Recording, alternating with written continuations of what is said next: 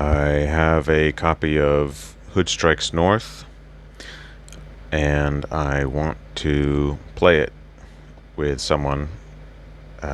We've just played Lee Moves North, an old 1972 game, and then we played Rebel Fury, or a scenario from Rebel Fury, and I want to try GCACW with him before he leaves. So I want to read the manual first. So I'll open up the box and you'll see you've got the GCACW standard rules, and then you have some scenario book that I think also has some specific rules for this game, and then you've got maps and counter sheets that I should actually put into baggies. But for now, I just want to start on the rule book. Just read a little bit at a time.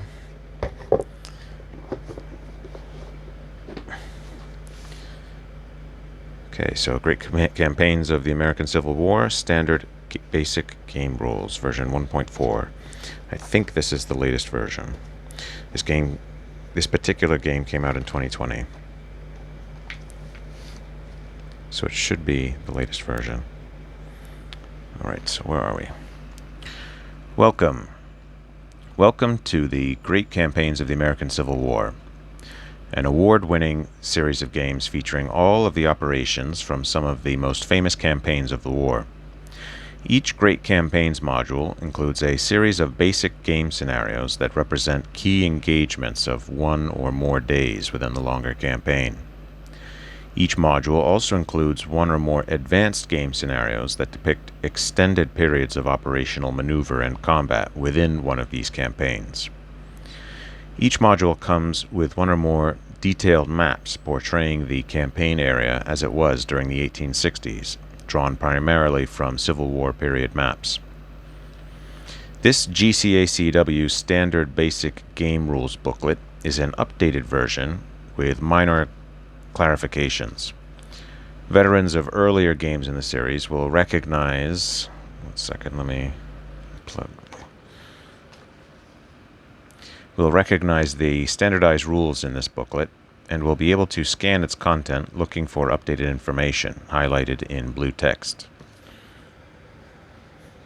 Okay, I see.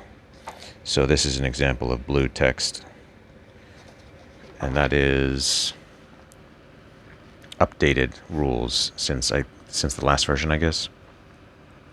Once they have skimmed this rulebook for changes, they can proceed directly into the specific rulebook for the game they intend to play and try any of the included scenarios. For newcomers to the series, we recommend that you first read this GCACW Standard Basic Game Rules booklet through Section 11, Demoralization. Then read the rule updates included at the start of the rulebook of the game you intend to play. Section 11, Demoralization, is here. Why not read 11, Rain? That's just this is the end. It's only really two more pages. Why not just read to the end? Try any of that game's one-turn scenarios for your first game. We hope you enjoy exploring these campaigns with us. GCACW 22 Years Later by Joseph Balkowski. The idea for the Great Campaigns of the American Civil War came to me in early 1991 when I was working for the U.S. Army as a historian, just as a harsh winter melted away into a glorious spring, and I managed to work out a 10-day break from the office with nothing on my mind other than driving the country roads of Northern Virginia and enjoying the fresh, warm weather.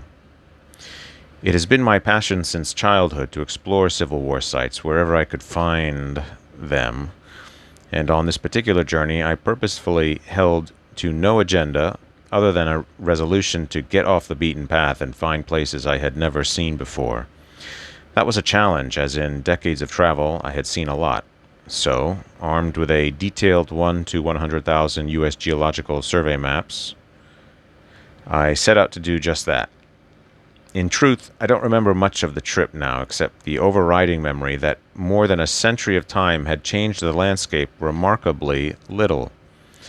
Several epiphanies struck me. among them one that I related long ago in the original edition of the Stonewall Jackson's Way rulebook, when I sat on the banks of Kelly's Ford and contemplated what made some Civil War generals great and others so pedestrian. A secret of battlefield success, I concluded, was bringing troops to the field in advantageous ways by means of expeditious movements, knowledge of the road network, deceit, and sometimes just plain luck. No one, in my view, had successfully brought out those elements of the Civil War in a war game. By the end of the vacation, I was resolved to try. I recall driving nearly to the top of Clark's Mountain and hoofing it the rest of the way to the peak. Not only was the panorama spectacular, but armed with a pair of good binoculars, and luckily under a clear blue sky, I could make out dozens of terrain landmarks within a radius of 25 miles or so, all of which figured vitally in Civil War campaigns between 1862 and 1864. This was both chilling and exhilarating to me, and the memory, which still lingers prominently in my psyche, provided just the inspiration I needed to get the project going. I recall driving nearly I am so profoundly satisfied that the original germ of an idea from long ago has grown so brilliantly, thanks to the dedication and toil of so many people, into one of the most enduring series of war games produced in the history of our hobby.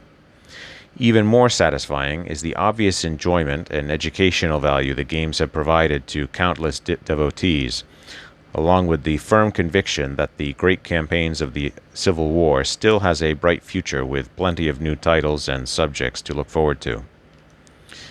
Thanks to all, the designers, developers, artists, testers, and above all players, who have sustained the series now for 22 years, far longer than I would ever have dreamed when I stood up on top of Clark's Mountain in 1991.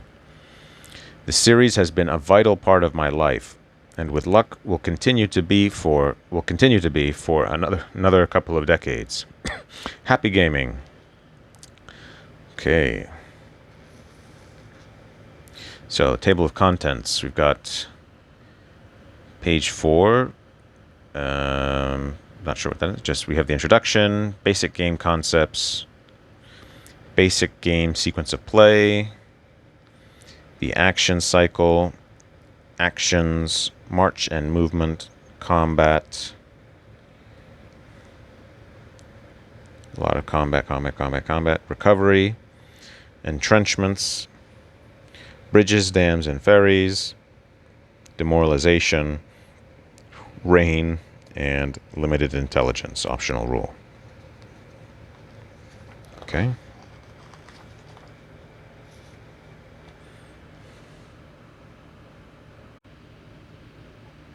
Introduction.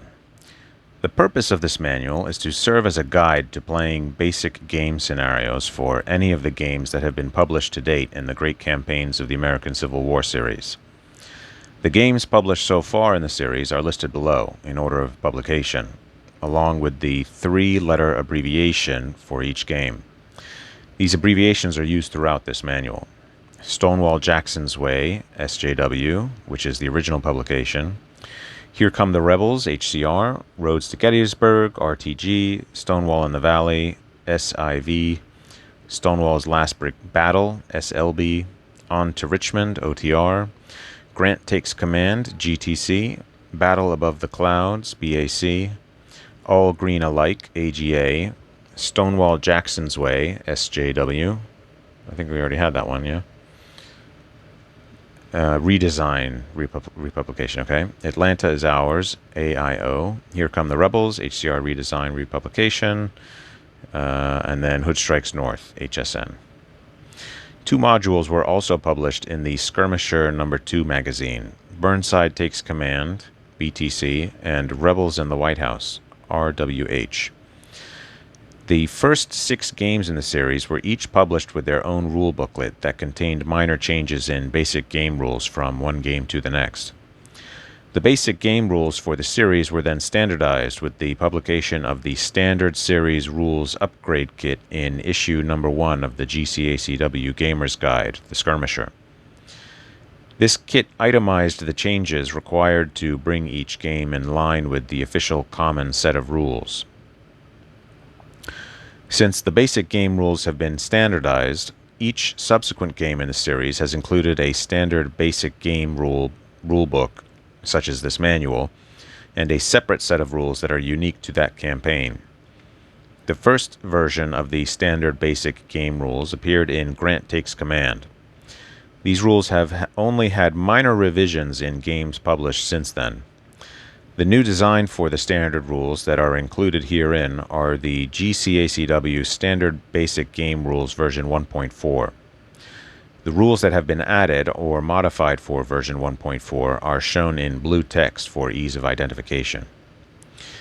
Since these rules sections are the most recent version of the standard series rules, they should also be used to update the rules in sections 2 to 12 for the first 6 games in the series. Okay. Please note that the special rules and setups for each scenario still must be referenced from the rule booklet that was originally published with each game. The upgrade kit in the Skirmisher also contained 130 updated counters that are needed to convert the first 5 games in the series to the standard rules. Note, the various notes and leader counters for Stonewall Jackson's Way, Here Come the Rebels, and Return to Gettysburg, I think that was what it was. Yeah, Roads to Gettysburg. Contained in Skirmisher 1 should not be used. The various notes and leader counters contained in Skirmisher 1 should not be used when playing the republished version of those games.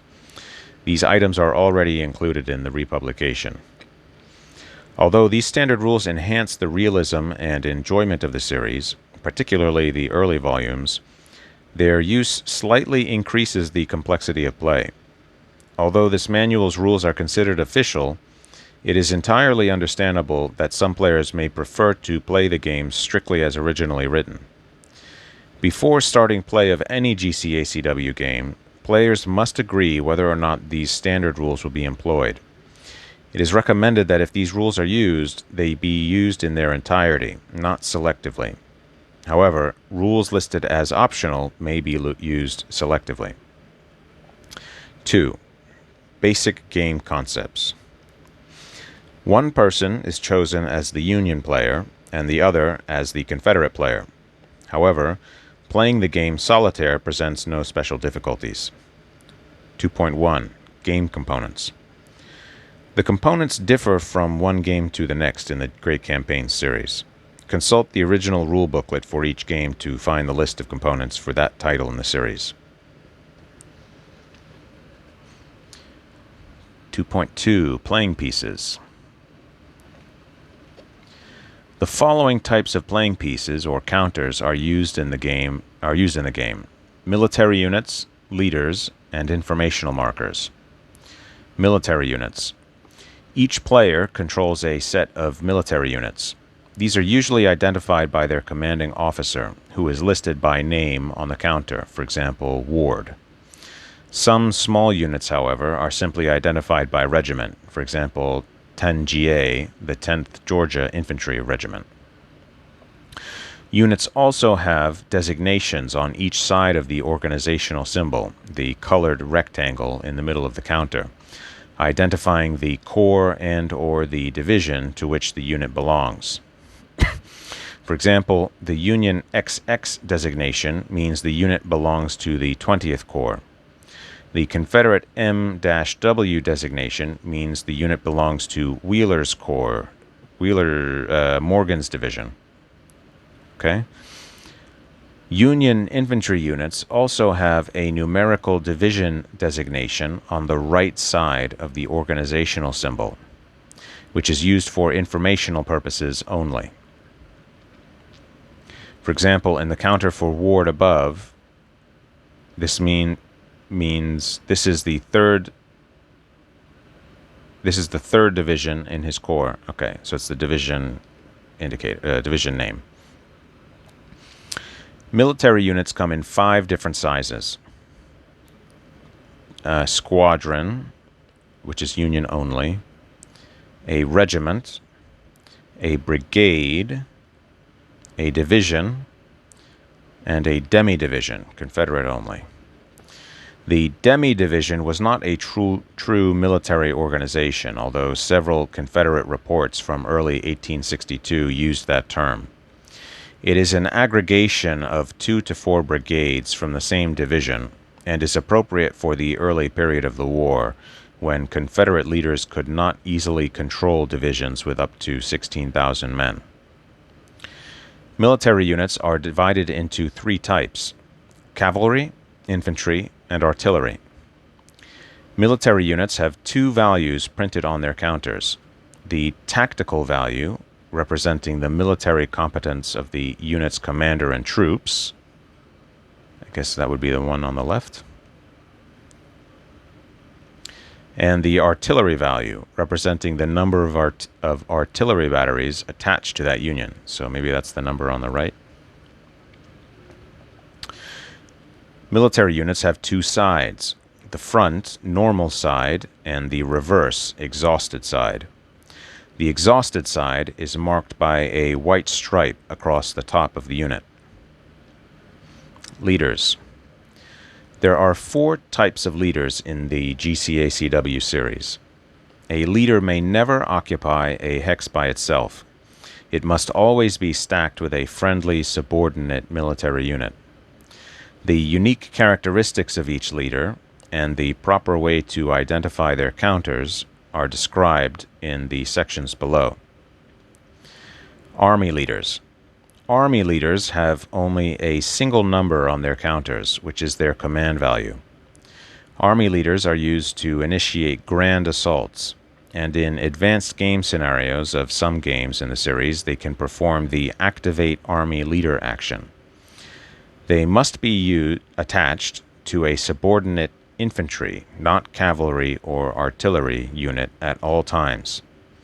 Army leaders are present for both players in every game except SIV. What was that one again? Stonewall in the Valley and AGA, all green alike. District leaders. District leaders are distinguished by the presence of a colored star on their counter. Like corps and division leaders, district leader counters contain 2 numbers: a tactical value and a command value. District leaders are hybrid units that are used to both activate units for movement and assault, like corps and division leaders, and initiate grand assaults, like army leaders. District leaders may not perform the Activate Army Leader action.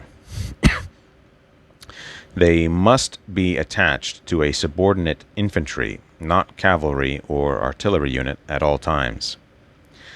District leaders are found leading the forces in a side theater that was not large enough historically to warrant the deployment of an entire army, such as SIV, Stonewall in the Valley, and Grant Takes Command side theaters. Note, not all games have district leaders. Okay. So, what's their downside? Tactical value and a command value.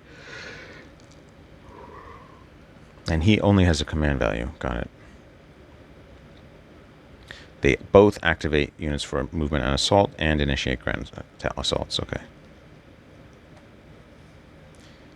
And they may not perform the Activate Army Leader action. Okay. Corps and division leaders. Corps and division leader counters contain 2 numbers: a tactical value and a command value, but no red star. Okay, this guy's a red star, right. Players must check the size column in the scenario setup to determine which leaders with these 2 numbers are corps leaders and which are division leaders. Corps and division leaders are used to both activate units for movement and to initiate assaults. Corps and division leaders must be attached to a subordinate unit belonging to the same corps or division at all times.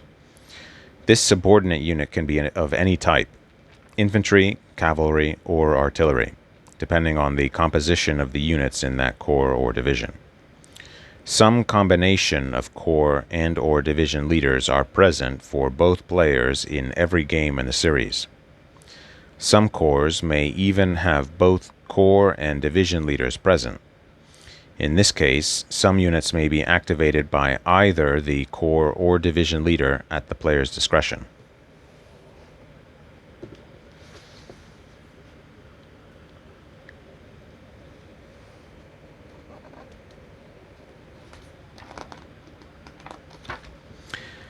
Informational markers. Strength markers. A military unit must always possess a single strength marker. A strength marker has a front, organized, and a reverse, disorganized side. The organized side has a single number from 1 to 21, which is both its manpower value and combat value. The disorganized side has two numbers: a smaller number in value, 1/2 to 14, which is its combat value, so that would be the small one there. A smaller number in value, so maybe that's the 3.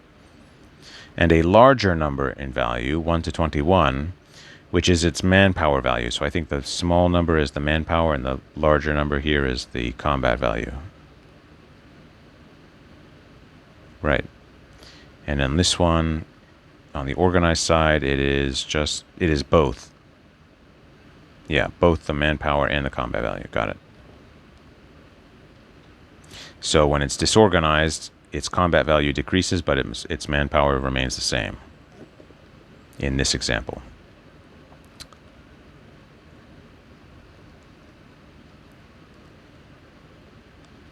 Strength markers never function by themselves. They must always be assigned to a military unit. At the start of a scenario, the strength marker of the correct manpower value is placed underneath a unit on its organized side.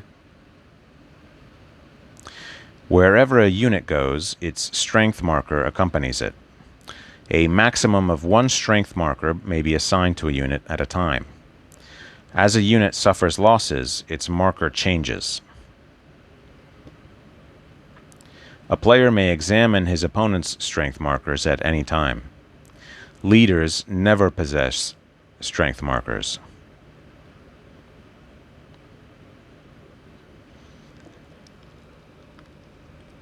Although strength markers can have numbers from 1 to 21, in most games in the series, players are limited to a maximum manpower that is less than 21. So in Roads to Gettysburg, the maximum manpower value is 17. And you can see in other ones, the Stonewall in the Valley is 8. On to Richmond is 21. What is this one? BAC, I forgot. Battle Above the Clouds is 14. All Green Alike is 7. AIO Atlanta is Ours is 16. Hood Strikes North, that's the game I have here, is 11. And all others are 18. Fatigue markers. As military units move and fight, they become fatigued. Fatigue is represented in 5 fatigue levels, from 0 to 4. Military units must always be at one of these levels. Fatigue markers are placed underneath a unit's strength marker. As the unit's fatigue level changes, its fatigue marker is adjusted. A unit at fatigue level 0 does not possess a fatigue marker. The lack of such a marker indicates level 0. Leaders never possess fatigue markers.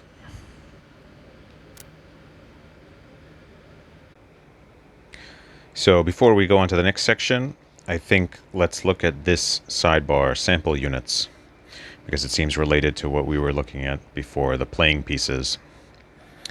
So, sample units. The sample units depicted below are for the game Hood Strikes North. Similar graphics are used in most games in the GCACW series. For those games with different counter graphics, refer to the rules included with that particular game for the unit style. Army leader. So you have a name, the army. What is that? The army. The name of the army? Abbreviation of the name of the army? A portrait of the person, and their command value. What was the command value again? Command value. Don't remember. I don't think we talked about that yet. Command value. Okay. I don't think we talked about that yet. Anyway, corps or division leader, you've got the name, the organization, which is, I guess, so this is 4th Corps, portrait, and the command value, and the tactical value. Right. Okay, military unit, infantry. On the front, you've got the size, so that's a division, the name of the leader, so that's Loring's division, symbol, it's the infantry symbol, organization. I don't think we've looked at that. I don't remember if we looked at that yet. I'm recording this on a separate day than the previous part, so I may have forgotten some things. Tactical value and artillery value. And now on the back, the exhausted side, the exhaustion indicator, which is the white stripe, and the same information. I'm also trying to not get mixed up with things I've seen on YouTube, because I've watched some guides on YouTube to how to play this game. All right, military unit of type cavalry. On the front, you've got the size, so that's a brigade, the name of the leader, Crossland. Organization, that's the name of the unit, so that's B Brigade, I guess. The symbol, that's the cavalry symbol, the tactical value, and the artillery value. And on the exhausted side, you've got the exhaustion indicator. If it's an artillery unit, on the front, you've got the size, so that is a regiment. The name of the unit, I guess it's just a generic heavy artillery unit. The organization, don't know what that means. P regiment? Maybe that's just to distinguish all the different regiments, so maybe you have like A, B, C, D, etc. The symbol, that's the artillery symbol, the tactical value, and the artillery value. And then on the back, you've got the exhaustion indicator. The parentheses around the tactical value means the unit may not be the only unit in an attack, marching, or assault. Note, not all games have artillery units. Strength marker. On the front, the organized side, you've got the manpower and combat value. And on the back, you've got the combat value and the manpower value. Okay, so the combat value, when you're disorganized, the combat value goes down, the manpower value stays the same. All right, so that's that section. Now, so that's playing pieces. And now we're going on to the map. Major terrain. Each land hex on the map is classified as one of 9 major types of terrain: clear, rolling, rough, woods, city, swamp, provisional swamp, hill, or mountain. Rough. What's rough? Each terrain type has its own movement point cost, listed on the terrain chart, which military units pay to enter the hex. Clear, rolling, and hill hexes have distinctive base colors: light yellow for clear, light green for rolling, and orange for hills. Other hexes can be recognized by special symbology: a green brush pattern for rough, a dark green forest pattern for woods, a gray grid pattern for city, a light green marsh pattern for provisional swamps, a highlight. Do I have the, is there a terrain effects chart? Let me see if I can get that. Look at that while I'm looking at this. Oh, there is. Oh, it's at the bottom of the box. Is this? No, that's not the terrain effects chart. Okay. Ooh, some of the counters are starting to fall out.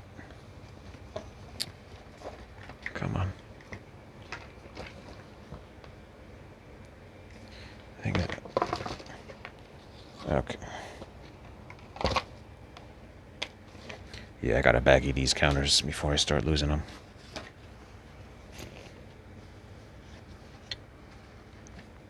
Yeah, I gotta baggy these very soon. Okay. Terrain effects chart. Okay, city. Clear. Rolling. Rough. Hill. Woods. Provisional swamp. Swamp. Mountain. Water. Okay. Wow, these are really... This is beautiful art. What is this, like watercolor? How did they get the details like that? It looks like it's like a watercolor painting that they then... It was like a huge watercolor painting that they then shrunk down. Because otherwise, how do you get those details? I don't understand. That's interesting. I wonder how they did that. Or maybe they did it in Photoshop, but they used a big canvas size. That could be how they did it. That's interesting. Where was I? A light green marsh pattern for provisional swamps. So that is this one, light green. So hold on. A green brush pattern for rough. So that's this. A dark green forest pattern for woods. That's that. A gray grid pattern for city. That's that. A light green marsh pattern for provisional swamps. That's this. A highlight to the provisional swamp for permanent swamp hexes. In On to Richmond and Grant Takes Command, this highlight is given by making the swamps a darker green. In all other games, the permanent swamp hexes have a silvery blue highlight applied. Oh, is that that? I think that's what that is. Maybe.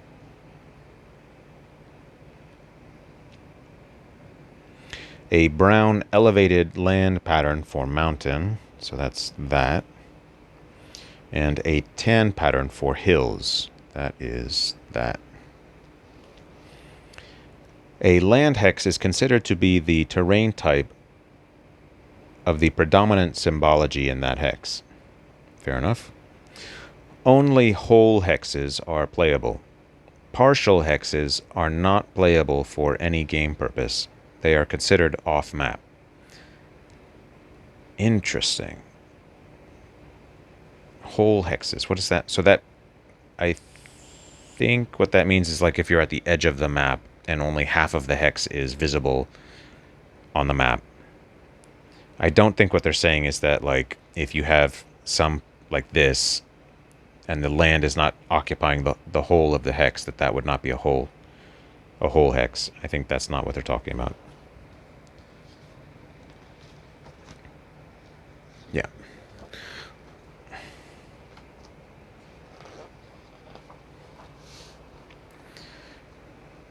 Special hex side features. A number of terrain types appear along hex sides, such as rivers, creeks, ridges, fords. Okay, that's like a crossing point at a river. Ridges. Okay. Bridges, ferries, dams. Ferries. Okay, dams and county borders. Several types of special terrain appear within a hex, such as villages, railroad stations, pikes, roads, landings, and redoubts. Pikes. A pike is like a highway. But these have no effect on a hex's major terrain classification. Woods hex side. A woods hex side is a hex side between a woods hex and any other hex, including another woods hex. The hex side itself does not have to be covered with a forest pattern to be considered a woods hex side. Interesting. Okay, that's good to know. Zones of control. A military unit, regardless of its status, exerts a zone of control into each of the 6 adjacent hexes surrounding it. Exceptions. Zones of control zones of control extend across major or minor river hex sides only at fords, dams, ferries, or bridges, so crossing points. Also, zones of control extend into and out of swamp and mountain hexes only across hex sides crossed by a road, pike, railroad, or trail. Finally, zones of control do not extend across all water hex sides. Sure. Restricted zones of control. If a unit exerts a zone of control across a woods hex side, see definition above, and no road, pike, railroad, or trail traverses that hex side, the hex into which that zone of control is exerted is referred to as a restricted zone of control. Non-restricted zones of control are sometimes referred to as normal zones of control. Unless otherwise specified, restricted zones of control hexes function like normal zones of control. Okay. Unit hex A, shaded hexes, represent the unit's 6 zone of control hexes. Unit hex A, shaded hexes. That's a weird phrase, weird construction. If a hex side between the unit's hex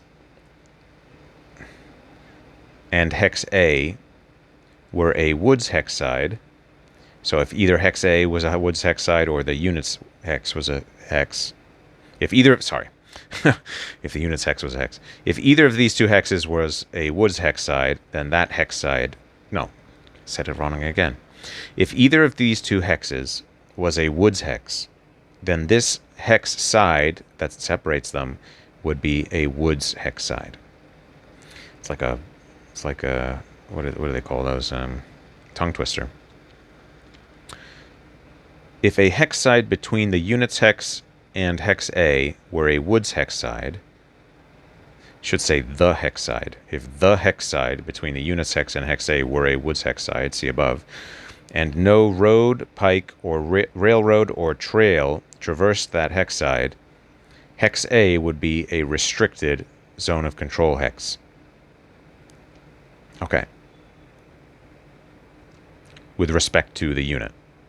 And the unit's hex would be a restricted zone of control hex with respect to hex A. Command radius. Sometimes a leader must trace a command radius between itself, himself, and subordinate units or another leader. A command radius is a path of 3 or fewer contiguous hexes between a leader's hex, exclusive, okay, to a unit's hex, inclusive, okay. I understand. So that's saying that when you're counting, you don't include the leader's hex when you're counting those 3 hexes, but you do include the unit's hex. Terrain is irrelevant when a leader traces a command radius. The 3 hex path may enter any type of hex or cross any hex side. A command radius may not enter an enemy-occupied hex or an enemy zone of control, including restricted zones of control. It may enter an enemy zone of control hex if that hex is occupied by a friendly unit. That's funny that this is in blue, meaning they just added it, meaning someone was trying to do this. That's funny. The hex occupied by a leader is considered within its own command radius. Not sure what the takeaway of that is.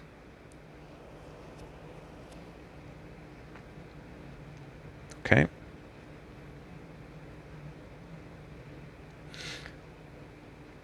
So that's interesting because that would suggest that you could, for example, cross into water.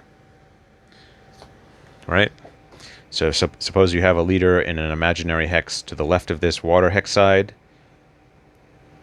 1, 2, 3. Let's say these are two. Oh, well, the way hexes are arranged, it would be like this. 1. So let's say the leader's here. 1, 2, 3. So if there's a leader here, and this is water, and this is another land hex, these two would be considered within command radius, or the unit here would be within command radius of the leader here. So that's an important thing to understand. Abbreviations.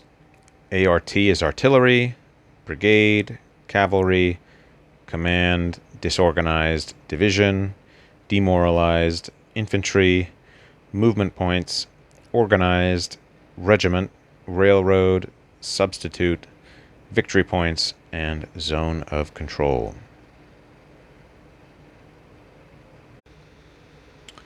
All right, Section 3, Basic Game Sequence of Play. Each turn is performed according to a sequence of play.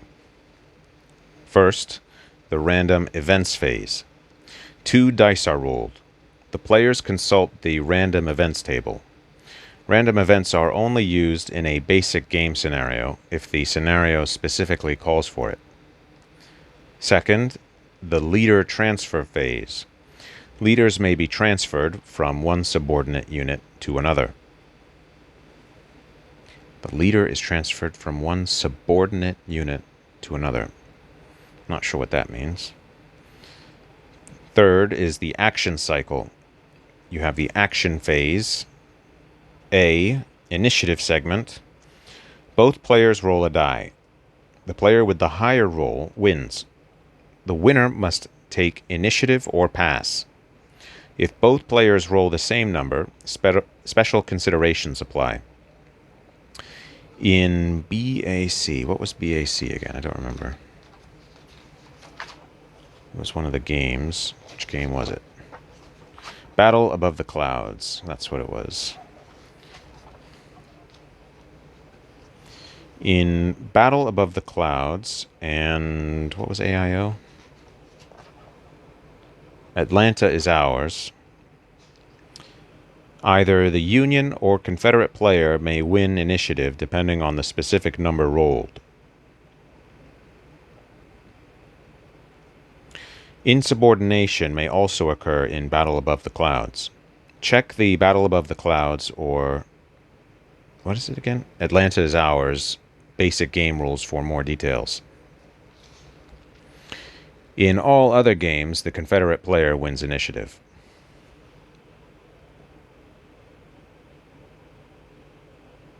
If it's a tie, I think that's what it means. It's not clear that these bullet points refer to when both players roll the same number. But I think this is saying if they roll the same number, the Confederate player wins. Activation segment. The player who has taken initiative must perform a single action with an eligible leader or unit. At the end of an activation segment, the players return to the initiative segment and a new action phase begins.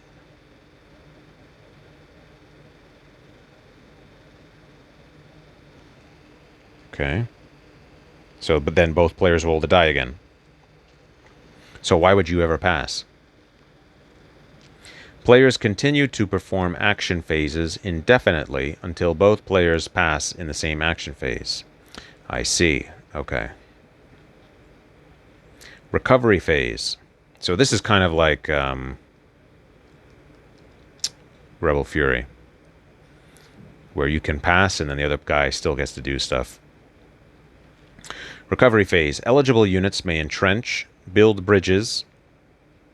Okay. Repair bridges and ferries, and recover from fatigue, disorganization, exhaustion, and demoralization. Turn indication phase. So this is like the movement phase, basically. Or can you also attack? I think this is the movement/attack phase. That's the action cycle. Action phase. Initiative segment, activation segment. So the action cycle is composed of action phases. Each action phase has 2 segments. Okay. So the action cycle has action phases, which in turn have activation segments. It's a little bit, I don't know. It seems a bit redundant, but I guess it makes sense. I guess you do need a name for these different parts. Anyway, recovery phase is after you've done your moves and attacks. Turn indication phase. The turn marker is advanced 1 box on the turn record track, and the players begin a new turn. Exception. Occasionally, an individual basic game scenario might draw on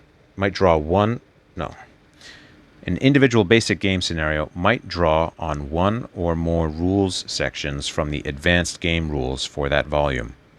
In these situations, additional phases may be added to the sequence of play after the random events phase, which was the first phase.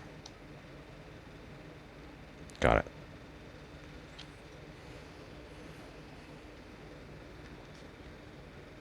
So this should really be called like the action cycle phase.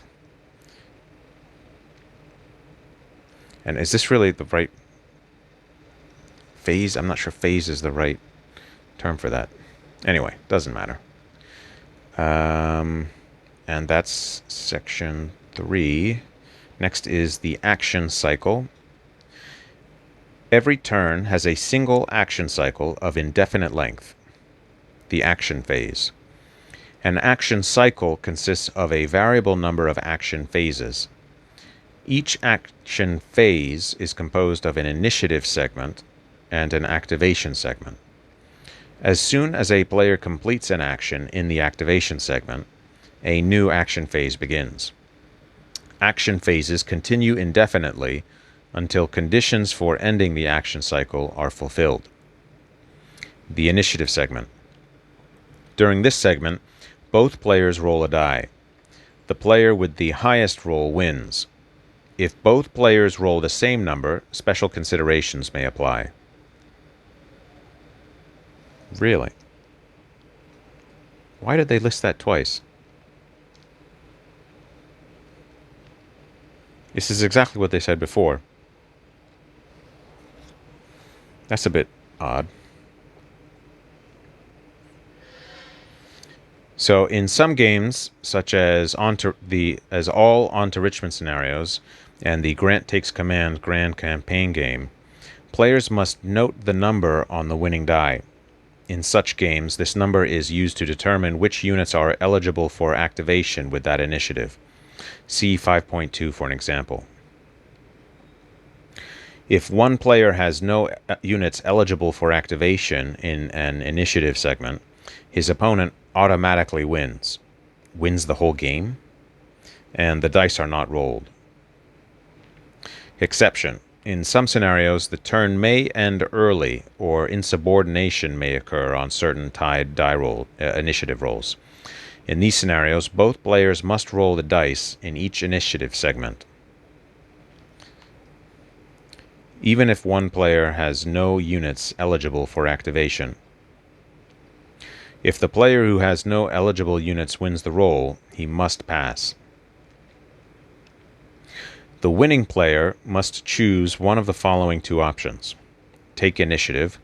He may take the initiative, thereby obligating him to perform an action in the subsequent activation segment. Or pass.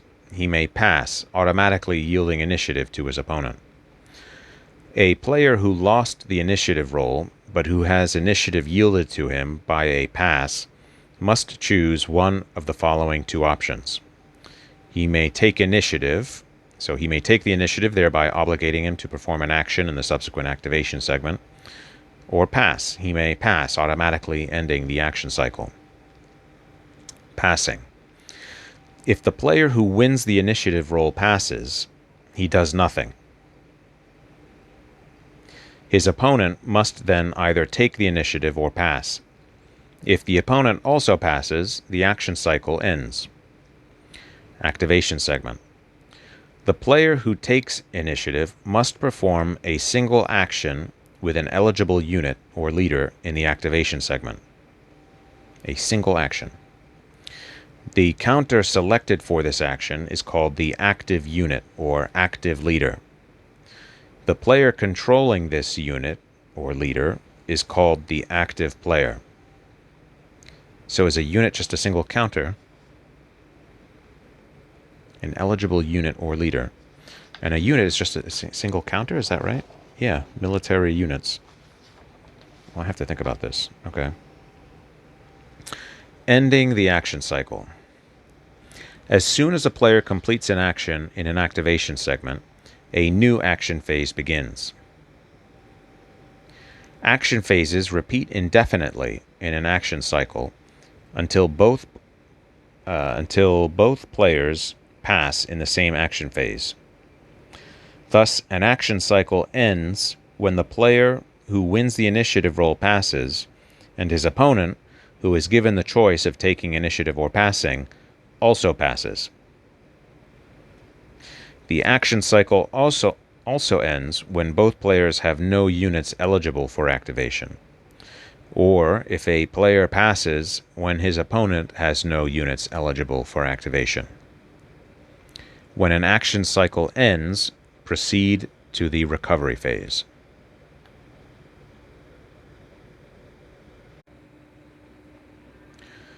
Five, actions. A player who takes initiative must perform a single action in the activation segment with one of his units or leaders. There are 5 types of actions: march, activate leader, assault, burn railroad station, which is not in Stonewall in the Valley or on to Richmond, and entrenchment, 1863 or later. March. Only a single unit, not a leader, may be chosen to perform a march action. A unit is eligible to march only if it is currently at a fatigue level of 3 or less. It may not march if it is at fatigue level 4. The unit's strength marker may be organized or disorganized. A unit may march more than once per turn, but never more than once per action phase. A march is performed as follows. So already when I'm reading this, I'm thinking, wow, this sounds very similar to Rebel Fury, where you're taking turns moving one unit at a time. Anyway, to continue. A march is performed as follows. The player with initiative selects one eligible unit anywhere on the map. The unit's movement allowance is calculated as follows.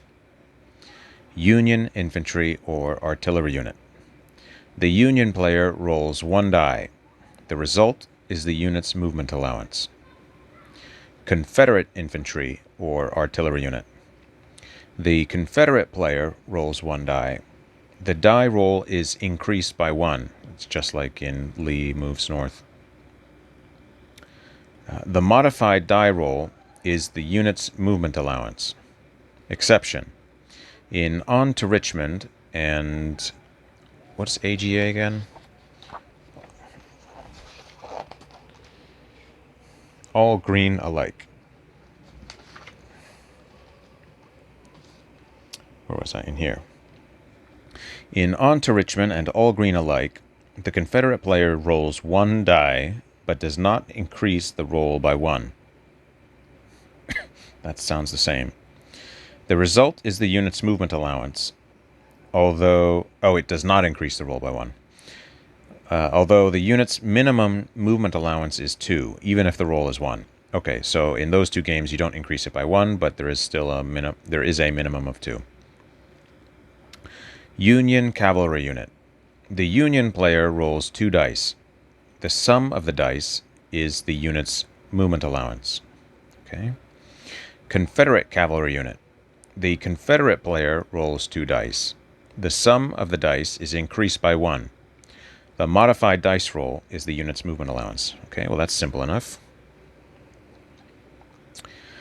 The chosen unit's fatigue level is increased by 1. The unit gains a new fatigue marker, or has an existing marker flipped over to reflect the change. If this march brings a unit on its normal side to a new fatigue level of 3 or 4, or a unit on its exhausted side to a new fatigue level of 2, 3, or 4, it is an extended march, and the player must consult the extended march table. Note: before proceeding to Step 3, enemy cavalry units in the active unit's zone of control may perform a cavalry retreat. Okay. 3. An eligible unit may enhance its movement allowance by making a force march. So a force march is different from an extended march, apparently. The movement points gained by a force march are added to the movement allowance calculated in Step 1 to determine a final movement allowance. If no force march is performed, the unit's final movement allowance is the number determined in Step 1. Well, how do I know how many more movement points are added?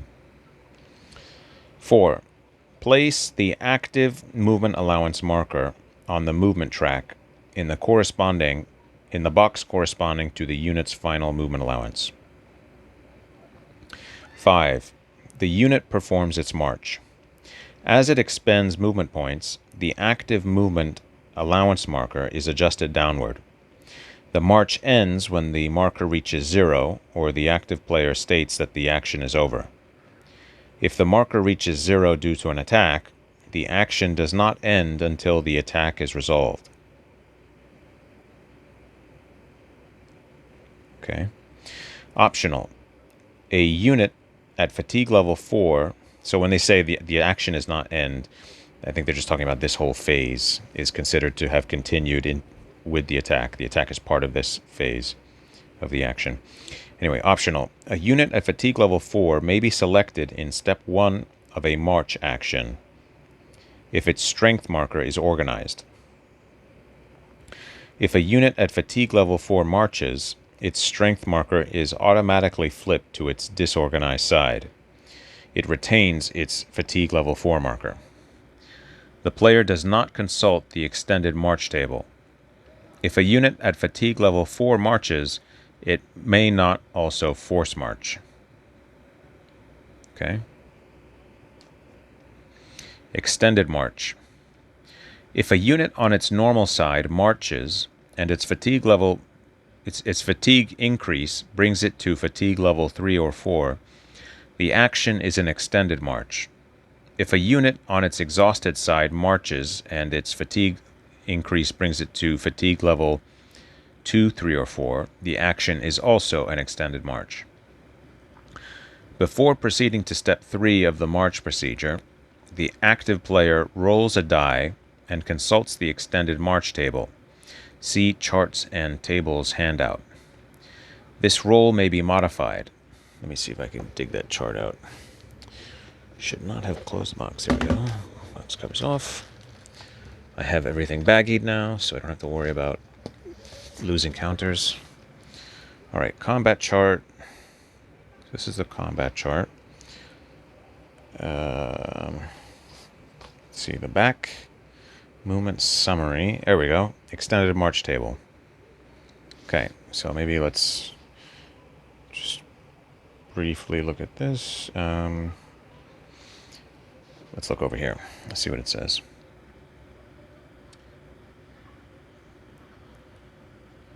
Before proceeding to Step 3 of the march procedure, where you can do a force march, the active player rolls a die and consults the extended march table. This roll may be modified. If the unit's strength marker is organized, the modified roll is cross-referenced with the organized column. So that is here. So you roll a d10, I guess? Or is it a d6? Seems like a d10. So if the unit's strength marker is organized, you look at this column. If the unit's strength marker is disorganized, the modified roll is cross-referenced with the disorganized column corresponding to its current manpower value. Okay? makes sense. There are three possible results. Any, no effect. The extended march has no effect on the active unit. D, disorganized. The unit's strength marker is flipped to its disorganized side. So in Lee Moves North, if you do an extended march, which gives you extra movement points, you're automatically switched to disorganized. So it's interesting to see the differences between these different games. And then on a 1, 2, or 3 result, the unit's manpower value is reduced by 1, 2, or 3. The unit's new strength marker is placed on its disorganized side. Wow. Okay, so you're general, if it's less than 5, yeah. So you're in a bad spot. You don't want to do this if you can avoid it, basically. You got a 50% chance you don't suffer any consequences, but it could get quite bad. Okay. And so this is what I was reading. As long as it is not eliminated by the result, the active unit resumes its march after determining the effects of its extended march. Okay? Example. If in... Oh, what's RTG again? RTG is Roads to Gettysburg. If in Roads to Gettysburg, a Union unit on its exhausted side that does not belong to the Army of the Potomac performs a march,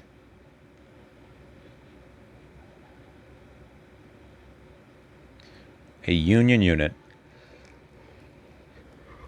on its exhausted side that does not belong to the Army of the Potomac performs a march, and that march brings the unit to a new fatigue level of 3, that march is an extended march.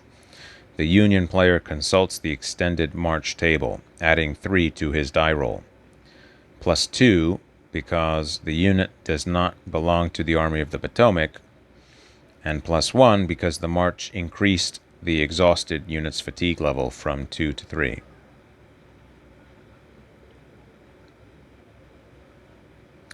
Are the DRMs listed on the chart? Modifiers, cumulative. +1 if march by unit on its normal side increases its fatigue level from 3 to 4. +1 if the march on its normal side, if it's on its exhausted side and it's going from 2 to 3. +3 if it's on its exhausted side and it's going from 3 to 4. +1 if march by wagon train. For Union wagons, this modifier is in addition to the +1 modifier for other Union units. See below. Union Army modifiers. +0 late and early war cavalry. If march is made by any Union cavalry unit, Hood strikes north. Atlanta is ours. What's BAC again? Battle Above the Clouds. RWH is Rebels in the White House. All green alike. Okay, so if a march is made by any Union cavalry unit or by a Union cavalry unit belonging to the Army of the Potomac, that's +0. Well, why do they even list that? +2, garrison units. If the march is made by a Union unit not belonging to the Army of the Potomac, or by a Union unit which is not a regular Army unit, so this would be equivalent to like those militia units that show up in Hood Strikes. What is it? No, not Hood Strikes. This is Hood Strikes. Lee Moves North. Right. +1 other Union units. All Union units, including wagon trains, not covered by the 2 cases above, are +1. Okay, so that's why they have this listed here, is to distinguish it from this one.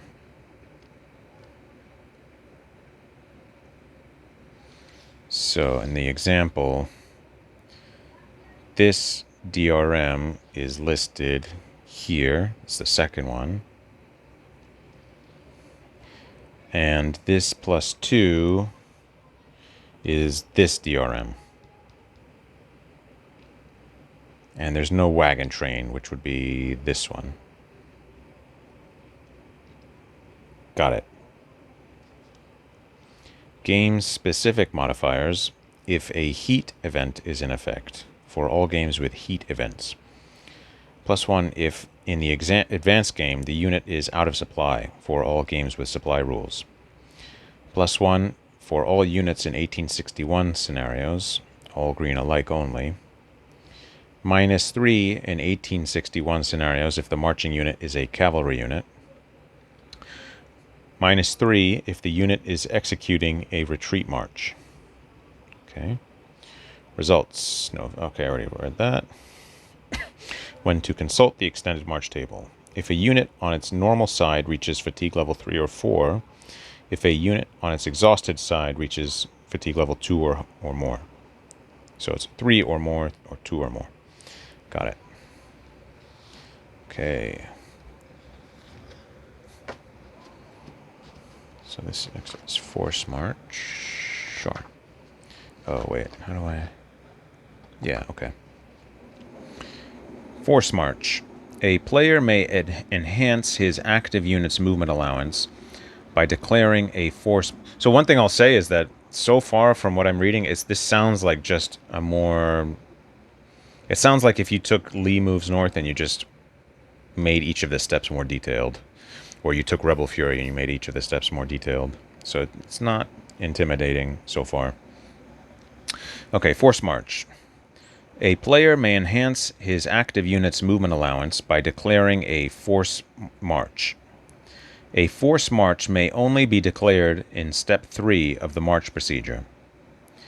An active unit may force march only if its strength marker is currently on its organized side. Artillery and wagon units can never force march. To conduct a force march, follow this procedure. 1. Flip the unit's strength marker to its disorganized side. 2. If an infantry unit force marches, roll 1 die and subtract 1 from the roll. If a cavalry unit force marches, roll 2 dice and subtract 1 from the dice sum. The result is the number of movement points added to the active unit's movement allowance, as determined in Step 1 of the march procedure. The minimum movement point bonus gained by an infantry unit's force march is 2, even if the modified roll is 0 or 1. The minimum movement point bonus gained by a cavalry unit's force march is 4, even if the modified roll is 1, 2, or 3. So in Lee Moves North, I think you just get like an automatic 2 movement point bonus or something like that. I don't remember. I have to check the rules again. But I think it's constant in that game. And in this one, it's random. 3. If the unmodified roll in Step 2 is 6 for infantry, the active unit's manpower value is reduced by 2 if its current manpower value is 6 or more. Otherwise, its manpower value is reduced by 1. If the unmodified roll in Step 2 is 6 for infantry, the active unit's manpower value is reduced by 2 if its current manpower value is 6 or more. Otherwise, its manpower value is reduced by 1. Why so specific? Okay. If the unmodified roll in Step 2 is from 2 to 5 for infantry, or 8 or more for cavalry, the active unit's manpower value is reduced by 1. Oh. New strength markers are placed on their disorganized sides.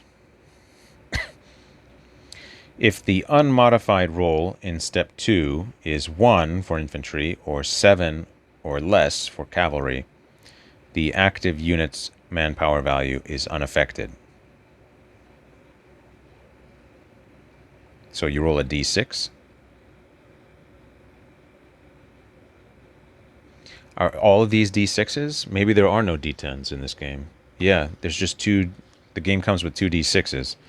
So this is a D6. This is a D6 roll, not a D10 roll. So that is... So you just you want to avoid the modifiers. Otherwise, you should be okay. All right.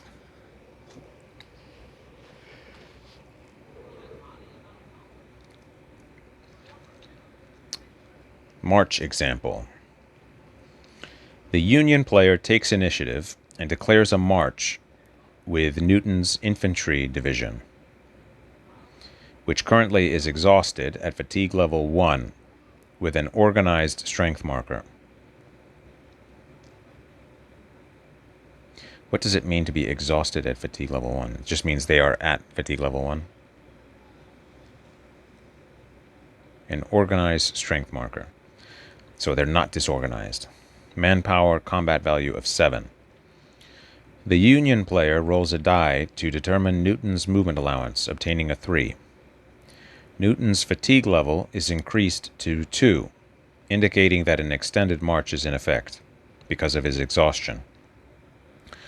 The Union player rolls a die, obtaining a 4, and consults the extended march table, cross-referencing 4 with the organized column.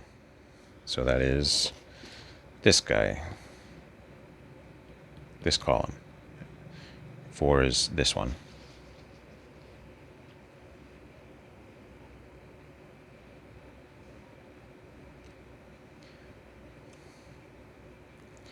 One is added to the roll because the +1 modifier for other Union units in the Union Army modifiers is the only modifier that applies. The result is NE, no effect, so Newton is unaffected by the extended march. The Union player decides to force march Newton, which is permissible because of his organized strength marker. He flips Newton's strength marker to its disorganized side and rolls a die, obtaining a 1. This is reduced by 1 to 0, but the minimum movement point bonus in an infantry force march is 2. Thus, Newton's final movement allowance is 5, his original roll of 3 plus his bonus or his force march value of 2. The active movement allowance marker is placed in the 5 box on the movement track. The active movement allowance marker is placed in the 5 box on the movement track. Got it. Do I have that track? Let me dig that track up so I can look at it. So we got, this is the turn track, movement track. This is what we want. Right. I guess that's used for both people, both sides. Right, so this is the turn track for both sides. This is the movement track for both sides. This is the victory point track for both sides, I'm guessing. And these are just train effects chart. Got it. Okay. Newton does not suffer manpower value loss due to the force march because the unmodified force march die roll was 1. Okay.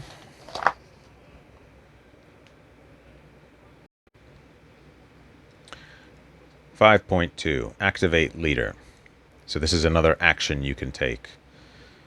The activate leader action enables a player to perform 1 or more consecutive march actions with eligible military units in the same action phase. The following actions may not be performed in an activate leader action: assault, burn railroad station, and, in advanced game scenarios, railroad or amphibious embarking and movement. Following actions may not be performed in it: assault, burn railroad station. Okay. Railroad or amphibious embarking and movement. Okay. Only one district, division, or corps leader at a time may be chosen for activation. A leader is eligible for activation only if 1 or more units within his command radius belonging to his command are at a fatigue level of 3 or less. A leader activation is performed as follows. 1. The player with initiative selects an eligible leader anywhere on the map. 2. The player with initiative must select one or more units belonging to the active leader's command that are situated within the leader's command radius, other than the leader itself. All of the units selected to participate in an active leader action must be at a fatigue level of 3 or less. Okay, that's important. Place a Union or Confederate leader action activation marker on top of each unit selected. That's that, okay? The player is not obligated to select every eligible unit within the leader's command radius, although he may do so. He must select at least one. In all games, there will be units that do not belong to any leader's command. Example, Union cavalry units in Stonewall in the Valley, on to Richmond, Stonewall Jackson's Way. HCR was... What was HCR again? Here Come the Rebels. SLB was Stonewall's Last Battle. And all green alike. So Union cavalry units in those games do not belong to a command, since there are no Union cavalry leaders in those games. These units may not be selected to join and activate leader action. They may only perform march and entrenchment actions individually.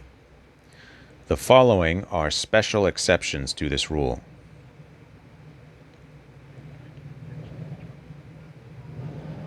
Okay. Exceptions. 1. Artillery units in all games may be selected to join in an activate leader action of any non-cavalry leader, even though they do not belong to the active leader's command. Okay. Do they have to be within a certain radius? Within the leader's command radius. Okay, so this is just like Rebel Fury. Sort of. I mean, it's very similar.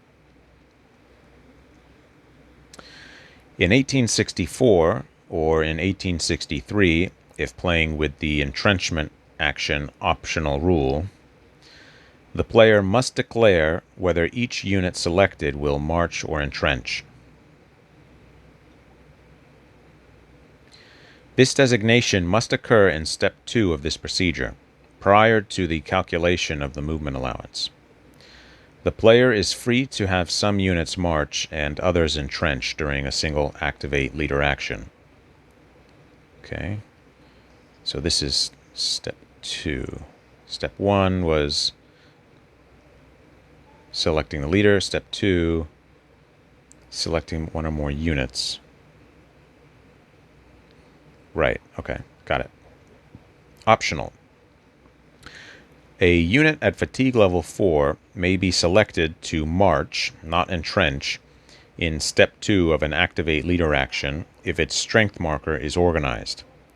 If a unit at fatigue level 4 marches, its strength marker is automatically flipped to its disorganized side.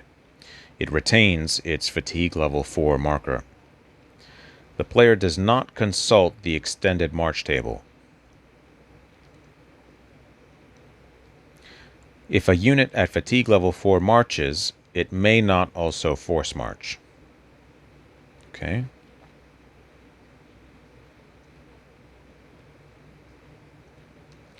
Special rule for On to Richmond. In On to Richmond, if the Union player is performing the activate leader action, he is limited in the number of units he may select by the number he rolled during the just completed initiative segment of the current action phase. Union die roll 1 to 4.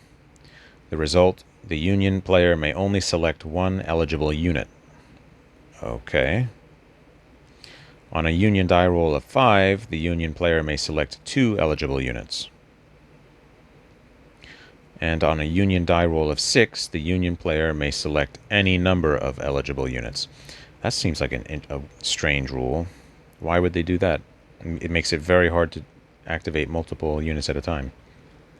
Note: if the Confederate player won the initiative roll in the current action phase but passed, the Union player may select any number of eligible units in a leader activation, regardless of the number he rolled in the initiative segment. Also, if the Union player has taken initiative in the current action phase without an initiative dice roll, which is possible if the Confederate player has no units eligible for activation, the Union player may select any number of eligible units in a leader activation. 3. The active leader's movement allowance is calculated as follows. Union infantry leaders. The Union player rolls 1 die. The result is increased by 1. The modified roll is the leader's movement allowance. Exception: in Stonewall in the Valley, On to Richmond, and All Green alike, the Union player rolls 1 die, but does not increase the roll by 1. The result is the unit's movement allowance, although the unit's minimum movement allowance is 2, even if the roll is 1. Union Cavalry Division Leaders. The Union player rolls 2 dice. The sum of the dice is increased by 1. The modified roll is the leader's movement allowance. Union Cavalry Corps Leaders. The Union player rolls 2 dice. The sum of the dice is increased by 2. The modified roll is the leader's movement allowance. Confederate Infantry Leaders. The Confederate player rolls 1 die. The result is increased by 2. Exception: the result is increased by 1 in On to Richmond and All Green alike. The modified roll is the leader's movement allowance. So, one thing I'm noticing is that you get a bonus for activating with a leader, a movement point bonus. So this was +1 when activating 1 unit at a time, and the Union one was I think nothing, +0. I think something like that. Union Cavalry Division Leaders. The Confederate player rolls 2 dice. The sum of the dice is increased by 2. The modified roll is the leader's movement allowance. Confederate Cavalry Corps Leaders. The Confederate player rolls 2 dice. The sum of the dice is increased by 3. The modified roll is the leader's movement allowance. Wow, okay. The leader's movement allowance, determined in Step 3, is used by every unit selected for participation in the leader activation. Place the leader movement allowance marker on the movement track in the box corresponding to this number. Do not move the marker from this box for the duration of the leader activation, as it serves to remind the players of the leader's movement allowance. 5. The active leader may transfer to any hex occupied by a subordinate unit, including an artillery unit, selected in Step 2. This transfer is voluntary and may only take place before any unit's march. Place the leader in the hex to which it transfers.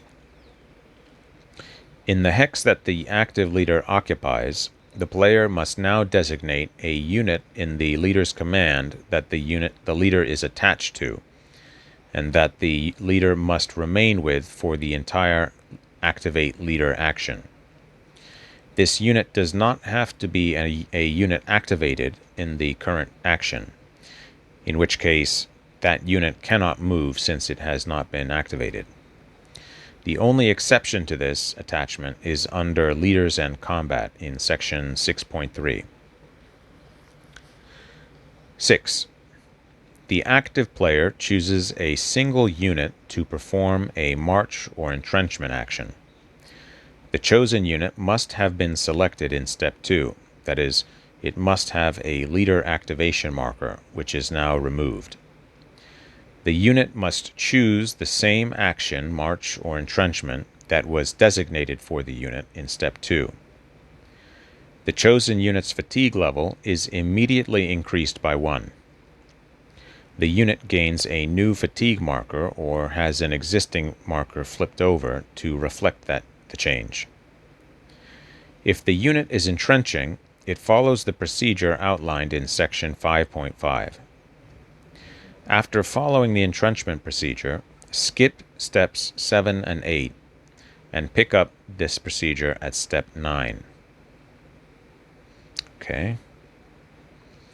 That'll make sense when I read about entrenchment. If the unit is marching, it uses the active... Well, let me look at this. Steps. Skip Steps 7 and 8. So this is entrenchment.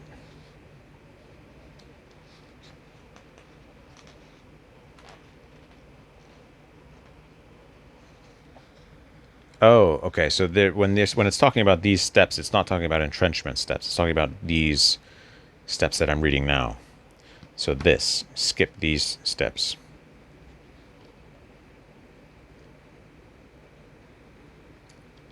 Okay, where was I? If the unit is entrenching, it follows the procedure outlined in Section 5.5. After following the entrenchment procedure, skip Steps 7 and 8 below and pick up this procedure at Step 9. If the unit is marching, it uses the active leader's movement allowance calculated in Step 3. If this march brings a unit on its normal side to a new fatigue level of 3 or 4, or a unit on its exhausted side to a new fatigue level of 2, 3, or 4, it is an extended march, and the player consults the extended march table. See Charts and Tables handout. Before proceeding to Step 7, but after rolling for extended march, enemy cavalry units in the marching unit's zone of control may perform a cavalry retreat. This is something that I was thinking should have existed in Lee Moves North, which was that my cavalry should be able to retreat before they are attacked by the enemy. They should have that option. And it looks like that is in this game. Okay.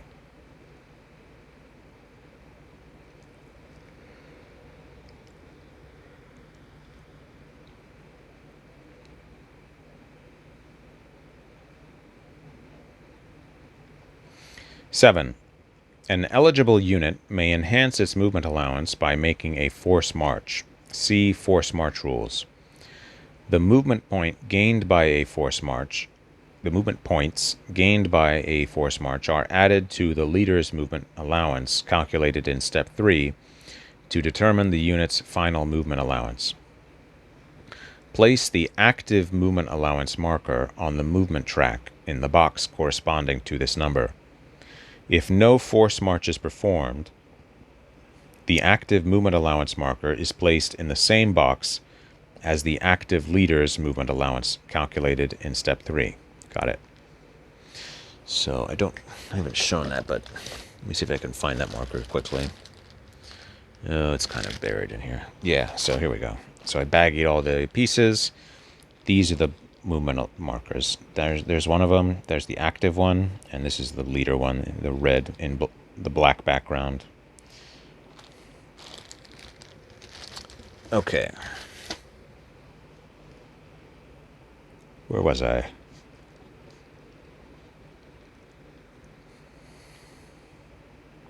Right. 8.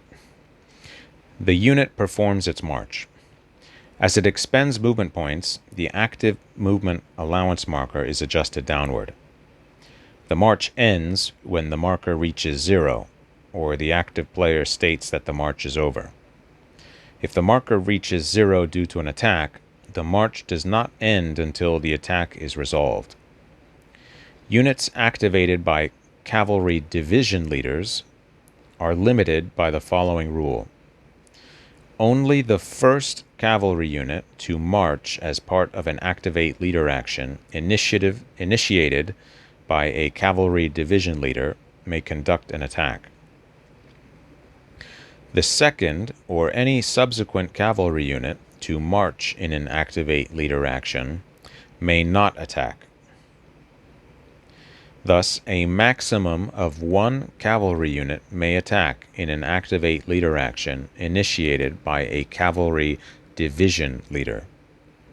There is no such limitation in an activate leader action initiated by a cavalry corps leader. The active player now repeats steps 6, 7, and 8 for each unit chosen to participate in the leader activation in step 2. So when this said to skip steps 7 and 8 for the units that are entrenching, it's basically just saying skip the steps involved in marching because you're not marching, you're entrenching. Got it. So the active player now repeats steps 6, 7, and 8 for each unit chosen to participate in the leader activation in step 2. The player must perform steps 6, 7, and 8 for each unit selected in step 2. Units may not withdraw from the action, although they are not obligated to move or attack. Each unit must perform steps 6, 7, and 8 a maximum of once per leader activation. A unit must complete its march or entrenchment before another unit begins its action.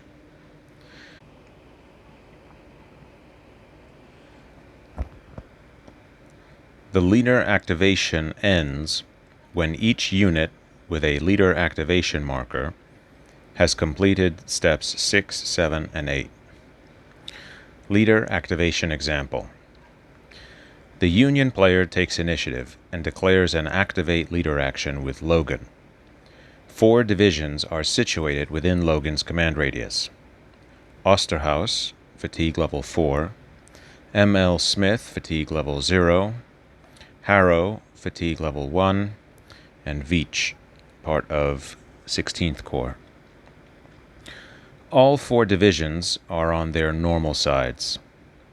Osterhaus is not eligible to participate because he is at fatigue level 4.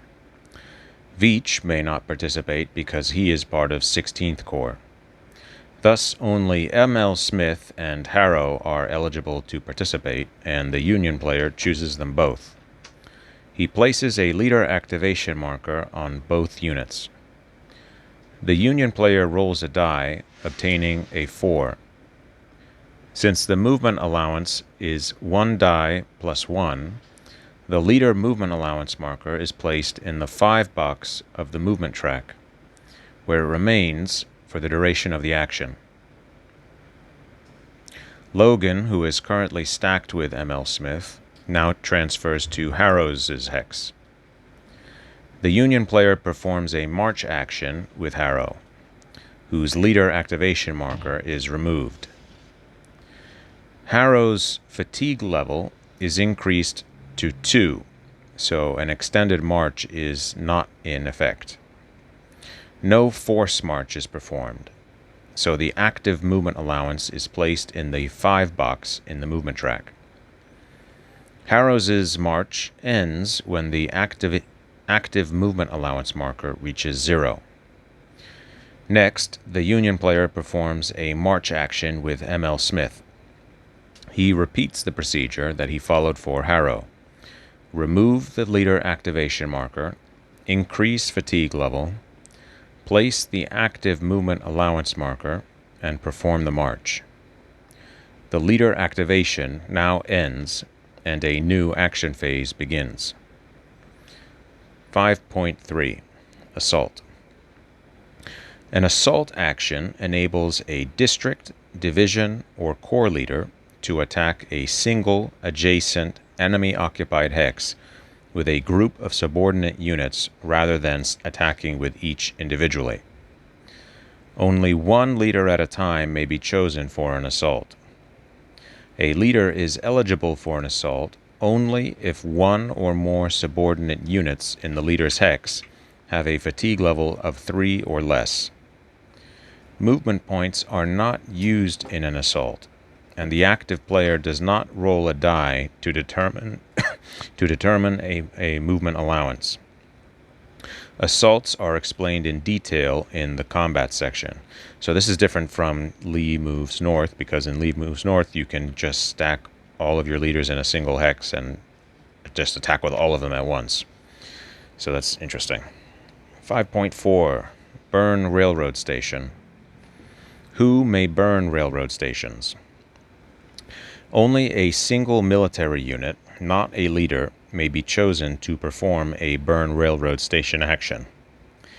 A unit is eligible for this action if it occupies a railroad station hex and is at a fatigue level of 3 or less. It may not be chosen if it is at fatigue level 4. The unit's strength marker may be organized or disorganized, but it must have a combat value, not manpower value, of 2 or more. Units in Stonewall in the Valley and on to Richmond may not burn railroad stations. Procedure. The player with initiative selects a single eligible unit anywhere on the map. The chosen unit's fatigue level is immediately increased by 1. The unit gains a new fatigue marker, or has an existing marker flipped over to reflect the change. An extended march never occurs as a result of a burn railroad station action, even if the unit goes to a new fatigue level of 2, 3, or 4. If the unit's combat value is 2, 3, or 4, place a damage marker in the railroad station hex. If the unit's combat value is 5 or more, place a destroy marker in the hex. The presence of other friendly units in the hex has no effect on the type of marker placed in the railroad station hex. The action is now over, and a new action phase begins. Damage/destroy markers remain in place for the duration of the game. Exception. Damage/destroy markers may be removed in the advanced game in some of the volumes in the series. However, an existing damage marker is flipped over to its destroy side at the moment a unit with a combat value of 5 or more performs a burn railroad station action in that hex. An existing damage marker is unaffected if a unit with a combat value of 2, 3, or 4 performs a burn railroad station action in that hex. Okay, so you can't upgrade it. I think that's what it's saying. You can't have a if you do a burn railroad station action in a hex that already has a damaged railroad, you don't upgrade it to a destroyed railroad. A destroy marker is unaffected if other units later perform a burn railroad station action in that hex. So you can't downgrade a destroyed railroad to a damaged railroad. Clear enough? 5.5. Entrenchment. Who may entrench? In any 1864 or later scenario, or in an 1863 scenario, if this entrenchment action optional rule is used by mutual consent of the players, players may add an entrenchment action to the menu of actions available to active units. Entrenchment actions may be performed by units activated individually or as part of an activate leader action.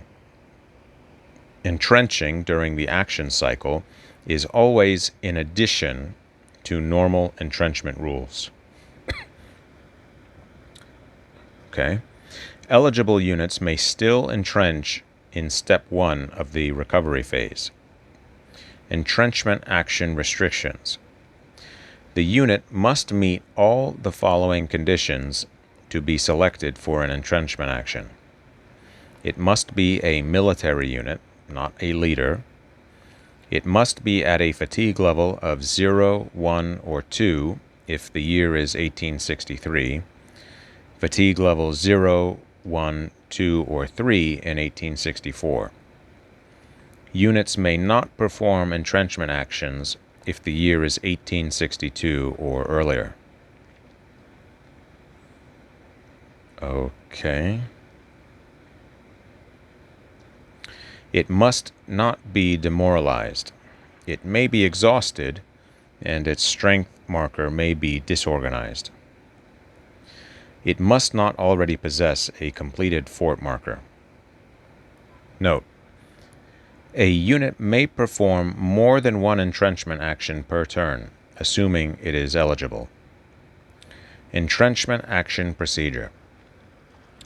If an entrenchment action is declared, the active player follows one of the following two procedures, depending on the year of the game. Optional, 1863 procedure. 1. The active unit's fatigue level is increased by 2. An extended march never occurs as a result of an entrenchment action. 2. The player places an entrenchment marker on the active unit, or adjusts an existing entrenchment marker as follows. If the active unit does not currently possess an entrenchment marker, place a breastwork build marker atop the unit.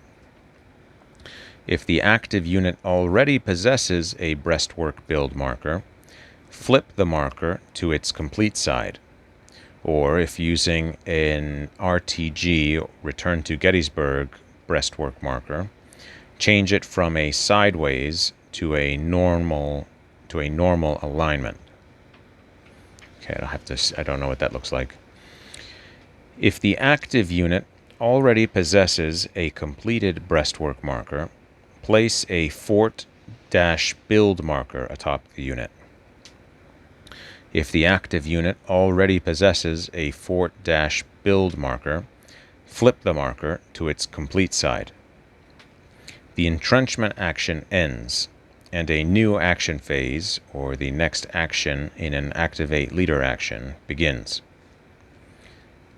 Can you entrench multiple times with a single... I guess you can. With a single unit in the same action cycle. Okay. 1864 procedure. 1. The active unit's fatigue level is increased by 1. An extended march never occurs as a result of an entrenchment action. 2. The player places an entrenchment marker on the active unit, or adjusts an existing entrenchment marker as follows. If the active unit does not currently possess an entrenchment marker, place an abatis, I think that's how you pronounce it, abatis marker atop the unit. Exception. If an active unit is in a redoubt hex that it is eligible to benefit from, see 9.0, place a breastwork build marker atop the unit. If the active unit already possesses an abatis marker, flip the marker to its breastwork build side. If the active unit already possesses a breastwork build marker, place a breastworks marker atop the unit. If the active unit already possesses a breastworks marker, flip the marker to its fort build 1 side. If the active unit already possesses a fort build 1 marker, place a fort build 2 marker atop the unit. If the active unit already possesses a fort build 2 marker, flip the marker to its fort complete side. 3. The entrenchment action ends, and a new action phase, or the next action in an Activate Leader action, begins.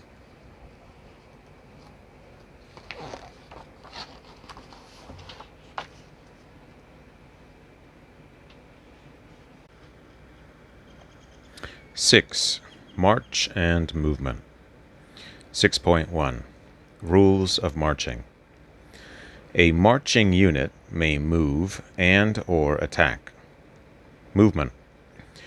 A unit moves from hex to adjacent hex, expending a number of movement points, MP, equal to the cost of the major terrain in the hex entered. See the terrain chart. Let me see if I can get that one out here. Where is it? Well, I think I already looked at it, but here it is. Terrain effects chart. I already looked at this earlier. So these are the movement point costs to enter the hex. Okay.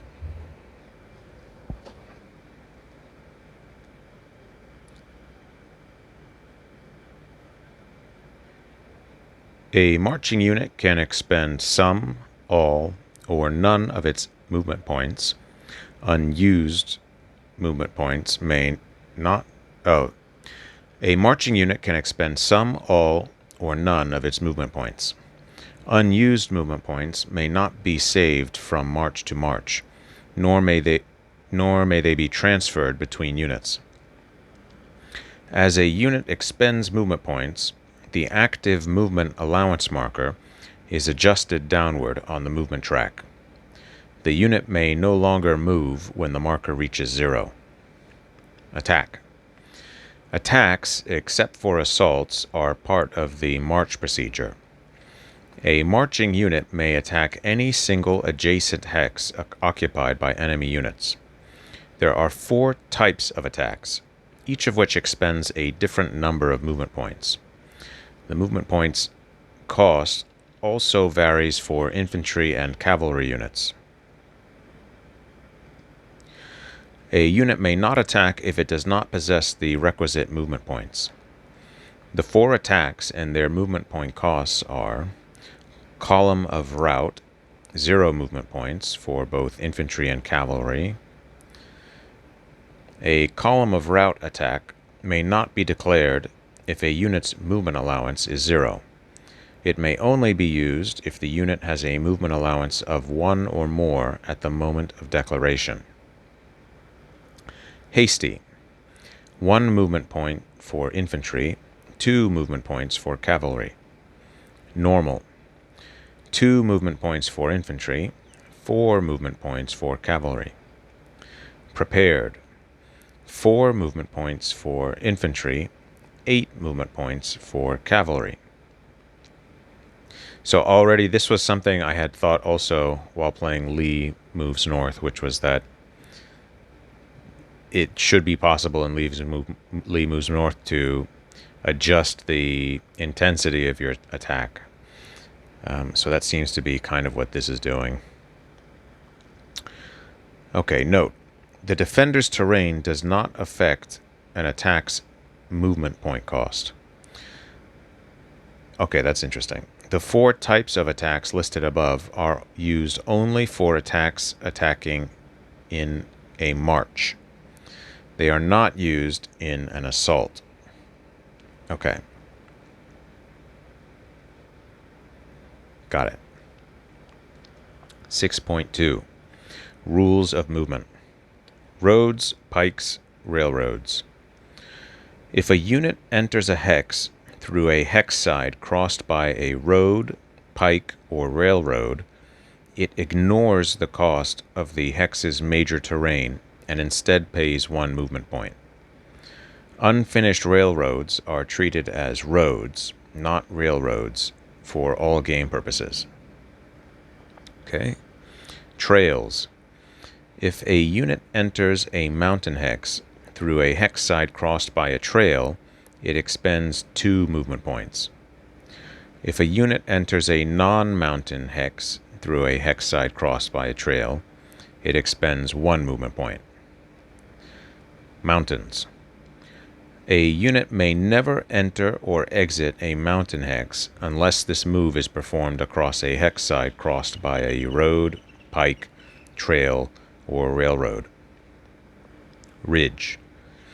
If a unit enters a hex across a ridge hex side, it must expend an additional 1 movement point above the normal cost for entering the hex.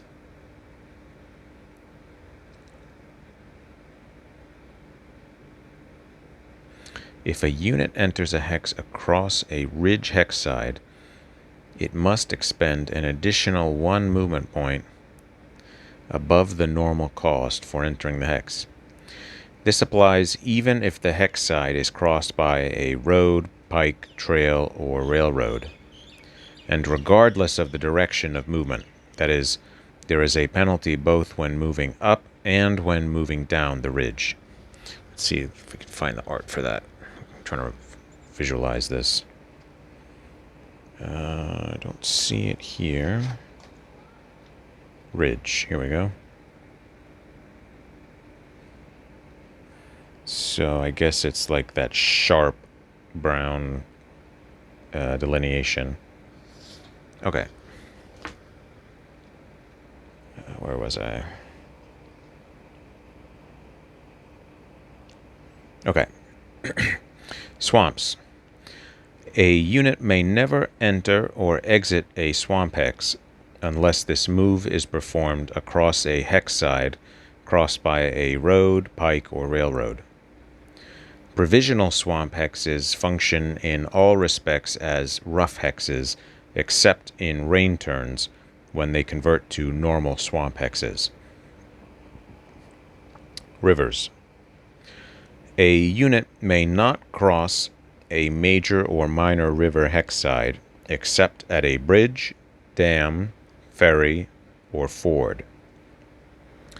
A unit crossing a bridge, dam, or ford pays no movement point penalty. The movement point cost of the major terrain in the hex entered is negated if the bridge, dam, or ford is crossed by a road, pike, or railroad, and the road, pike, or railroad movement point cost is used instead. Got it. So they're basically just saying, if you cross the bridge and you're already on a road, then you're paying the road movement point cost. Dams. Dams are considered indestructible bridges in all GCACW games. A unit may cross a dam over a major or minor river with no movement point penalty, even in a rain turn, just as if it were a bridge. Unlike bridges, dams may not be destroyed. In Stonewall's Last Battle, dams were not official terrain features, although they were labeled on the maps. When using the GCACW standard rules in Stonewall's Last Battle, any ford over major or minor rivers labeled on the map as a dam is now considered a dam instead of a ford. The following are the only dams in Stonewall's Last Battle: Occoquan Dam and Scott's Dam Ford. Note, Strider's Dam is not a dam. Okay. Ferries. A unit may cross a ferry over a minor river in non-rain turns with no movement point penalty, just as if it were a ford. However, at a major river ferry on any turn, regardless of weather, or at a minor river ferry in a rain turn, or while unfordable, the unit must pay a movement point penalty, simulating the use of boats to cross. The unit's manpower value is divided by 3, drop fractions. The result is the movement point penalty to cross the ferry. This penalty is in addition to the normal movement point cost to enter the hex on the far side of the ferry, typically road movement cost. Okay. In Stonewall in the Valley and Stonewall's Last Battle, ferries were not official terrain features, although they were labeled on the maps. When using the GCACW standard rules in those two games, only Berry's Ferry is now considered a ferry. Note, all fords labeled as ferries on the Potomac River are not considered ferries. They remain fords in the GCACW standard rules. Creeks. Creek hex sides do not affect movement.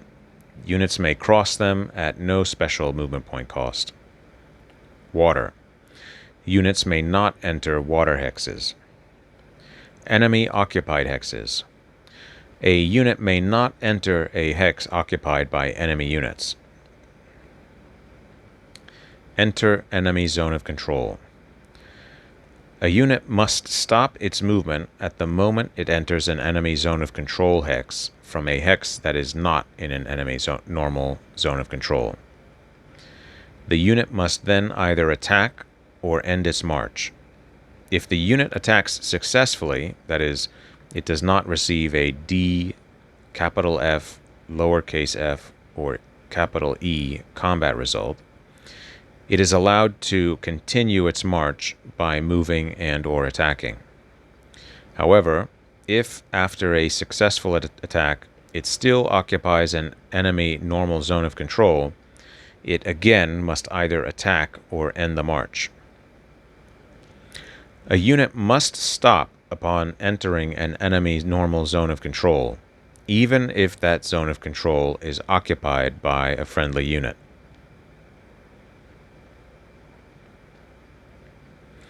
If a unit enters an enemy cavalry unit's normal zone of control, and the enemy unit performs a cavalry retreat, the unit may continue its march.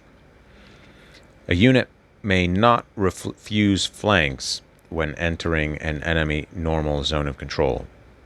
However, it may refuse flanks if it marches in place in an enemy normal zone of control. Marches in place. Okay.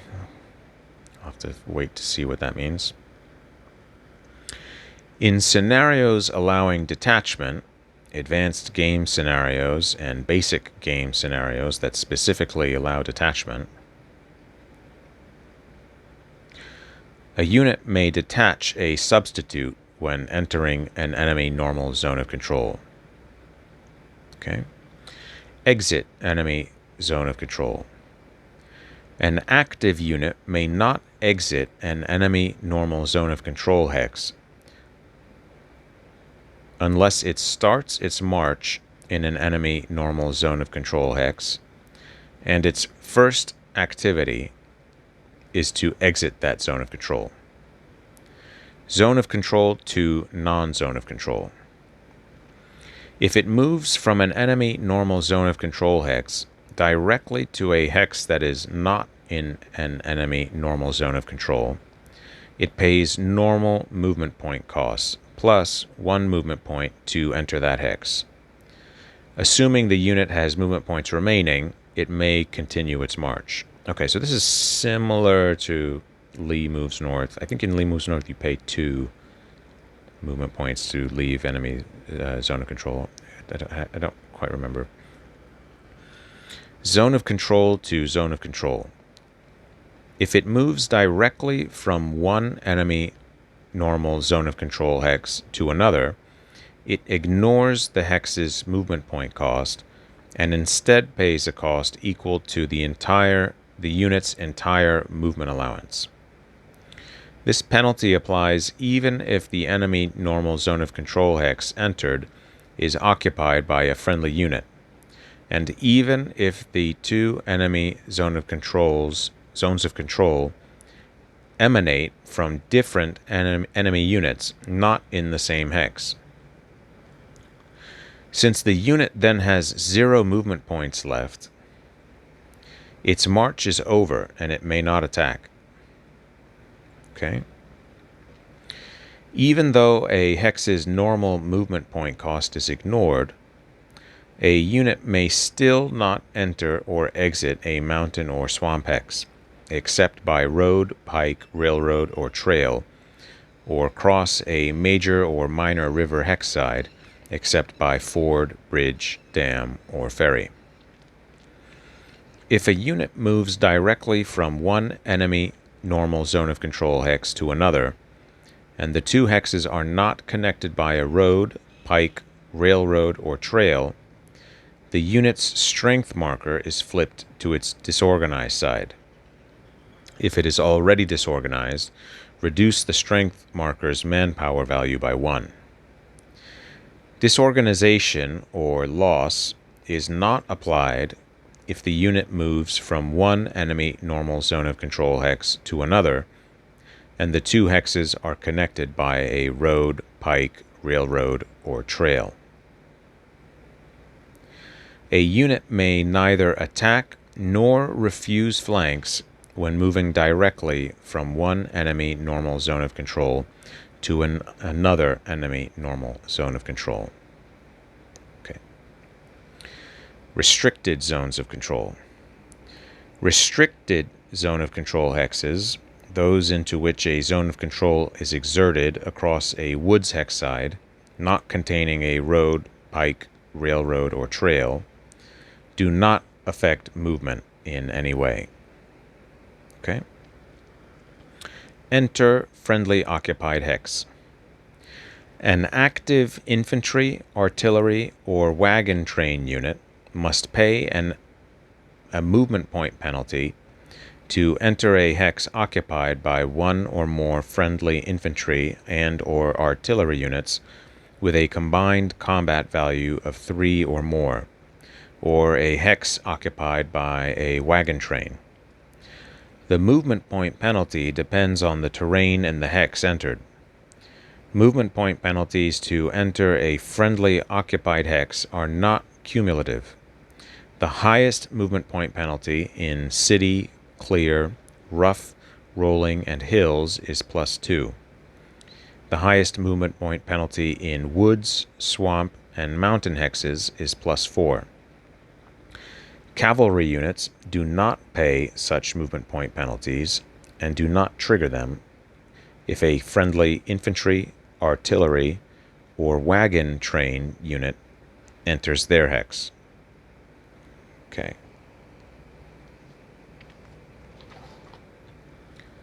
Terrain in hex. So if it's less than 3, there's no effect. If it's 3 to 11 in clear, you pay 1 movement point. If it's woods, swamp, or mountain, you pay 3. If it's more than 11, you pay 2, or you pay 4. And if it's a wagon train, you pay 2 or 4. Got it. Note, the combined combat value may fall exactly between 2 rows of the chart above. If so, round the value up.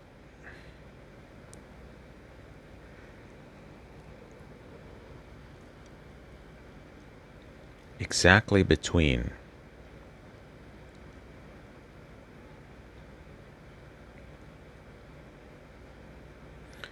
$11.5. Okay. Cavalry retreat. When an active infantry unit moves into the normal zone of control of an enemy cavalry unit, before the active player declares an attack, the cavalry unit may make a cavalry retreat. Minimum 1 hex movement. As long as a unit does not attack during its march, it may always move at least 1 hex, even if its movement allowance is not sufficient for it to enter an adjacent hex. Exception. A unit may still not enter or exit a mountain or swamp hex except by road, pike, railroad, or trail, or cross a major or minor river hex side except at a bridge, dam, ford, or ferry. If an enemy cavalry retreat reduces an active unit's movement allowance to 0 before it has moved in its march, it may still move 1 hex. If a unit begins a march adjacent to a ferry hex side and does not have enough movement points to cross due to the ferry movement point penalty, it may cross that ferry hex side anyway using all of its available movement points.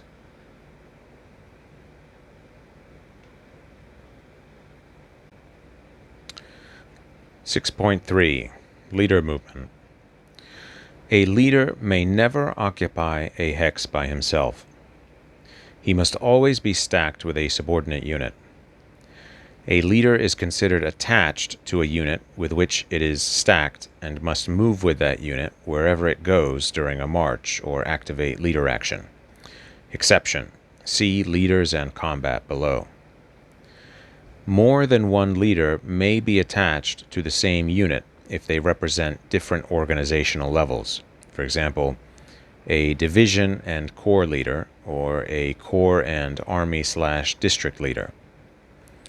Once a unit with one or more attached leaders begins its movement in a march or activate leader action, it may not drop off a leader and attach it to a different unit in any hex entered during that action. A leader may neither move nor activate by itself, although it may transfer. See below. Leaders and combat. If a unit with one or more attached leaders is forced to retreat, the leaders must remain with that unit throughout the retreat. If, during its retreat, it enters a hex occupied by other units, it may not drop off a leader and attach it to another unit in that hex. If a unit with one or more attached leaders is eligible to advance after combat, the leaders accompany the unit during the advance. Exception: if more than one unit is eligible to advance after combat, and some advance while others do not, the owning player may either keep leaders attached to their current unit, or he may reattach one or more of them to another subordinate unit in the hex immediately before the advance is undertaken. Leader transfer. A leader may transfer from unit to unit in two ways. Leader transfer phase. During the leader transfer phase, the owning player may transfer some, none, or all of his leaders from one subordinate unit to another. To perform a transfer, the owning player must trace a path of contiguous hexes no more than 10 hexes in length from the leader's hex, exclusive, to the hex occupied by the unit to which the leader wishes to transfer, inclusive.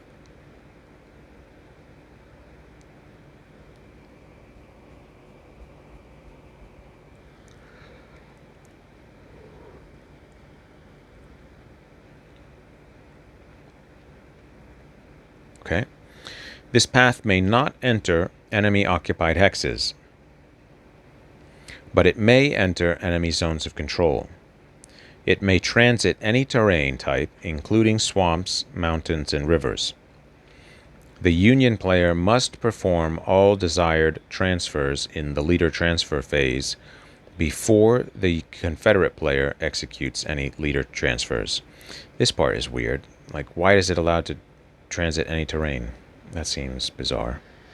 This was an issue I had with Lee Moves North as well, where the supply seemed to be able to transit any terrain, which seemed unrealistic.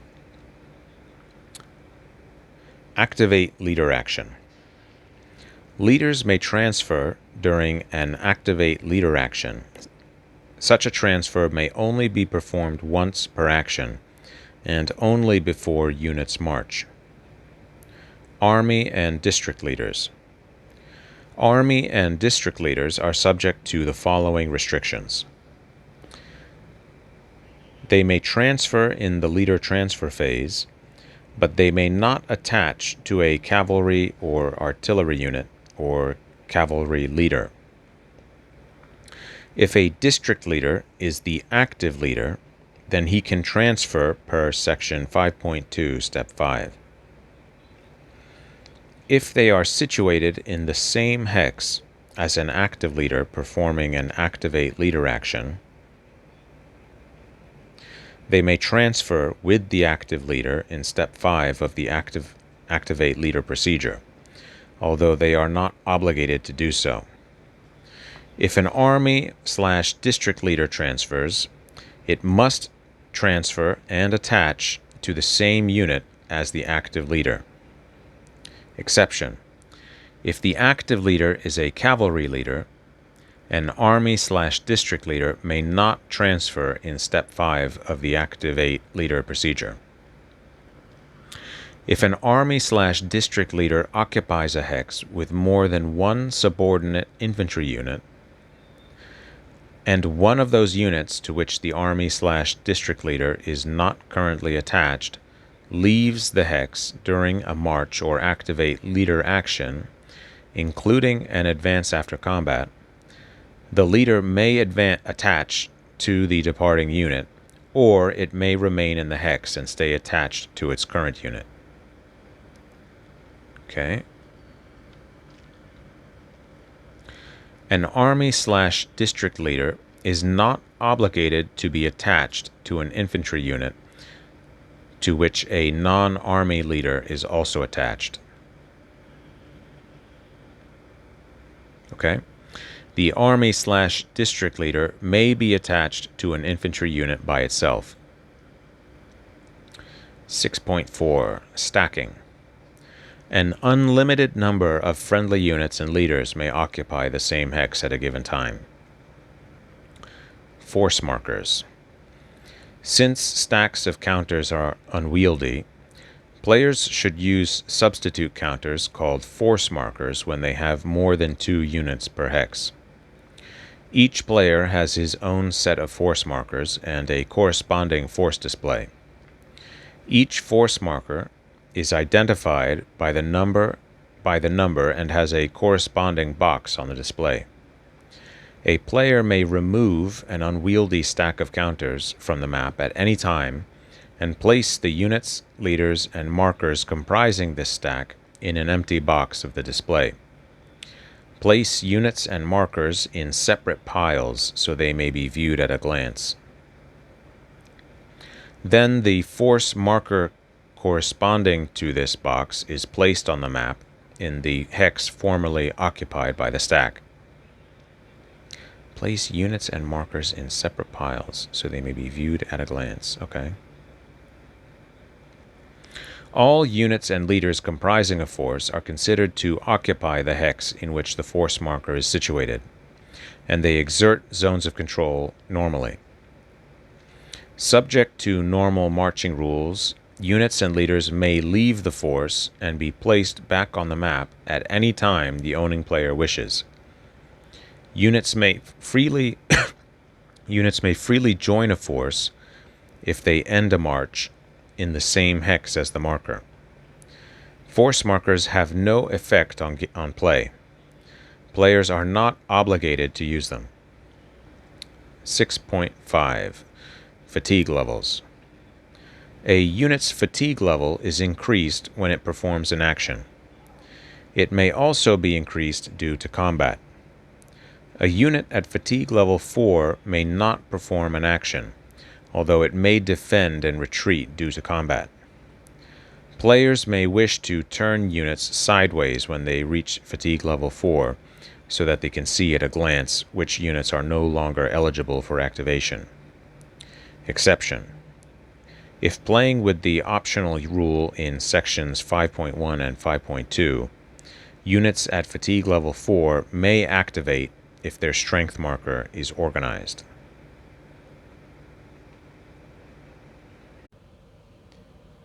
Combat. Attacks. Only a unit performing a march or units participating in an assault action may attack.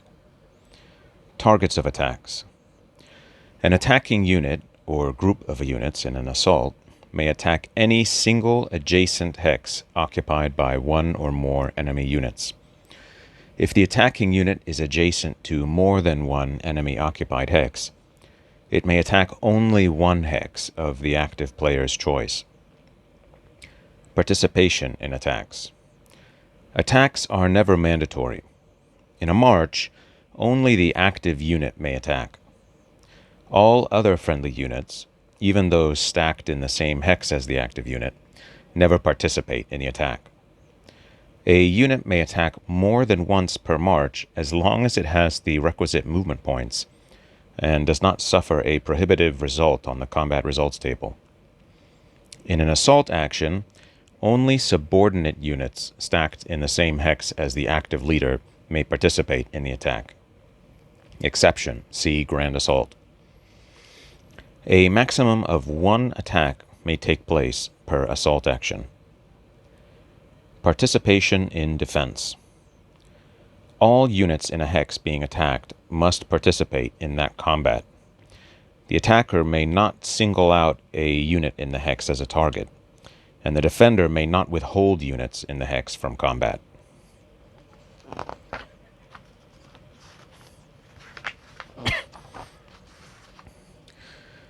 Attack restrictions. Rivers. An attack may not take place across a major or minor river hex side unless a bridge, dam, ferry, or ford connects the attackers' and defenders' hexes. Mountains and swamps. An attack may not take place against a unit in a mountain or swamp hex unless the attackers' and defenders' hexes are connected by a road, pike, railroad, or trail. A unit in a mountain or swamp hex may not attack an enemy unit unless the two hexes are connected by a road, pike, railroad, or trail. So you can't attack in and you can't attack out unless you have a path. Artillery. Artillery units may not be the only units in an attack, marching or assault. Woods hex sides. A unit may only attack across a woods hex side if it meets either of the following conditions. It starts the action in the hex from which the attack is made. There is a road, pike, railroad, or trail connecting the attackers' and defenders' hexes. In this case, it is permissible for the active unit to have marched one or more hexes before initiating the attack across the woods hex side. I see.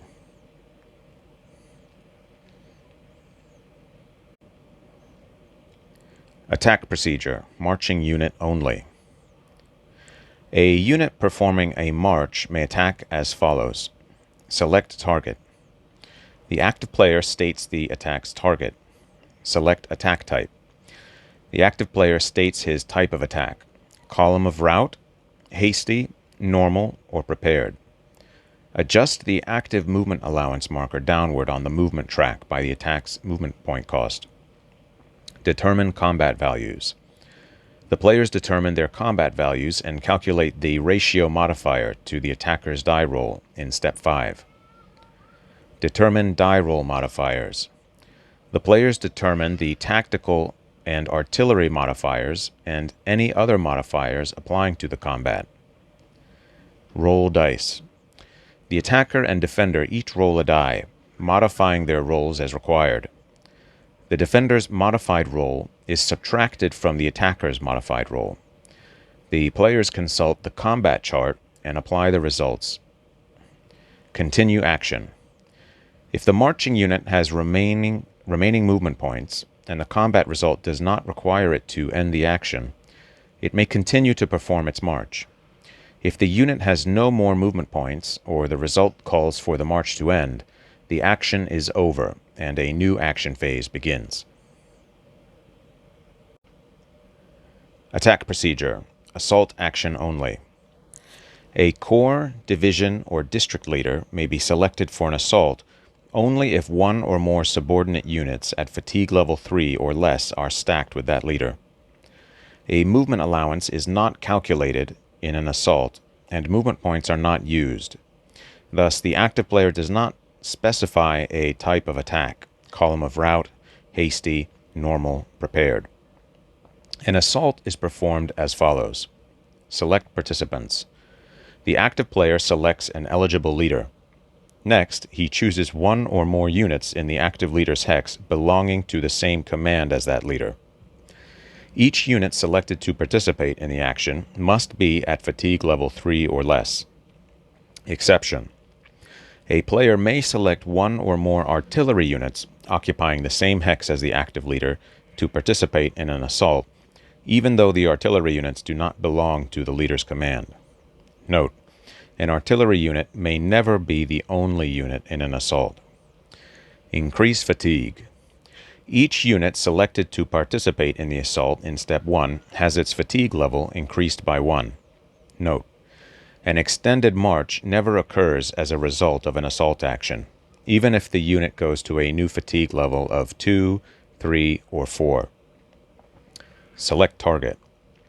The active player states the target of the attack, which must be a single adjacent enemy-occupied hex. Cavalry retreat. The enemy player may conduct a cavalry retreat with eligible units. Roll for command. The active player rolls a die. The roll may be modified. This roll may be modified. If he rolls a 6 before modification, the assault automatically ends. Begin a new action phase. Do not proceed to Step 6. If the roll is 5 or less, apply any appropriate modifier to this roll, see below, and subtract the modified number from the active leader's command value. The result is the assault number. If the assault number is less than 0, the assault ends. Begin a new action phase. Do not proceed to Step 6. However, if the assault number is 0 or greater, the assault takes place. Continue the assault procedure. The assault number is the maximum number of attacking units that may participate in the assault. If the assault number is 0, 1 unit must participate.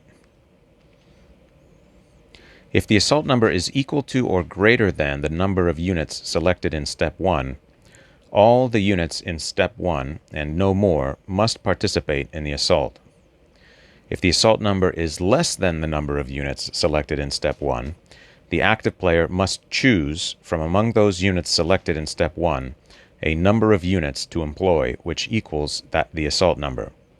The assault must proceed even if the number of units actually employed is less than the number selected in Step 1.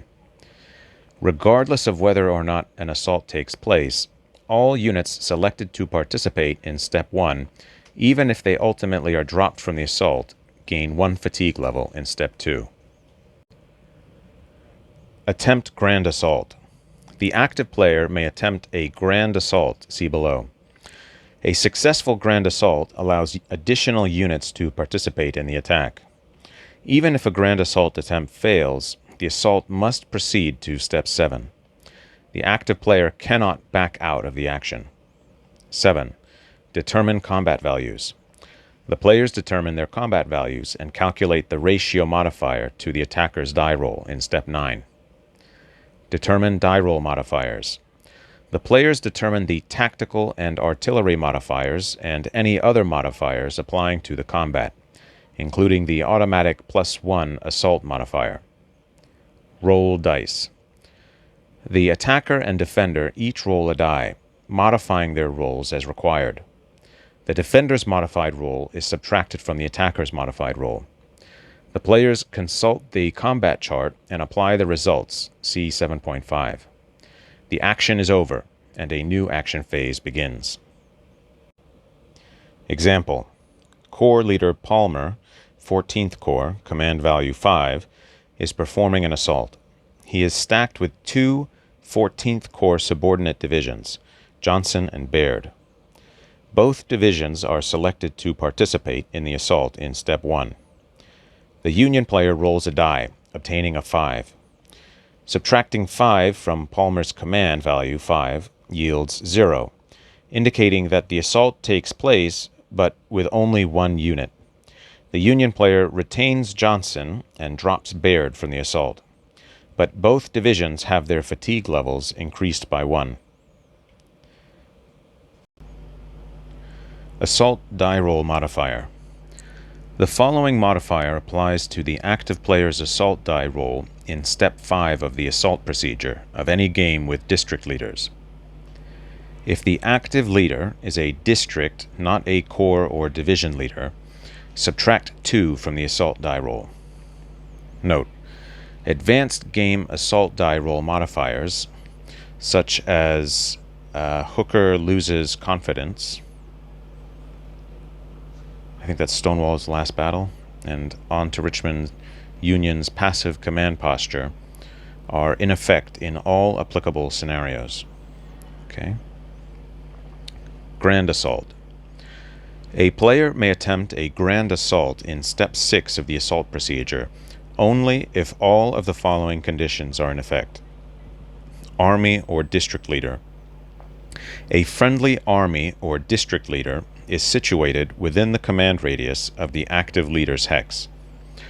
A district leader who successfully initiated an assault may himself attempt a grand assault. Eligible hexes. One or more of the 6 hexes adjacent to the defender is eligible to join a grand assault. A hex is eligible to join a grand assault if both of the following conditions are met. It is adjacent to the defender, including the hex in which the assault action was initiated. It must be occupied by one or more of the attacker's units which were not selected to participate in the active leader's assault, and at least one of those units is at fatigue level 3 or less. Non-cavalry leader. The active leader initiating the current assault must not be a cavalry leader. Combat value. The total combat value of the units committed to the assault action is 3 or more. Exception. This requirement does not apply in All Green Alike and Stonewall in the Valley. Okay, so is that the existing combat value or the potential combat value? A maximum of 1 grand assault may be attempted per action, although an unlimited number may be attempted per turn. A grand assault is attempted as follows. Roll for command. The active player rolls a die. In the basic game of all great campaigns of the American Civil War games, this roll is never modified. In some advanced games, however, it may be modified. See below. If the modified roll is 6 or more, the grand assault does not take place. The grand assault ends. Return to step 7 of the assault procedure. So step 7 is combat value, so the assault continues, but it's not a grand assault.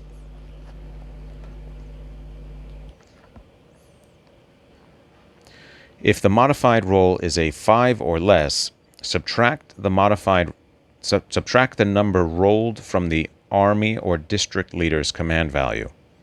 Subtract the number rolled from the army or district leader's command value. The result is the grand assault number. If the grand assault number is 0 or less, the grand assault does not take place. Return to step 7 of the assault procedure. If, however, the grand assault number is 1 or more, the grand assault must take place. Proceed to step 2. Note: advanced game grand assault die roll modifiers, such as Stonewall's Last Battle, Hooker loses confidence. I think that's what that stands for, right? Yeah, Stonewall's Last Battle. And On to Richmond's Union passive command posture are in effect in all applicable scenarios. Select eligible hexes. From among the 6 hexes adjacent to the defender, the attacker must select a number of eligible hexes, not units, equal to or less than the grand assault number, which he wishes to use in the grand assault. He must select at least 1 hex. An eligible hex is defined above. Equal to or less than. Okay. Select participants. In each hex selected in step 2, the active player must select 1 or more eligible friendly units to join the grand assault. A unit is eligible to join a grand assault if it meets all of the following conditions. It has a fatigue level of 3 or less. It must be eligible to participate in an attack, as described in the attack restrictions rules. It must not have already been selected, successfully or unsuccessfully, in step 1 of the assault procedure. Okay. Right, you can't double select a unit. A unit's command affiliation is irrelevant in this step. Any eligible unit, regardless of its command, including all cavalry and artillery units, may join in a grand assault. Exception: refer to the specific game module you are playing for any exceptions regarding any restrictions on units that can be selected to participate in the grand assault. Note: the attacker may not back out of a grand assault once the grand assault procedure goes beyond Step 1. Each hex chosen by the attacker in Step 2 must contribute at least one eligible unit to the grand assault. Increase fatigue. Each unit selected in Step 3 of the grand assault procedure has its fatigue level increased by 1. An extended march never occurs as a result of a grand assault, even if a unit goes to a fatigue level of 2, 3, or 4. Return to assault procedure. Return to Step 7 of the assault procedure. Each unit selected in Step 3 of the grand assault contributes its combat and artillery values to the attacker's totals in Steps 7 and 8 of the assault. Example from Atlanta is Ours. Hardy, in hex W3014, successfully initiates an assault on hex W29114. Army Leader Johnston, command value 4, is in hex W3117, within Hardy's command radius. A non-active Confederate unit is in hex W3013, and another in W2813, both at fatigue level 2. Thus, the Confederate player may attempt a grand assault. He rolls a die, obtaining a 1. Thus, the grand assault number is 3. Johnston's command value, 4, minus the die roll, 1, is 3. The grand assault must take place. The Confederate player selects two eligible hexes, W3013 and W2813. The non-active unit in each hex must be chosen to join the grand assault, and each unit's fatigue level is increased to 3. Both units contribute their combat and artillery values to Hardy's assault. Combat values. Every military unit has a combat value shown on its accompanying strength marker. A unit's combat value varies depending on whether its strength marker is organized or disorganized. If a unit's strength marker is organized, its combat value is simply the number shown on the marker. If a unit's strength marker is disorganized, its combat value is the smaller number in value. A unit with a disorganized strength marker may have a combat value of 1/2. If so, this fraction is retained in combat. It is not rounded up or down. A unit's fatigue level has no effect on its combat value. In combat, the attacker and defender combine the combat values of all their participating units. Players cannot withhold any part of their unit's combat values. To determine the combat value of an attacking unit in a march action, simply use that unit's combat value alone. No other units may join the attack. To determine the final combat value in an assault, combine the combat values of all units participating in that assault, and add in the combat values of those units joining in a grand assault, if any. To determine the final combat value of defending units, combine the combat values of all units in the defending hex. Maximum values. The maximum combined combat value of attacking and defending units is limited, as shown in the table below. Note that there are different limits in On to Richmond. In a grand assault, the limit shown below applies to each hex containing attacking units. So the overall total from all hexes may exceed the number listed in the attacking row below. Okay. Situation. Attacking. On to Richmond, it's 70. In other games, it's 80. Defending, and on to Richmond it's 60, in other games it's 70. At least 1/2 defending units are entrenched. On to Richmond it's 100, and in other games it's 120. All defending units are entrenched. In On to Richmond it's 130, and in other games it's 160. If in a grand assault the total combat value of attacking units is 80 or more, the attacker's manpower value loss in that combat is increased as follows. If the attacker's combat value is 80 to 89, his manpower value loss number is increased by 1. If the attacker's combat value is 90 to 99, his manpower value loss number is increased by 2. If the attacker's combat value is 100 or more, his manpower value loss number is increased by 3. Artillery values.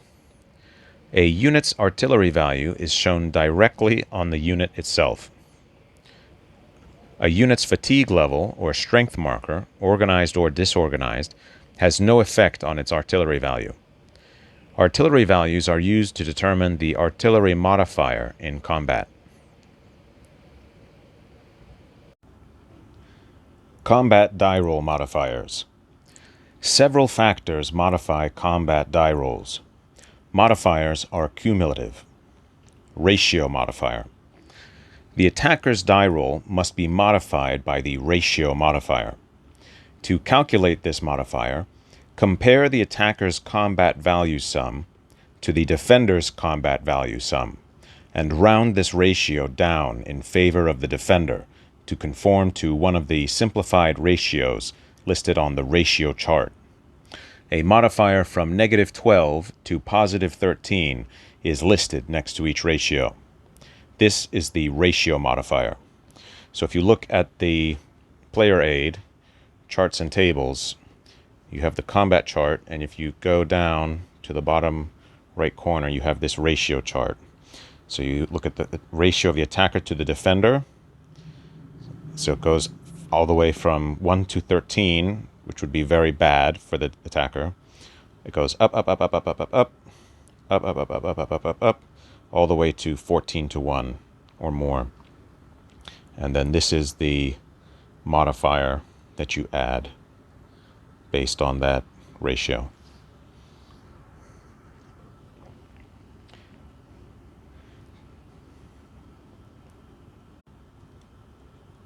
Tactical modifier. The attacker's die roll is modified by the tactical modifier. To calculate this modifier, the defender determines the highest tactical value among the units and leaders in the defending hex. Meanwhile, the attacker makes the same determination among his units and leaders participating in the attack. A leader may contribute its tactical value to an attack only if it is stacked in the same hex as a subordinate attacking unit. The defender's tactical value is subtracted from the attacker's tactical value. The result is the tactical modifier, which is added to, or if a negative number, subtracted from, the attacker's die roll. Some units have a split tactical, which consists of a number before and after a slash in the tactical position on the counter. The number before the slash is the tactical modifier to use when the unit attacks.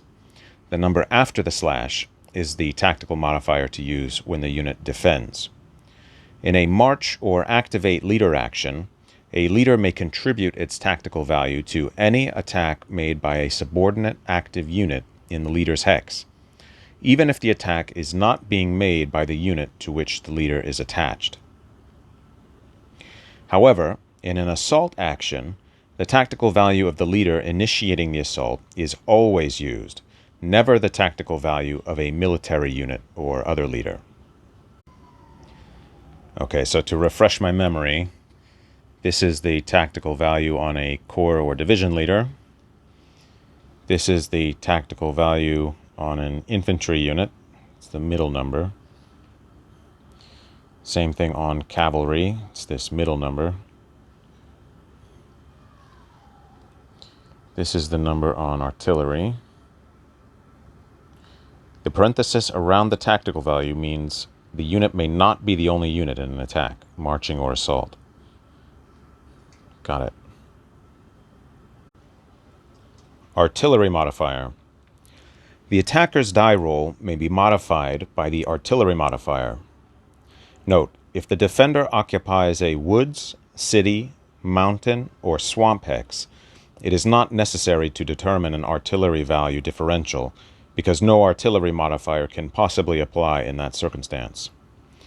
The attacker adds the artillery values of all attacking units and subtracts the combined artillery values of all defending units from this sum.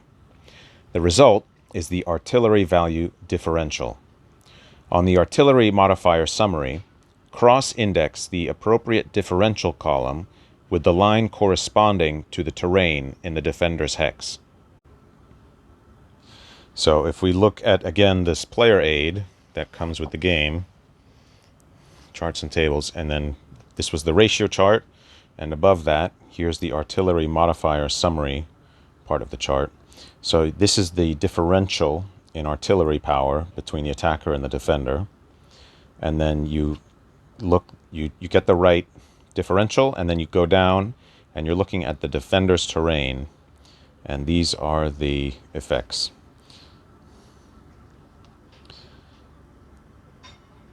So on the artillery modifier summary, cross-index the appropriate differential column with the line corresponding to the terrain in the defender's hex. The result, a positive or negative number, or no effect, so these results, is the artillery modifier that is applied to the attacker's die roll. Some results call for the attacker to roll the die to determine the final artillery modifier. Note, the final artillery value in the defender's hex is rounded up due to any entrenchments. So if we look at this thing, so we have some star results. Just prior to combat, roll a die. If the roll is even, indicated modifier is used. If the roll is odd, no modifier is used. We have a cross here. Just prior to combat, roll a die. If the roll is even, the +2 modifier is used. If the roll is odd, a +1 modifier is used instead. The @ symbol here also applies to provisional swamp hexes in non-rain turns. Okay. $, here, swamp, also applies to provisional swamp hexes in rain turns. Okay, any is no effect. Note, if the total of the defender's printed artillery values, not counting entrenchments, in the hex is 1, a -2 modifier is converted to -1. If the total of the defender's printed artillery values, not counting entrenchments, in the hex is 2, a -3 modifier is converted to -2. Okay. Not sure what the rationale for that is, but sure.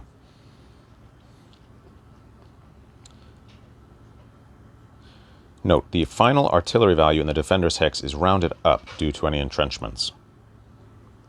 Okay.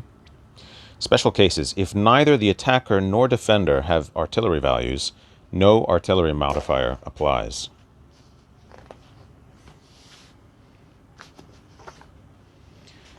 If the defender's artillery value is 0, a negative artillery modifier is converted to no effect. If the total of the defender's printed artillery values, not counting entrenchments, in the hex is 1, a -2 modifier is converted to -1.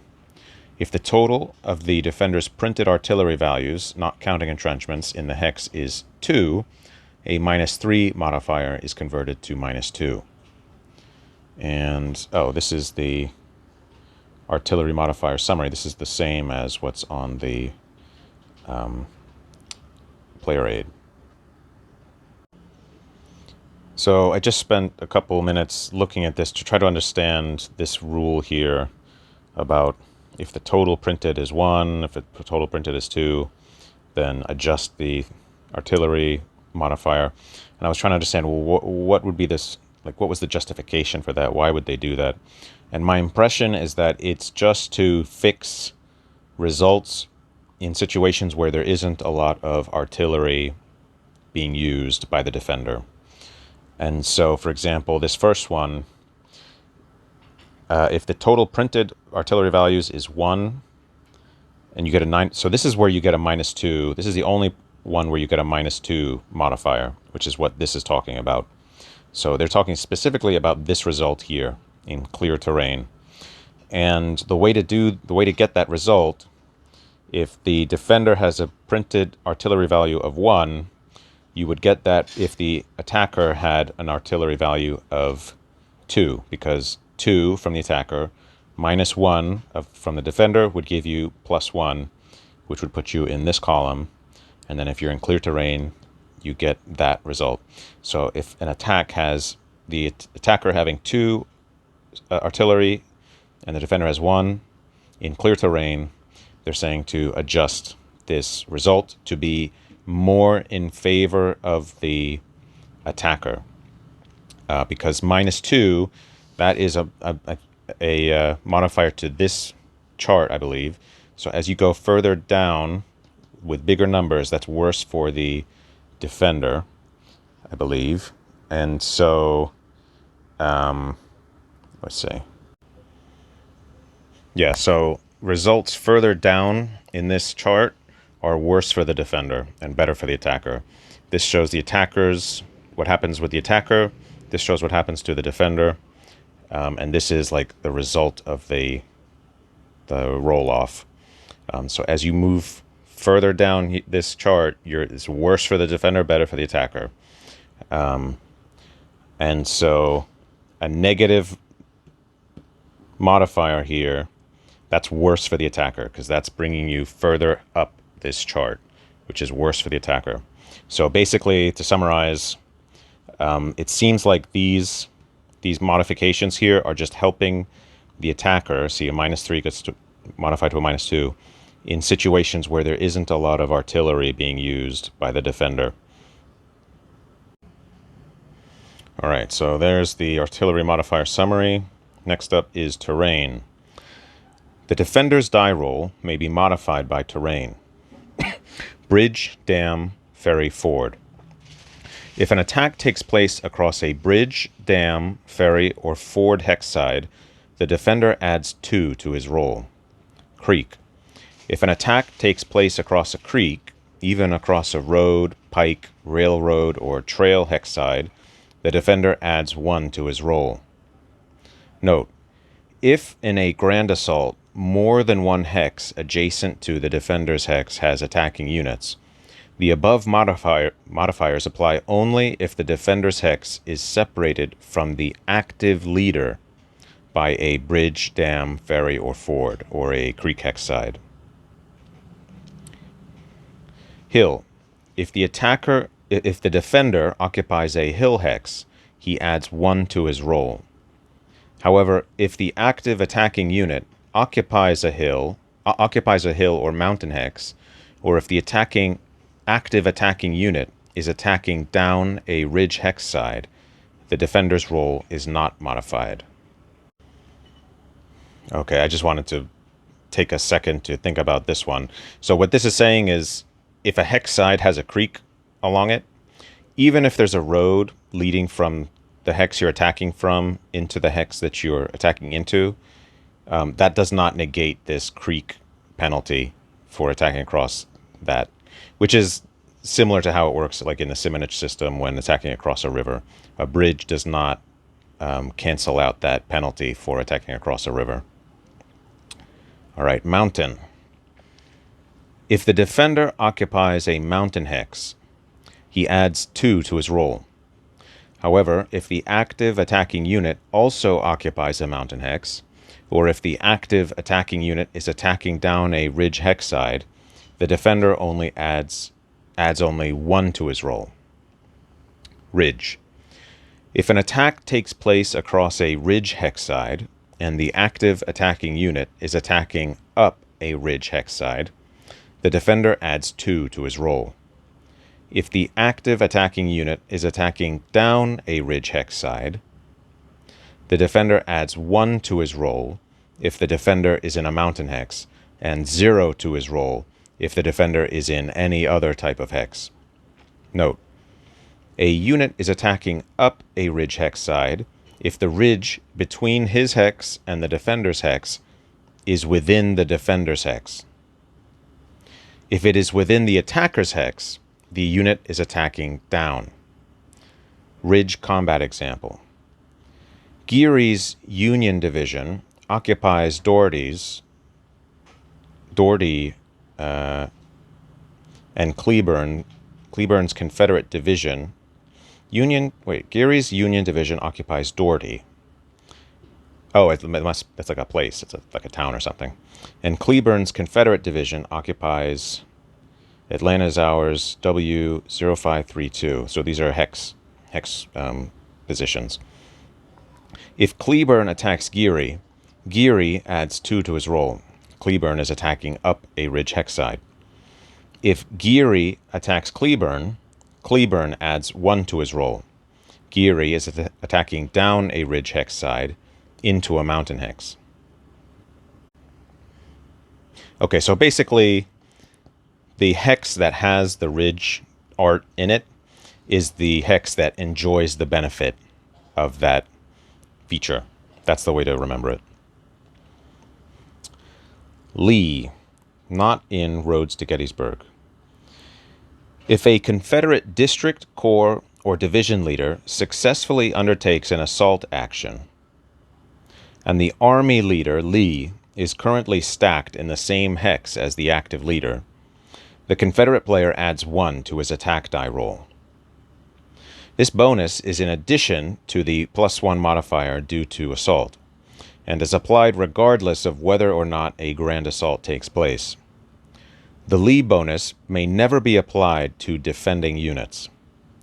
The Lee bonus cannot be applied in any Roads to Gettysburg scenario.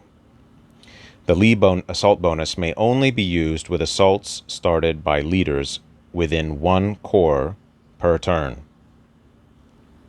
Once the Confederate player uses the Lee assault bonus in an assault on a turn, for the remainder of the turn, the bonus may only be used with assaults initiated by leaders, corps or division level,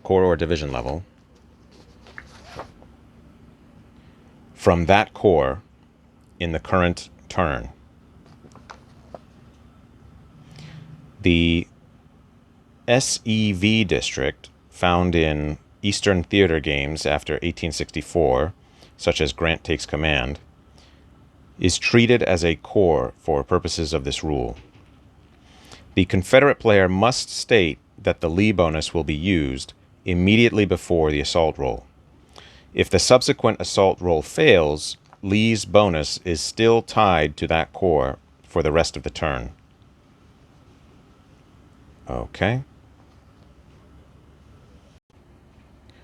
Longstreet. In any scenario occurring in 1864 or later, the Confederate player adds 1 to his attack roll if the corps leader Longstreet successfully undertakes an assault action. This bonus is in addition to the +1 modifier due to assault, and is applied regardless of whether or not a grand assault takes place.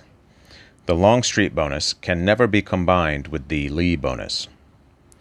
Jackson. In the games Stonewall Jackson's Way, what's HCR again? Here Come the Rebels, and Stonewall's Last Battle, the Confederate player adds 1 to his attack roll if the corps leader Jackson successfully undertakes an assault action. This bonus is in addition to the +1 modifier due to assault, and is applied regardless of whether or not a grand assault takes place. The Jackson bonus can never be combined with the Lee bonus. Note: in Stonewall's Last Battle, Stonewall Jackson is treated as a leader with a 4 tactical for offense and defense, despite the 5-4 printed on his counter. Types of attacks. In a march, the type of attack chosen by the active player may modify the attacker's die roll. Column of route, -3 to attacker's roll. Hasty, -1 to attacker's roll. Normal, no modifier to attacker's roll. Prepared, +1 to attacker's roll. Assault action. In an assault action, modifiers for column of route, hasty, normal, and prepared attacks never apply. Instead, an assault action always provides a +1 modifier to the attacker's die roll. Rain. The attacker subtracts 1 from all his die rolls in rain turns. Demoralization 2. If a unit with a demoralized 2 marker is alone in a hex and is attacked by an enemy unit, the defending player subtracts 1 from his combat die roll. So that's bad for the defender. If the demoralized 2 unit is in a stack of friendly units that is attacked, the -1 die roll modifier only applies if more than 1/2 of the total combat value in the hex is contributed by units with demoralized 2 markers. Okay. So that's, okay, that makes sense. It's like similar to like a disorganized marker in SCS. Same kind of idea. Flank attacks. If at the moment of combat, defending units are partially or completely surrounded by active and inactive enemy units, or their zone of control, or impassable terrain, the attacker's die roll is enhanced. This bonus, called a flank attack, applies even if some of the enemy units surrounding a defender do not participate in the attack. The flank attack bonus is computed as follows. Covered hexes. The active player determines the number of covered hexes among the 6 hexes adjacent to the defender. A covered hex is one meeting any of the following conditions. A. It is occupied by an undemoralized unit friendly to the attacker, including the attacking unit itself. B. It is in the zone of control of any undemoralized unit friendly to the attacker, including the attacking unit itself and including restricted zones of control. C. It is a mountain or swamp hex, including provisional swamps in a rain turn, or the defender's hex is a mountain or swamp hex. The 2 hexes are not connected to each other by a road, pike, railroad, or trail. D.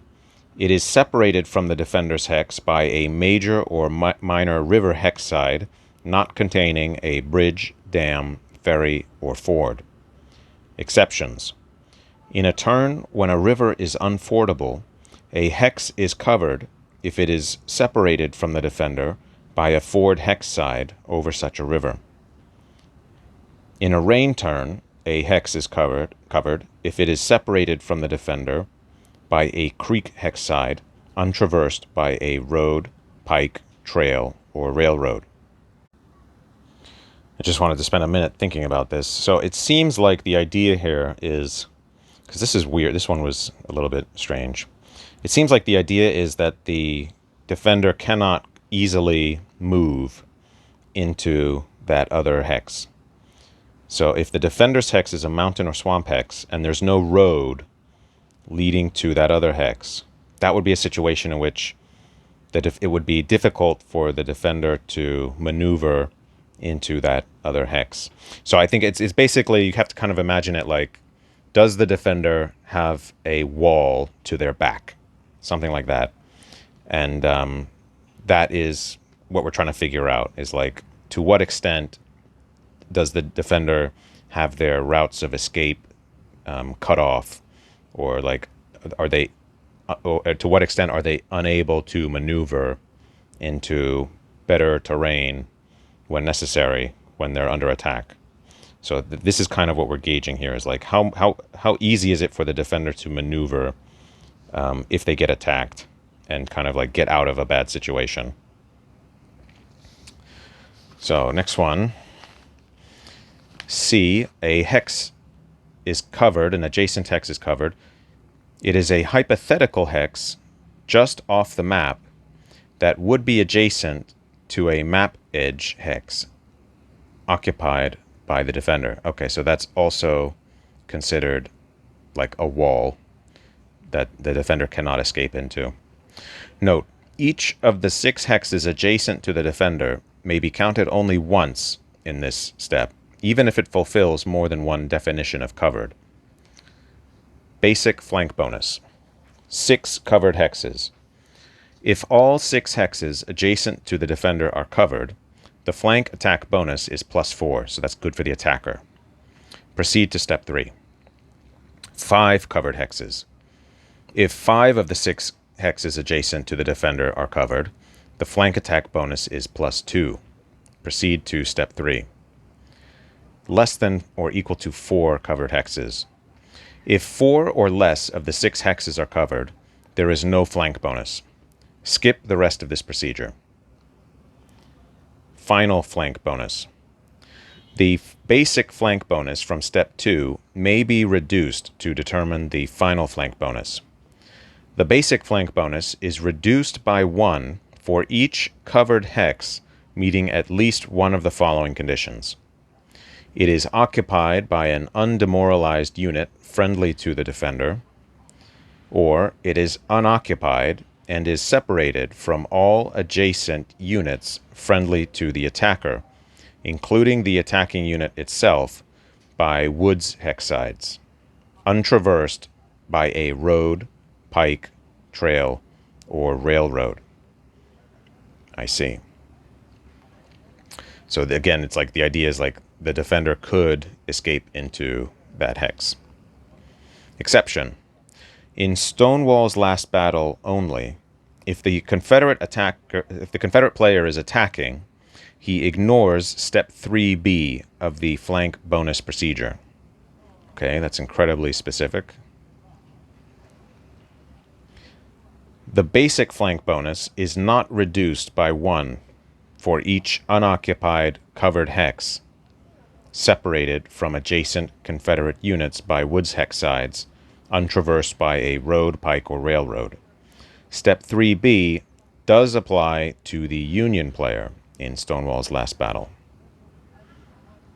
Okay. So I think the idea there is that in that particular situation, the Confederates were particularly good at maneuvering through the woods. And so as an attacker, the defender would not be able to escape in this way that's suggested by this B option. C. It is a mountain or swamp hex, including provisional swamps in a rain turn, or the defender's hex is a mountain or swamp hex, and the defender's hex and the covered hex are not connected to each other by a road, pike, trail, or railroad. I just spent a few minutes thinking about this, and it's still not very intuitive why they have this thing that they're not connected by a road. So this is a little bit, I don't understand the rationale here, but that's fine. So D, it is separated from the defender's hex by a major or minor river hex side, not containing a bridge, dam, ferry, or ford. This case also includes 1. A turn when a river is unfordable, if a hex is separated from the defender by a ford hex side. If a hex is separated from the defender by a ford hex side over such a river. And 2. A rain turn, if a hex is separated from the defender by a creek hex side, untraversed by a road, pike, trail, or railroad. Okay, so my best guess is that these, because again, this is reducing the flank bonus for the attacker. So my best guess is that the idea here is that these are not hexes from which the defender is getting attacked. And so I think that's probably the rationale here, that they're not traversed. So the defender's not going to be getting attacked from these directions. That's my best guess. C, it is a hypothetical hex just off the map that would be adjacent to a map edge hex occupied by the defender. So I think same idea, right? The defender's not going to be getting attacked from that hex. So we're going to reduce the flank bonus for that reason. Note, each of the 6 hexes adjacent to the defender may be counted only once in this step, even if it fulfills more than one of the above conditions. Maximum reduction. The maximum reduction that may be applied to the basic flank bonus in this step is -3, even if a greater reduction would normally apply. Also, the final flank bonus may never be less than 0. Thus, if all 6 hexes adjacent to a defender are covered, yielding a basic flank bonus of +4 in step 2, there will always be a final flank bonus of at least +1. 4. Apply modifier. The final flank bonus from step 3 is applied to the attacker's combat die roll, in addition to other modifiers. Flank bonus reductions. The final flank bonus from step 3 may be reduced in either of the following circumstances. Flanks refused. Flank attack bonuses may be modified by flanks refused markers. Flanks refused markers are no longer optional. They are used in all GCACW games. Cavalry. Flank attack bonuses may be modified if both the attacker and defender possess cavalry units. I see. Flank bonus conditions. The status of the attacker's units may modify a flank bonus. The status of the attacker's units may modify a flank bonus. If one or more of the attacker's units occupy or exert a zone of control into a hex adjacent to the defender, and all of those units together have a combined combat value, not including entrenchments, less than 1/4 the defender's combat value, including the defender's entrenchments and possibly capped by the maximum value from section 7.2, that hex is not considered covered in step 1A or 1B of the flank attack procedure. The attacking player's units in different hexes can combine their combat values to reach the 1/4 of the defender's combat value total, as long as all of the units are adjacent to the same covered hex. Okay. Demoralized units, active or inactive, belonging to the attacker, may not contribute in any way to the achievement of a flank attack bonus. A unit helping to provide a flank attack bonus which does not participate in the attack may not contribute its tactical value to a combat, nor does it trigger terrain modifiers. Cavalry and flank attacks. The final flank bonus may be reduced if both of the following conditions are in effect. The active attacking unit is a cavalry unit, or the active leader making an assault is a cavalry leader.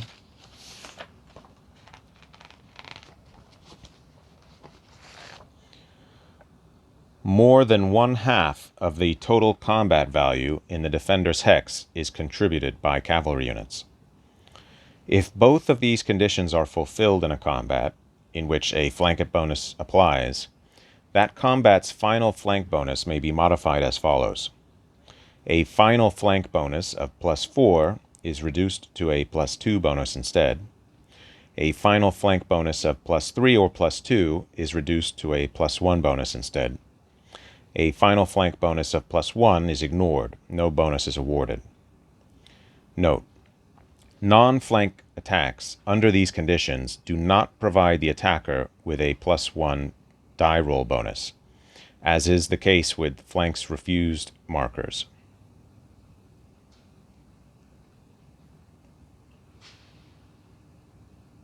Okay.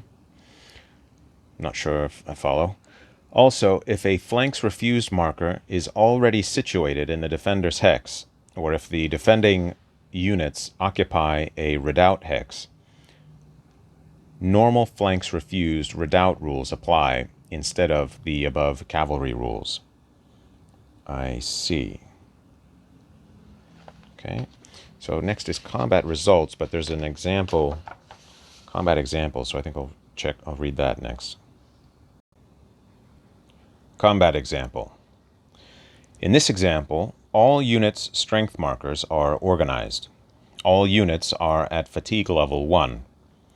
Wagner's Union Division, combat manpower value 7, artillery value 2, tactical value 2, is in hex HSN, Hood Strikes North, 4610, a rough hex. So I think that's this picture here, 4610. Brown's Confederate Division, combat manpower 8, artillery value 2, tactical value 2, is performing a march in an activate leader action and is attached to its division leader, Cheatham, tactical value 3. So I think that's this one here.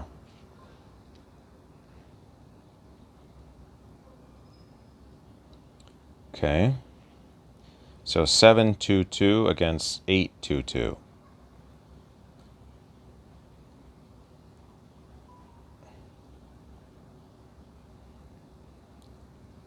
Armstrong's Confederate Brigade, combat manpower value 2, artillery value 0, is currently situated in Hood Strikes North 4510, southwest of Wagner. So this is Armstrong here, southwest. Brown, which one's Brown? Brown's under Cheatham. Yeah, Brown is underneath Cheatham. Brown is attached to Cheatham? It's not the other way around? Okay. Brown moves into Hood Strikes North 4611, east of Wagner. 4611. Oh, okay, so that's this hex here. 4612, 4611. And the Confederate player declares a hasty attack against Wagner, expending his last 1 movement point. The Confederate player must subtract 1 from his combat die roll due to the hasty attack. The Confederate player compares Brown's combat value, 8, which is his guy, to Wagner's combat value, 7, that's his opponent, to obtain a combat ratio of 8-7, which is rounded down to a 1-to-1 ratio. The ratio modifier for a 1-to-1 attack is 0. The Confederate player compares Brown's artillery value 2 to Wagner's artillery value 2. The artillery value differential is 0. Consulting the artillery modifier summary on the -3 to +1 column and cross-referencing it with the rough terrain line corresponding to Wagner's hex, there is a -1 star artillery modifier applicable to the Confederate player's die roll. The star means that a die must be rolled to determine whether the modifier is used. The Confederate player rolls a die and obtains a 3, so the -1 modifier is not used. To determine the tactical modifier, the Union player's highest tactical value in the hex, Wagner's 2, is subtracted from the Confederate player's highest tactical value, Cheatham's 3. The result is 1, so there is a +1 modifier to the Confederate player's combat die roll. For flank attack purposes, the presence of Armstrong's brigade in hex 5618, 5618. I think that this one, 4510. I think that hex number is wrong. Means that 5 hexes adjacent to Wagner are covered because they are either enemy occupied or enemy zone of control hexes. Right, so these are zones of control. This one, this one. 1, 2, 3, 4, 5. They're either enemy occupied or enemy zones of control. Armstrong helps to provide a flank attack bonus since his combat value of 2 is at least 1/4 of Wagner's combat value of 7. 5 covered hexes yields a basic flank attack bonus of +2. This is also the final flank bonus since there are no conditions present reducing the basic flank bonus. The final modifier to the Confederate combat roll is therefore +2. -1 for the hasty attack, +0 for the ratio of combat power, +1 for the tactical difference, +2 for the flank bonus, for a total of +2. The Union roll is not modified. Both players roll a die. The Confederate player obtains a 4, modified by +2 to 6, and the Union player obtains a 2. The Union roll is subtracted from the Confederate roll, yielding a result of +4. 6 minus 2 is +4. The Union player cross-references the +4 line with the 7-11 combat value column on the defender's combat value left side of the combat chart. 7 to 11. And why is it 7? Oh, because the result was... Hold on. Okay, right. So the 7 to 11 is the range of the defender's combat value. So just their, like, manpower. So because the defender had... What was it? 8. No. That's the attacker. The defender had a manpower value of 7, right? So that's why you reference that value on the chart. So this is the combat chart. So this is the defender's half that tells you what happens to the defender. This is the attacker's half. It tells you what happens to the attacker. So you look at the manpower. The defender had 7 manpower, so you use this column, and then you look at the differential, which was 4 in this case, to get the result, what happens to the defender. Okay, got it. The Union player cross-references the +4 line with the 7 to 11 combat value column on the defender's combat value left side of the combat chart. Wagner's combat value is 7. The result is 1 DR. Wagner's strength marker is removed and is replaced with a new one showing a manpower value of 6. Okay, that's the 1 there in the result. The new marker is placed on its disorganized side due to the D. Okay, that's the middle part. Wagner's fatigue 1 marker is increased by 3 to fatigue level 4. A demoralized 1 marker is also placed on Wagner due to the R result. Wagner routes 4 hexes to hex 4908. 4908. This one here. 1, 2, 3, 4. Got it. Using retreat chart 1 for all 4 hexes entered in the retreat. In all cases, a retreat path hex existed with a priority number of 1, so the Union player had to retreat into priority 1 hexes. The Union player could have retreated 2 additional hexes past 4908 using retreat chart 2, but declined to do so. There is no additional manpower loss due to this retreat. The Confederate player cross-references the +4 line with the 7 to 11 combat value on the attacker's combat value right side of the combat chart. So again, he's looking here because he had between 7 and 11 manpower, and he's looking at the +4 result to get what happens to him. Brown's combat value is 8. The result is FA. His new strength marker remains organized because he did not suffer a capital D result, and his fatigue level is increased by 1 to fatigue level 2 due to the F result. Brown's march must now end due to the F result, but the A allows him to advance into the hex vacated by Wagner. He does so, accompanied by Cheatham, ending the action. So I just wanted to double check this 3 result. Where did that come from? And it's what happens when you get this capital D result. Disorganized fatigued. The unit's strength marker is flipped to the disorganized side. If already disorganized, it remains so.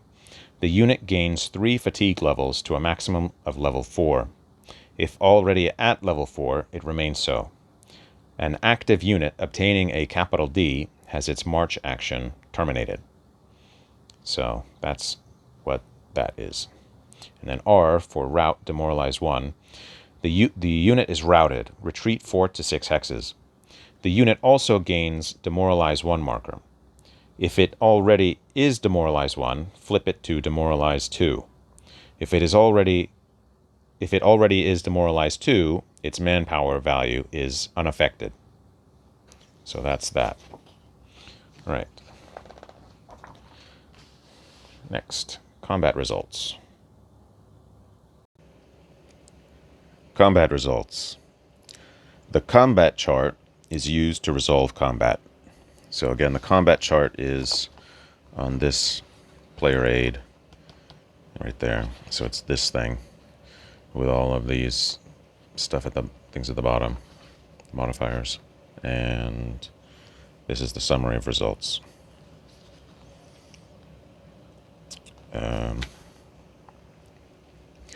A combat produces 2 results, one for the attacker and one for the defender.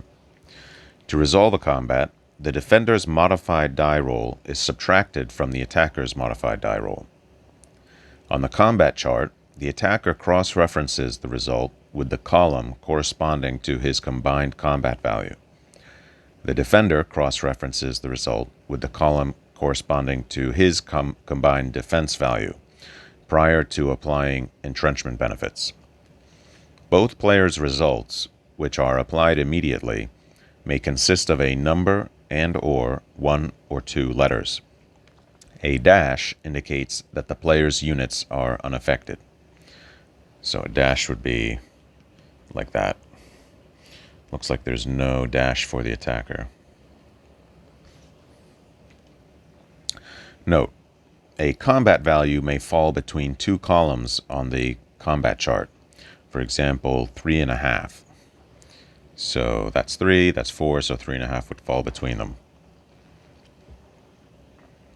If so, round the value up by 1/2 and use the right column of the 2 possible choices. Round the value up by 1/2. So I think round it up by 1/2. Round it up by 1/2. I think what that's saying is, like, if you had a value of 3.3, you would round that up to 3.5 and then use the right column. So you'd round that up to 3.5 and then use the 4 to 6 column. Something like that.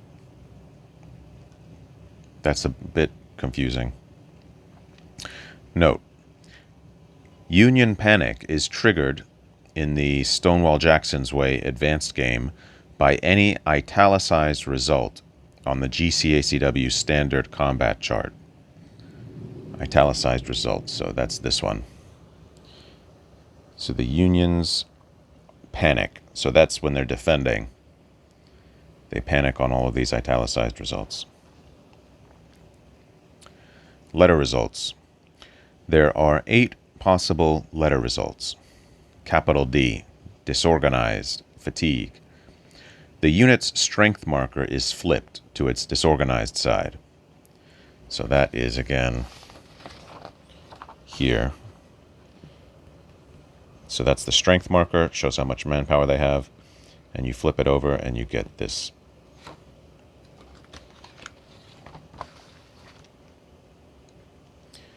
If it is already disorganized, it remains so. The unit's fatigue level is also increased by 3 to a maximum of 4. If the unit is already at fatigue level 4, it remains so. Finally, an active unit obtaining a capital D may not expend any more movement points. Its march action is over, and a new action phase begins. Capital F, Fatigue 2. The unit's fatigue level is increased by 2 to a maximum of 4. An active unit may not spend any more movement points. Its march is over, and a new action phase begins. So the capital Ds, we can see some examples here. And then we just saw capital F. So capital F, see some capital Fs here. Any on here? Here. Lowercase f, fatigue 1. The unit's fatigue level is increased by 1 to a maximum of 4. An active unit may not spend any more movement points. Its march is over, and a new action phase begins. Capital E, end action. An active unit may not spend any more movement points. Its march is over, and a new action phase begins. This result has no effect on an assault action, since an assault automatically ends after the combat has been resolved. Okay, so we've got lowercase f, lowercase f's here, and then capital E's. We have some capital E's here. No capital E's on the defender side because it doesn't apply, because it only applies to the active unit, and the defender is never going to be the active unit. The attacker is always going to be the active unit. So as you go, if you're further up in the chart, that's worse for the attacker here. Further down in the chart is presumably better for the attacker. Lowercase r, retreat. The unit must retreat. So we see some lowercase r's here. Any over here? I don't think so. Capital R, rout, demoralize 1. The unit is routed. Also, the unit gains a demoralize 1 marker. If it already has such a marker, it is flipped to its demoralize 2 side. If it is already at demoralize 2, there is no further effect. So we see some capital R's here. None on this side. So it's something that can only apply to the defender. R, capital R star, rout demoralize 2. The unit is routed. Also, the unit gains a demoralize 2 marker. If it is already at demoralize 1, flip the marker to its demoralize 2 side, and there is no further effect. If it is already at demoralize 2, its manpower is reduced by 1 in addition to its normal manpower loss result. Lowercase a. Actually, let's look for... So here's some R stars, capital R star results. Next one is A, lowercase a, advance. The unit may advance after combat. So that's these ones. Better for the attacker. Note, an extended march never takes place due to a combat result, even if a unit goes to a new fatigue level of 2, 3, or 4. Number results. Number results, which precede letter results, indicate a reduction of the unit's manpower, not artillery value. Remove the unit's strength marker and replace it with another one showing its reduced manpower value. That is, the unit's manpower value before the combat minus the number result. The new strength marker may assume a new status, organized or disorganized. If the original strength marker was disorganized before the combat, the new strength marker is also disorganized. If the original strength marker was organized prior to the combat, the new strength marker is disorganized if the combat result contains a capital D, disorganized/fatigue, or organized if the combat result does not contain a capital D. Exception. If, in a grand assault, the total combat value of the attacking units is 80 or more, the attacker's manpower value loss in that combat is increased. See 7.2. So these are the numbers here. So these are manpower losses. So as you go down, that's worse for the defender. That's more people killed. Here, we have some manpower losses here, but you can see it gets worse and worse Okay. Applying results.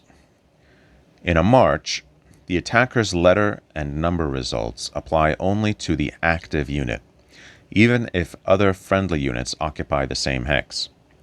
In an assault, the attacker's letter result applies to each participating unit, including those joining in a grand assault. The attacker's number result applies to the attacking force as a whole, not to each individual unit. As long as the number result is fully applied, the attacker may divide it among any of his attacking units as he wishes. Units providing flank attack bonuses, which do not participate in the attack, are unaffected by combat results. Defender. The defender's letter result applies to each defending unit. The defender's number result applies to the defending force as a whole, not to each individual unit. As long as the number result is fully applied, the defender may divide it among any of his defending units as he wishes. Combat results are always applied to the defending units before they are applied to the attacking units. Entrenchments and combat values. Defending units' combat values may be enhanced by entrenchments. However, when determining the defender's combat result, the combat chart columns represent the defender's combat value prior to the application of entrenchment benefits. For example, if Hindman's division defends with a combat value of 8, its combat result is determined in the 7 to 11 column of the combat chart. If Hindman's division defends under a completed breastwork marker, its combat value is 16, 8 times 2. Although Hindman's combat value of 16 would be used to calculate the ratio in that combat, its combat result is determined in the 7 to 11 column of the combat chart. Unit and leader elimination. A unit is eliminated at the moment its manpower value is reduced to 0. If, due to the elimination of a unit, a leader remains in that hex with no subordinate units, the leader is placed in the nearest hex occupied by a subordinate. A leader is eliminated at the moment no units subordinate to that leader exist. Retreats, routes, and advances. There are 3 types of retreats: normal, lowercase r, route, capital R, and cavalry retreat. In a normal retreat, a player must retreat all his defending units a minimum of 2 hexes and a maximum of 4 hexes. In a route, the player must retreat all of his defending units a minimum of 4 hexes and a maximum of 6 hexes. See 7.74 Cavalry Retreats. The choice of retreat distance and path is left to the defender, as long as the path adheres to the following rules. Retreating units must move as a stack and cannot separate. Leaders must accompany retreating units with which they are attached. Movement points are not expended in retreats, and with the following exceptions, terrain is irrelevant. Retreat restrictions. Retreating units are subject to the following restrictions. Mountains and swamps. A retreating unit may only enter or exit a mountain or swamp hex, including a provisional swamp hex in a rain turn, across a road, pike, trail, or railroad hex side. Rivers. A retreating unit may cross a major or minor river hex side only at a bridge, dam, ferry, or ford. In a rain turn, a unit may not retreat across a ford hex side or a creek hex side untraversed by a road, pike, trail, or railroad. Off map. A unit may not retreat off the map. Start hex. A retreating unit may not enter the hex where a retreat began. Same hex. A retreating unit may not enter the same hex twice. Adjacent hex. A retreating unit may not end a retreat in a hex adjacent to the hex where the retreat began.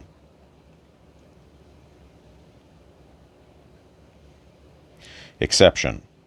The retreating unit may end up adjacent in a 1-hex voluntary retreat. See Defender's Retreat option. Closer to attacker. A retreating unit may not enter a hex that is closer to the active enemy unit triggering the retreat than the hex retreated out of, counting by the shortest possible path. If there is a grand assault, the active enemy unit is the one initiating the core assault. A unit may not retreat into the hex occupied by the active enemy unit. Surrender.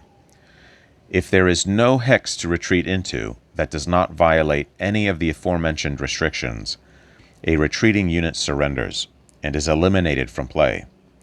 Victory points are awarded for this occurrence. Retreat priorities. In addition to adhering to retreat restrictions, a retreating player must follow retreat priorities, which are listed on retreat charts 1 and 2. Retreat charts. So is that on here? Yeah, so if you open up the player aid, you've got in the inside retreat chart 1, retreat chart 2, and cavalry retreat die roll modifiers. Okay.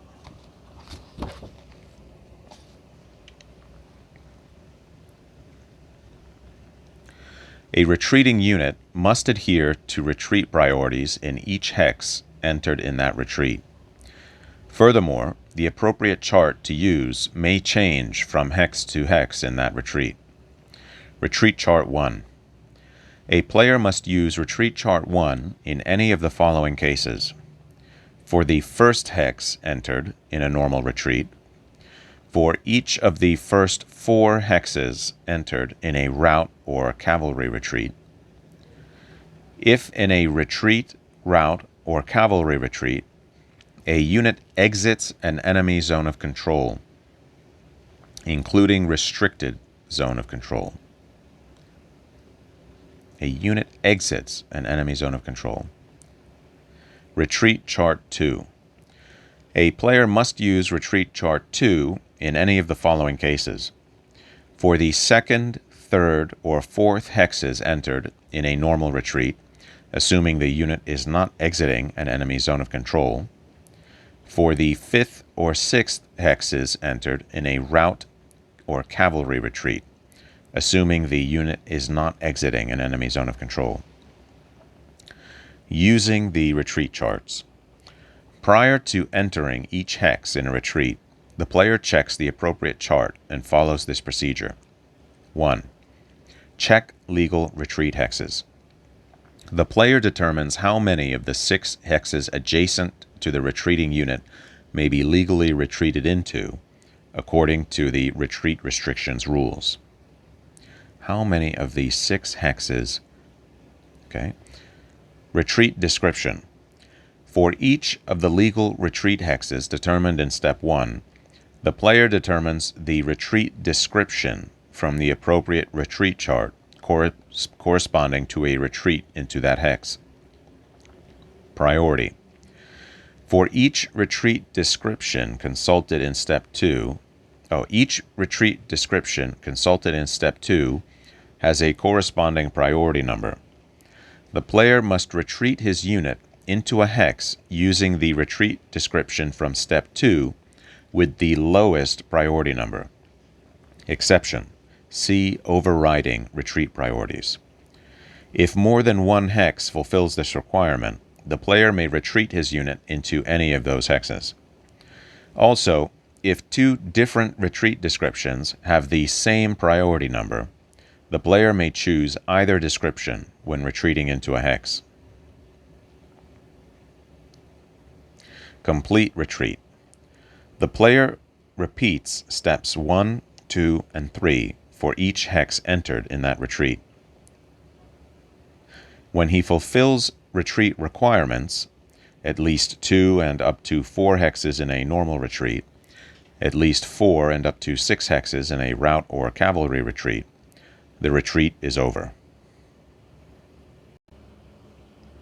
Overriding retreat priorities. If, by adhering to retreat rules, there is no possibility of avoiding surrender of a retreating unit due to retreat restrictions, a player may override retreat priorities no more than once in that retreat. To override, a player may retreat a unit into a hex by choosing any retreat description on the appropriate chart, regardless of its priority number. He is not obligated to choose the lowest priority number. If the unit cannot avoid surrender due to a single override, it is eliminated.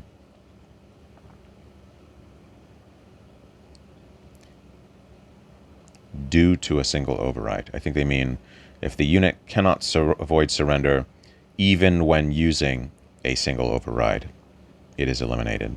Something like that. The player can make this override at any point in the retreat path.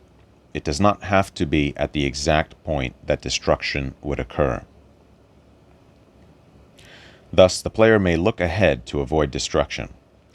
For example, if in a retreat path, by following the retreat priorities, a unit would get destroyed in the 3rd hex, the unit is allowed to do its override in the 1st or 2nd or 3rd retreat hex.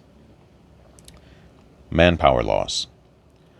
If a unit retreats into a hex using a retreat description with an accompanying manpower loss, the retreating unit's manpower value is reduced by the indicated number. Replace its strength marker with a new one on its disorganized side reflecting the loss. If a stack of more than one unit retreats into a hex calling for manpower loss, the loss number is applied to each unit in the stack, not just one. Ooh, that's brutal. Note, manpower losses in retreats may vary depending on whether a unit retreats into a hex across a road, pike, trail, or railroad hex side, or if the hex retreated into is friendly occupied. I see. So whether you move into the hex using a road, using a path. In a retreat, entering or exiting a city hex is the equivalent of crossing a road hex side, even if no road actually crosses that hex side. Basic retreat principles. At first it may seem difficult to consult the retreat charts for every hex entered in a retreat. However, players will find them easy to use after a few games. To help the players become more familiar with the retreat charts, some of their basic principles are outlined below. Retreat Chart 1. On Retreat Chart 1, the highest priority retreat is to move 1 hex more distant from the active enemy unit by crossing a road, pike, trail, or railroad hex side into a non-enemy occupied, non-enemy zone of control hex. If that cannot be achieved, the next highest priority is to attempt to do the same thing by crossing a non-road, pike, trail, railroad hex side. If that in turn cannot be achieved, the next highest priority is to retreat into any hex that is not enemy occupied, nor in an enemy zone of control. This may incur manpower loss. Okay, I mean, how could you do that, but not that? That's the part that I don't understand. If that in turn cannot be achieved, the next highest priority is to avoid retreating into an enemy occupied hex. This may incur manpower loss. Retreat Chart 2. On Retreat Chart 2, the highest priority retreat is to move into any hex that is not enemy occupied, nor in an enemy zone of control. If that cannot be achieved, the next highest priority is to avoid retreating into an enemy occupied hex. This may incur manpower loss. Retreats into enemy-occupied hexes. Some retreat descriptions allow retreats into an enemy-occupied hex, an occurrence which causes a manpower value loss of 3 to the retreating unit. However, a unit may never retreat into the hex occupied by the active enemy unit. A unit may not end its retreat in an enemy-occupied hex. If there is no alternative except to do so, its retreat may be extended by a sufficient number of hexes so that it ends the retreat in a hex unoccupied by an enemy unit. Defender's retreat option. On any combat result applying to the defender not containing a lowercase r or capital R, the defender may voluntarily retreat one or more of his units from 1 to 4 hexes subject to retreat rules. This is considered a retreat, not a rout. In this case, the defender may end the retreat in a hex adjacent to the hex where the retreat began. There is no fatigue cost to do this.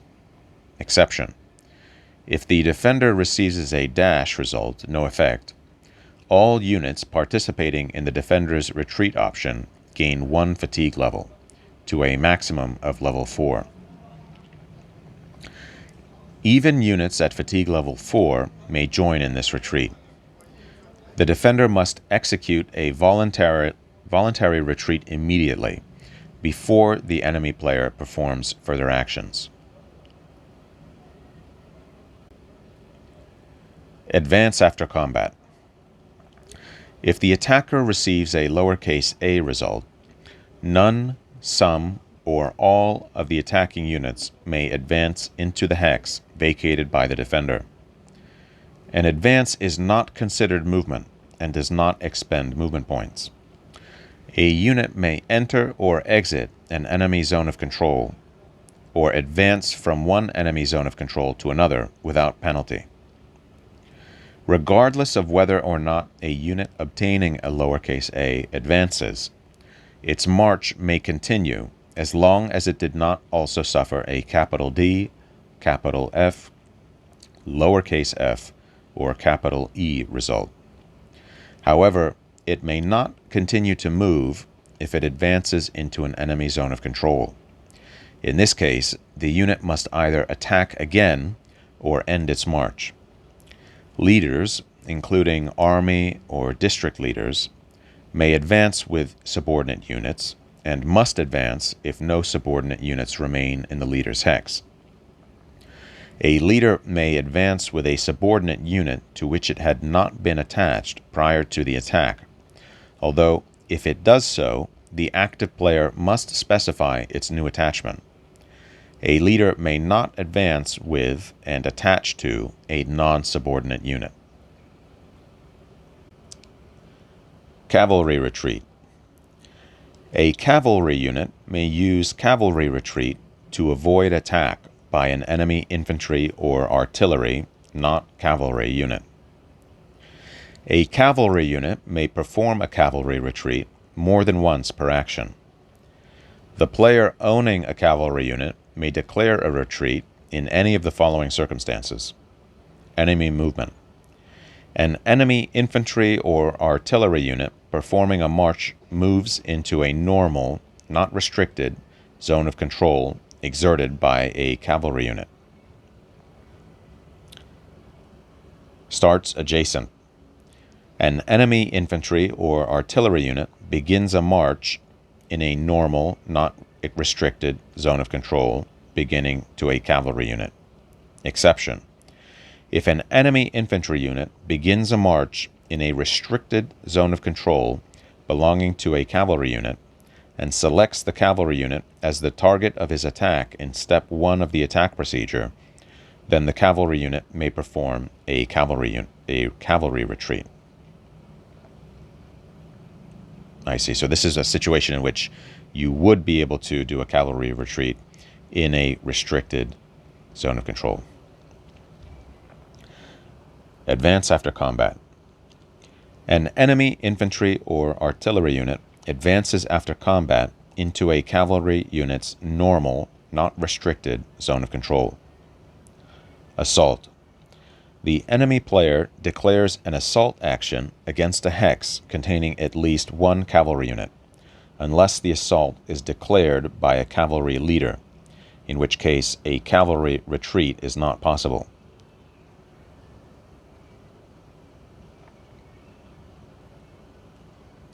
A player wishing to declare a cavalry retreat must make his declaration as soon as any of the above circumstances occur, before the enemy player declares an attack, or in the case of an assault action, before the enemy player rolls a die to determine whether or not the assault takes place.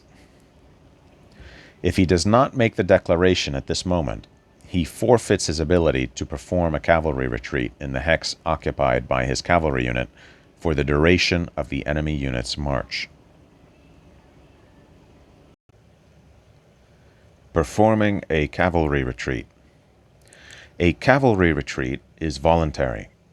A cavalry unit may perform a retreat regardless of its status, even if it is demoralized, disorganized, exhausted, or at fatigue level 4. A player wishing to perform a cavalry retreat states this fact as soon as his opponent has performed one of the aforementioned actions. The enemy unit's march or assault is temporarily suspended while the retreat takes place.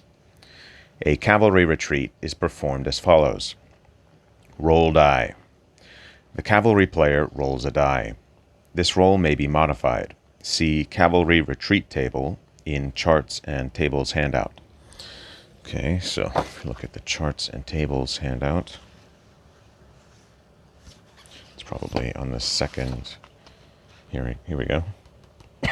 Cavalry Retreat Die Roll Modifiers. So terrain, very large force, demoralized, fatigue, supply, small force, very small force. Okay.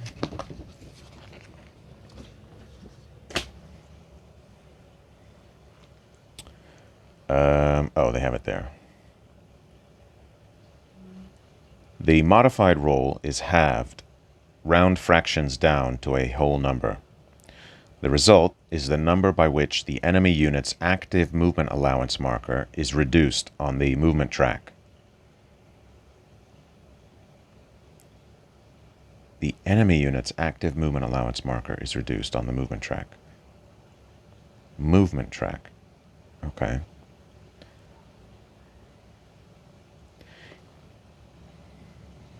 What's the movement? Movement track.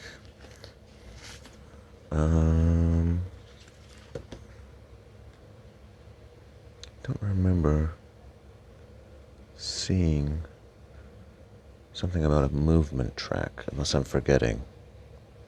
It's not on the player aid that I can see. Okay, I'll have to figure that out later.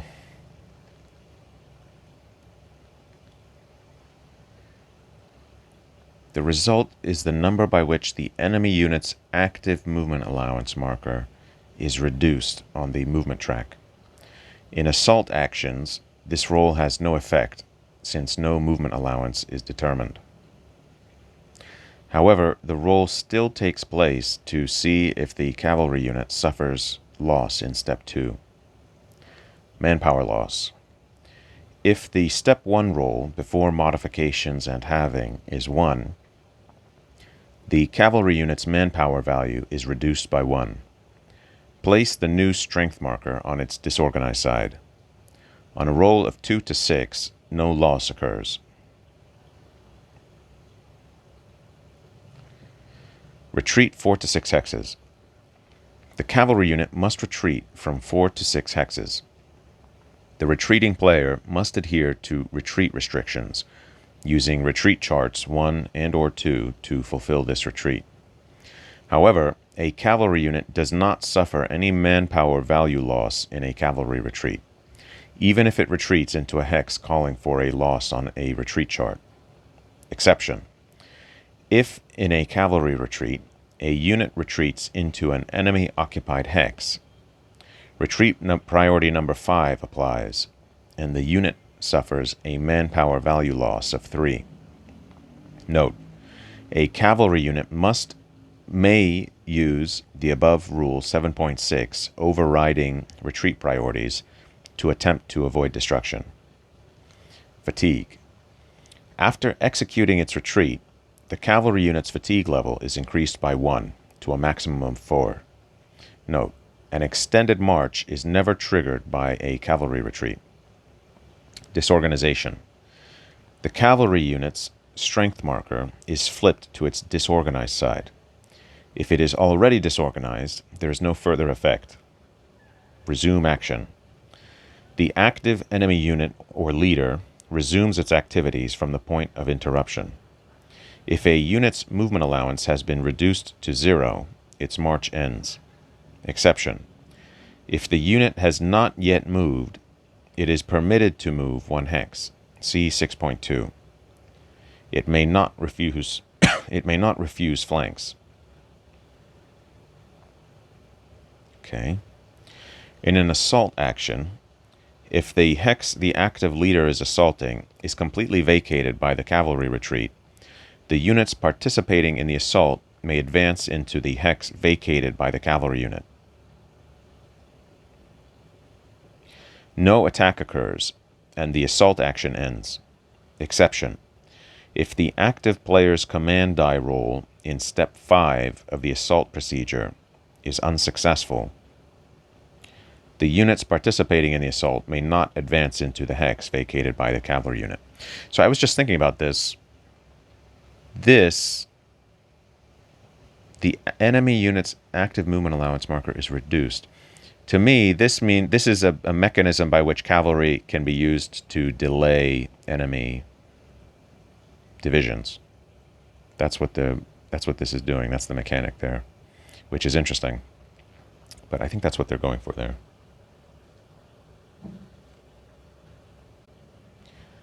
Cavalry stacked with other units. With cavalry unit. If 2 or more cavalry units are stacked in the same hex, they must perform a cavalry retreat together. Only 1 die roll is made in step 1, and all units must end the retreat in the same hex. If a 1 is rolled for the cavalry retreat, only 1 cavalry unit suffers a manpower loss. With infantry units. A cavalry unit stacked with an infantry unit may perform a cavalry retreat, but the infantry unit may not. Multiple cavalry retreats. Same unit. A cavalry unit may perform a cavalry retreat more than once per action. Cavalry units, separate hexes. If 2 or more cavalry units occupying separate hexes are eligible to perform a cavalry retreat, and all of them wish to retreat, each performs the retreat separately. The enemy unit's movement allowance reduction, if any, is cumulative. Interesting. Okay. Refusing flanks. At a cost of 1 movement point, the active player may place a flanks refused marker of the appropriate side on top of a unit performing a march. Okay. Exception. A flanks refused marker may not be placed on a unit in a mountain or swamp hex. Also, it may not be placed on top of a unit performing an assault. As soon as a unit gains a flanks refused marker, its march ends. It may perform actions later. Since a unit must stop moving upon entering an enemy normal zone of control, it may not refuse flanks when entering an enemy normal zone of control. Okay. A unit may refuse flanks if it marches in place in a hex with an enemy normal zone of control. Okay. An extended march must be done if required per 5.1. A maximum of 1 flanks refused marker may exist in a hex at a time. Its effects apply to all units in the hex. A unit does not have to spend one movement point to enter a hex in which a flanks refused marker is already situated. It may enter the hex at no extra movement point cost and receive the marker's benefits, and may continue its march. A flanks refused marker never accompanies a unit when it leaves a hex. A marker may not be placed on a unit after it performs a retreat, rout, or advance after combat. The players are not limited to the number of markers provided in the game. Effects of flanks refused markers. Units in a hex with a flanks refused marker may perform all actions normally, although they may be forced to remove the marker after the action is over. See below. Units occupying a hex containing a flanks refused marker defend against enemy flank attacks more effectively, but less effectively against normal attacks. Flank attacks fulfilling the requirements for a +4 attacker die roll bonus are reduced to a +2 bonus instead. Flank attacks fulfilling the requirements for a +3 or +2 attacker die roll bonus are reduced to a +1 bonus instead. Flank attacks fulfilling the requirements for a +1 attacker die roll bonus are unchanged. The bonus remains +1. All non-flank attacks always provide the attacker with a +1 die roll bonus, in addition to other modifiers, even though requirements for flank attacks have not been fulfilled. Removal of flanks refused markers. A flanks refused marker may be voluntarily removed from a stack of units at no movement point cost if one of the units in the hex initiates a march. The active unit does not actually have to leave the hex. The marker must be removed if all the units in the hex participate in an assault action. It must also be removed if only one unit is in a hex and it moves or attacks. This does not preclude the owning player from placing another marker on the unit later in its march at a cost of 1 movement point. So basically the flanks refused marker seems to be like you're telling your division or you're telling your unit to kind of like form a square in a sense, like you're telling it to reposition their forces to be able to meet enemy units coming from other directions. Recovery. In the recovery phase, the following actions are performed strictly in the listed order. Units at fatigue level 0 may entrench, build bridges, or repair bridges or ferries. A unit may not perform more than one of the aforementioned activities per recovery phase, and may not perform any at all in a rain turn. In Roads to Gettysburg, Confederate infantry units may impose a levy on Pennsylvania towns in this step. Levy in quotation marks, meaning they're basically forcing the people to give them money or something. In the advanced game, units at fatigue level 0, 1, or 2 may forage.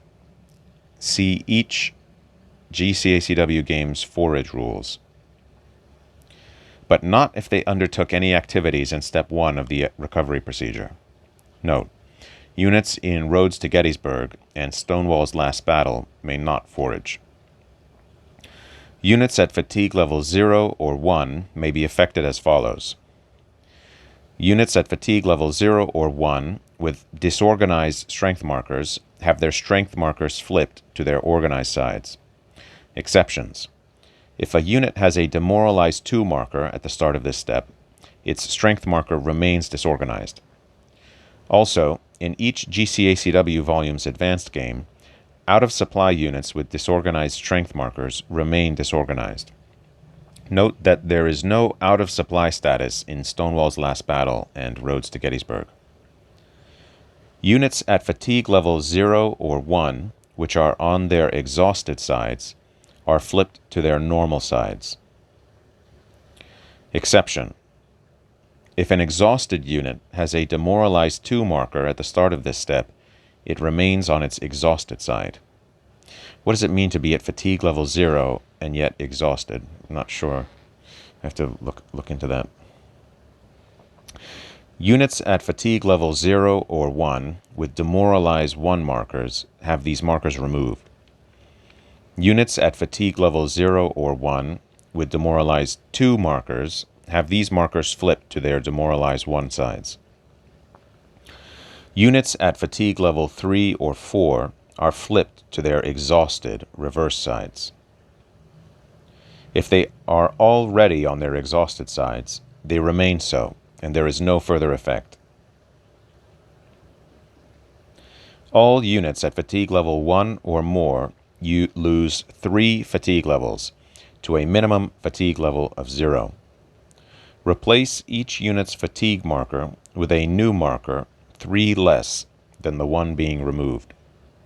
Units at fatigue level 0 do not have markers.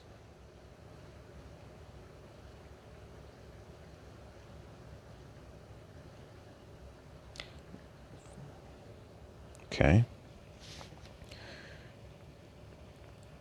In the advanced game scenarios of Here Come the Rebels, what was SIV again? Stonewall in the Valley, I think. Yeah. Union units only. On to Richmond. Grant takes command. Battle above the clouds. And what's RWH again? RWH is Rebels in the White House. Stonewall Jackson's Way, all green alike, and Atlanta is ours. Sorry. So in the advanced game scenarios of those games, out-of-supply units with organized strength markers have their strength markers flipped to their disorganized sides. So if they're out of supply, got it. Note, Step 6 of the recovery phase is skipped in Stonewall's Last Battle and Roads to Gettysburg because units are never out of supply in those games. Entrenchments.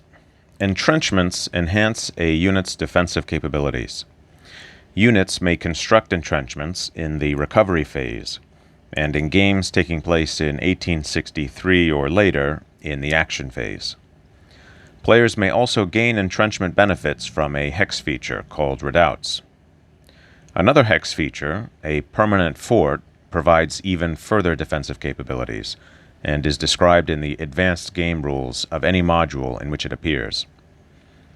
Permanent forts typically provide the same entrenchment benefit as a redoubt when units occupy those hexes. Building entrenchments. There are 4 types of entrenchments: redoubts, abattis, breastworks, and forts. Okay. Redoubts and permanent forts, which are printed on the map and represent permanent fortifications, may not be built.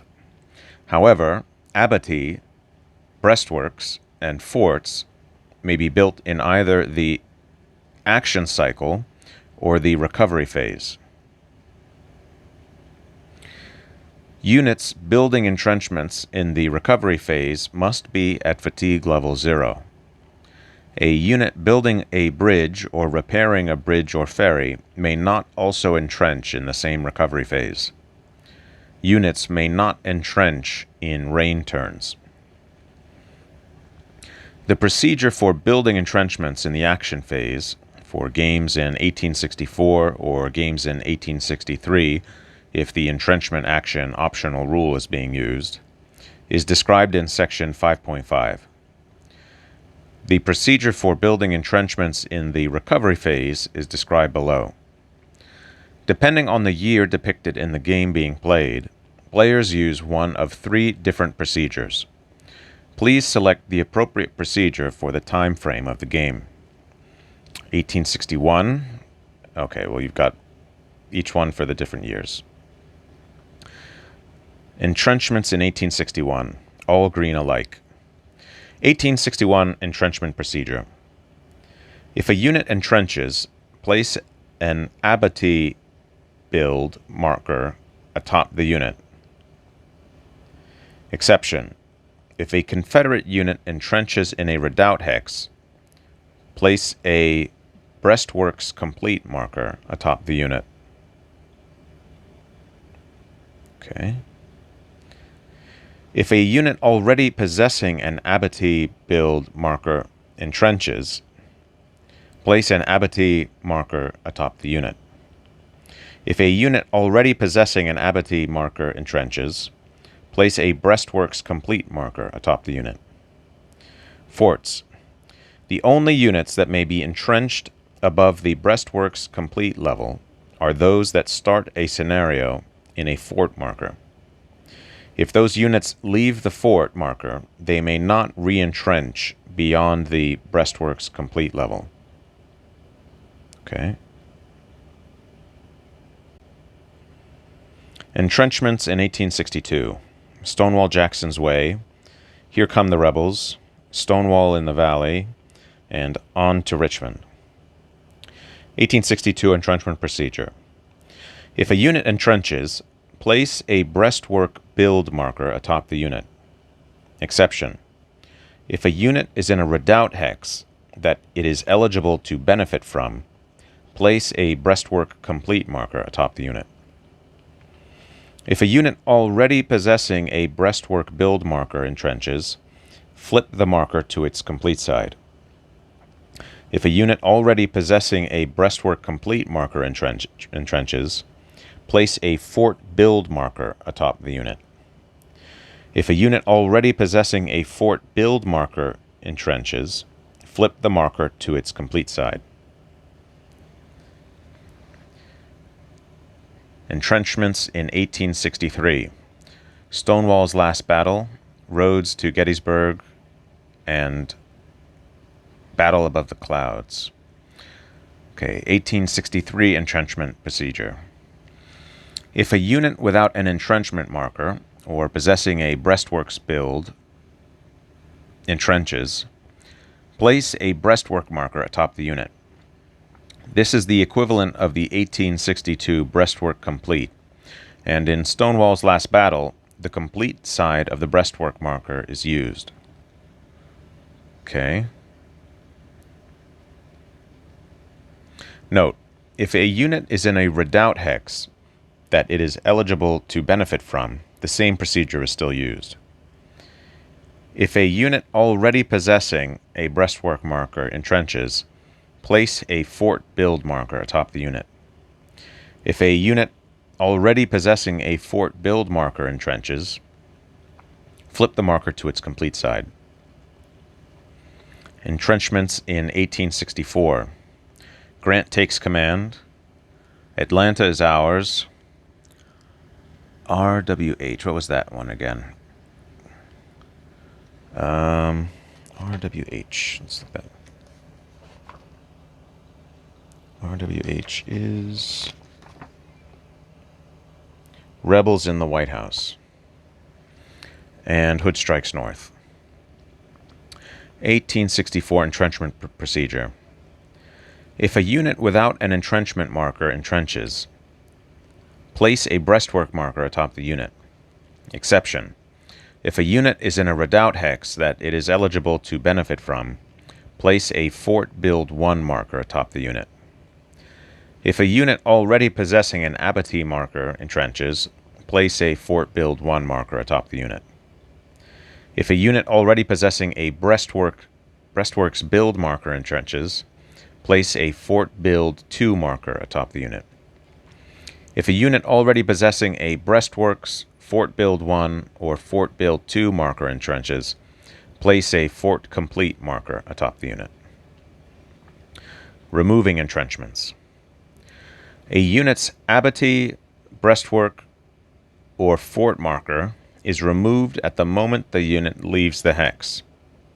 If a unit with an abattis, breastwork, or fort marker exits a redoubt hex, its marker is removed, but there is no effect on the permanent redoubt. Effects of entrenchments.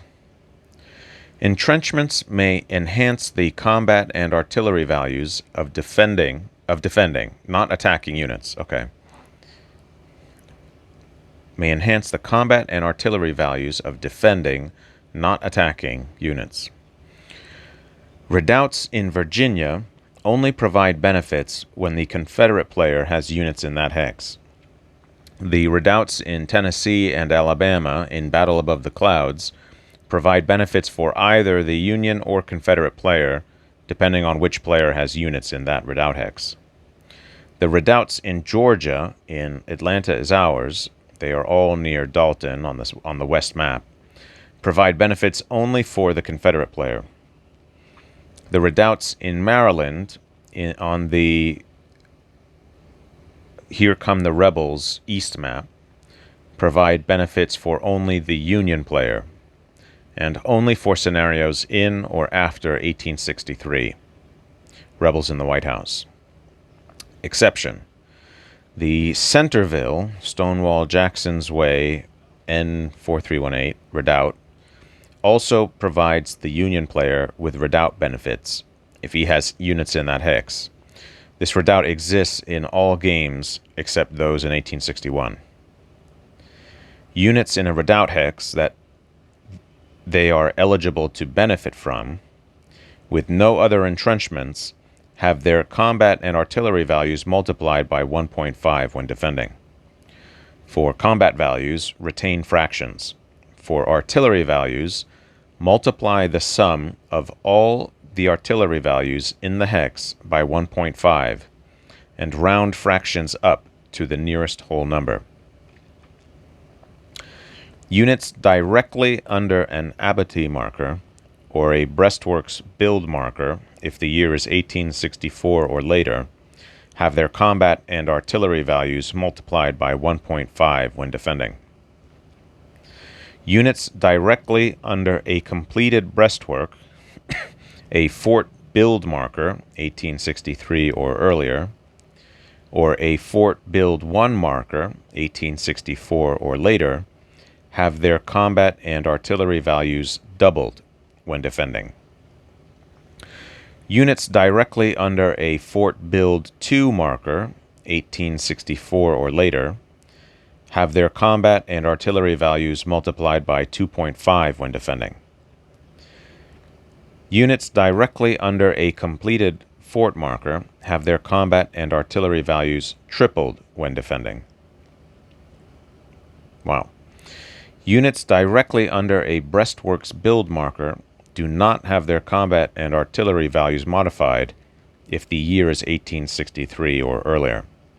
I feel like this could have been a table of like year and then marker and then multiplier. Something like that. Abattis, breastwork, and fort effects apply individually by unit, not by hex. In a stack of units, some may possess markers while others do not. Interesting. Only units which actually entrenched in an earlier action or recovery phase receive the combat and artillery value multiple provided by an entrenchment marker. Oh, that's very interesting. Okay. Units without markers in the same hex use unenhanced values. Okay, so that's very different than what I was expecting it to be. Got it. Exception. Units in a redoubt hex belonging to a player eligible to receive redoubt benefits gain the defensive benefit of the redoubt. Okay, so that anything on the map benefits everybody in the hex. However, only those units which entrench further in an action or recovery phase gain defensive enhancements beyond those provided by the redoubt. Okay.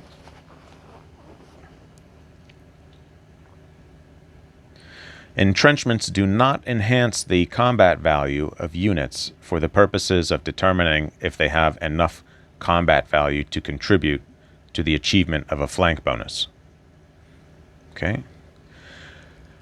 Entrenchments also do not boost a unit's combat value for the purpose of determining the additional movement point cost to enter that unit's hex. Okay?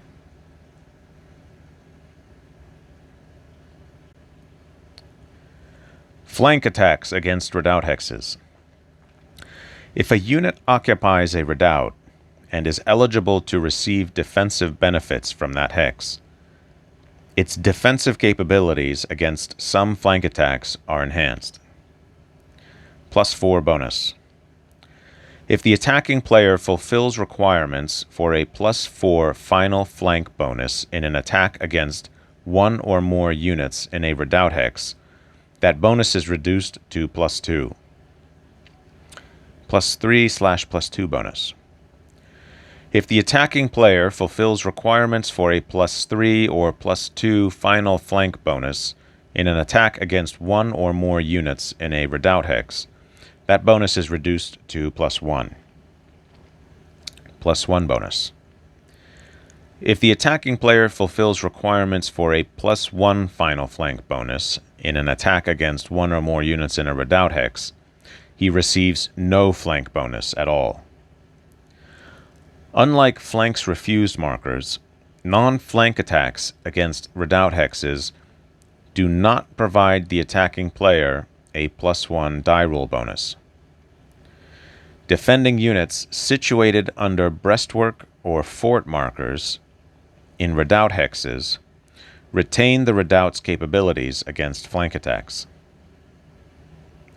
However, breastwork or fort markers situated in non-redoubt hexes do not provide these capabilities. Defending units situated under breastwork or fort markers. Okay, I see.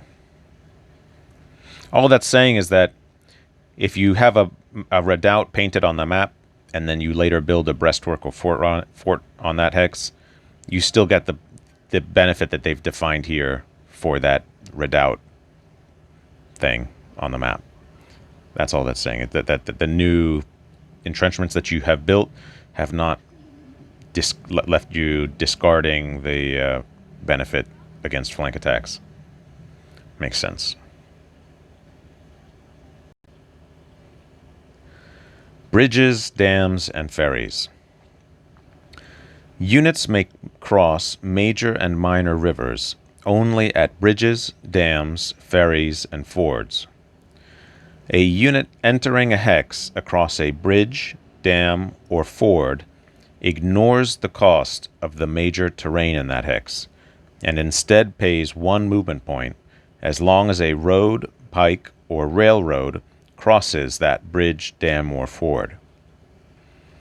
A unit also pays 1 movement point if a pontoon bridge is constructed over that river, as long as both hexes connected by the pontoon bridge have a road, pike, trail, or railroad in them. Okay.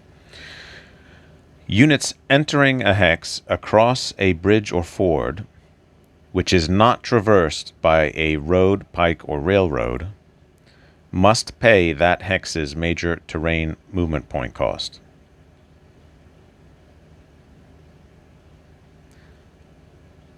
Got it. Right. So if you cross a bridge and on the other side of the bridge there's no road, you got to pay the cost of the terrain. So the bridge is not saving you the cost of moving into that terrain. See 6.2 for ferry movement point penalties. Roads crossing creek hex sides are not considered bridges, dams, ferries, or fords. Okay. Pontoon bridges.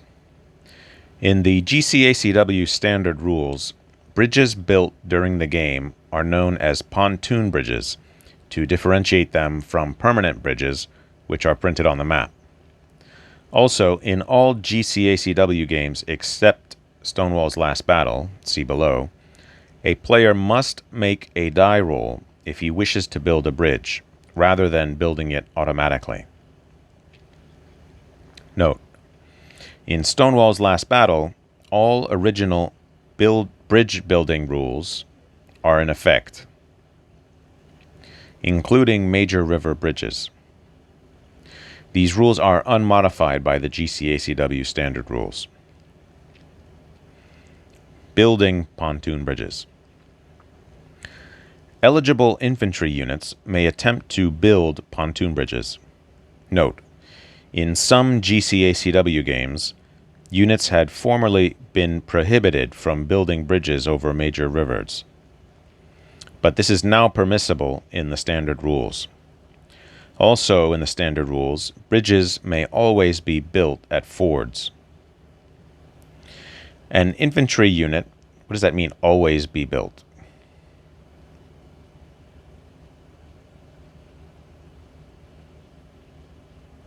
Are there other situations where bridges are only sometimes able to be built over something? An infantry unit is eligible to build a pontoon bridge only if it meets all of the following conditions in step 1 of the recovery phase. The infantry unit is at fatigue level 0. It has a combat value of 5 or more. Exception: in Stonewall in the Valley, it must have a combat value of 3 or more. It occupies a hex containing at least one unbridged, undammed, major or minor river hex side. Okay. Exception: Confederate units may only attempt to build a bridge over a major river in On to Richmond, Grant Takes Command, and Atlanta is Ours. Union units may attempt to build a bridge over a major river in all GCACW games except Stonewall in the Valley. The unit must not have entrenched or repaired a bridge or ferry in the same recovery phase. If the bridge is to be built over a minor river, the player must have an unused minor river bridge marker. Exception: in Stonewall Jackson's Way, Here Come the Rebels, Roads to Gettysburg, and Stonewall in the Valley, the number of minor river bridge markers in the game is not a limit. Players may build as many minor river bridges as they wish. Okay. If the bridge is to be built over a major river, the player must have an unused major river bridge marker. In On to Richmond and Grant Takes Command, the Union and Confederate players are limited to 8 and 4 minor river bridge markers, respectively. Okay. In games in which either or both players may build major river bridges, they are limited to 1 major river bridge marker each, except in Atlanta is Ours, the Union may build 3 major river bridges. Note, in Stonewall's Last Battle, the original bridge rules limit the Union player to 2 major river bridge markers, and these Stonewall's Last Battle limits remain in effect.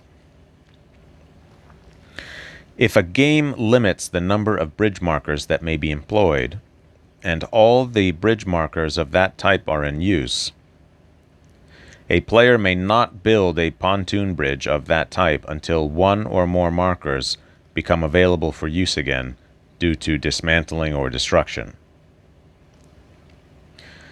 Pontoon bridge restrictions. Cavalry and artillery units and leaders may not build bridges. Bridges may not be built across creek hex sides. A bridge may not be built between 2 hexes if one of the hexes contains an enemy unit or units with a combined combat value of 5 or more. It may be built into a hex if the enemy units in that hex have a combined combat value of less than 5. Entrenchments are not taken into account in determining the combat value that prevents a bridge from being built. Exception: in Stonewall in the Valley, a bridge may not be built between 2 hexes if one of the hexes contains an enemy unit or units with a combined combat value of 3 or more. It may be built into a hex if the enemy units in that hex have a combined combat value of less than 3. An eligible unit may attempt to build a maximum of 1 bridge per recovery phase, although it may attempt to build more than 1 bridge per game, even in the same hex. A maximum of 1 infantry unit per hex may make a bridge building attempt in step 1 of each recovery phase. Okay. A maximum of 1 bridge of any kind may be situated on each hex side at any time.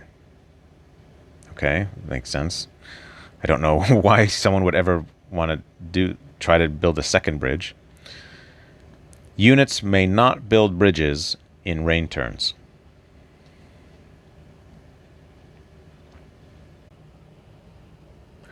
Pontoon bridge construction. For each eligible unit attempting to build a bridge in step 1 of the recovery phase, the owning player follows this procedure. Exception: in Stonewall's Last Battle, bridges are not built according to this procedure. The original Stonewall's Last Battle bridge rules are in effect. 1. He specifies the hex side over which the bridge will be built. 2. He rolls a die, modifying this roll if necessary. See below. 5 or less. If the modified roll is 5 or less, the bridge is successfully built. Place an appropriate bridge marker, minor or major, belonging to the building player directly on the hex side, with one end of the bridge symbol pointing to the unit's hex and the other pointing to the hex directly across the river. 6 or more.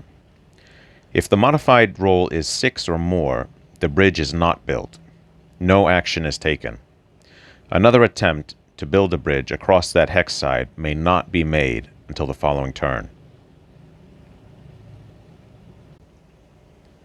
Construction die roll modifiers.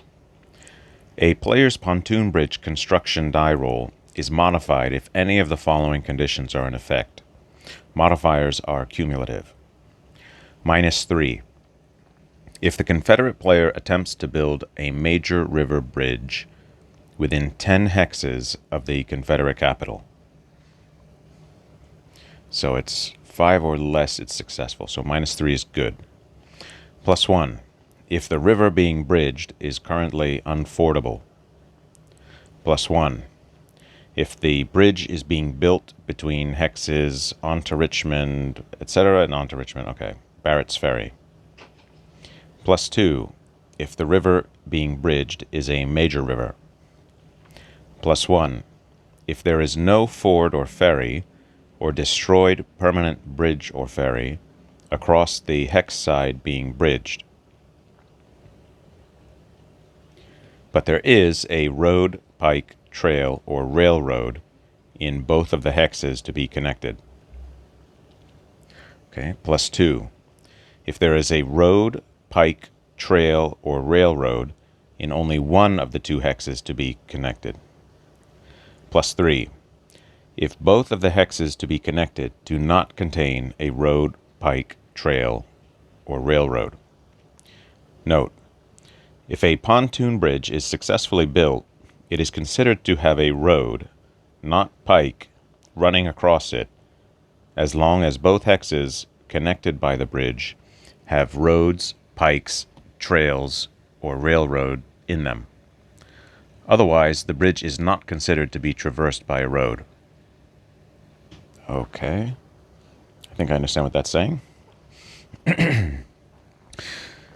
So you can have, like, right, if you can have a road going sideways along one hex and the road going sideways along the other hex, and the idea is that you're basically constructing a road between the 2 hexes.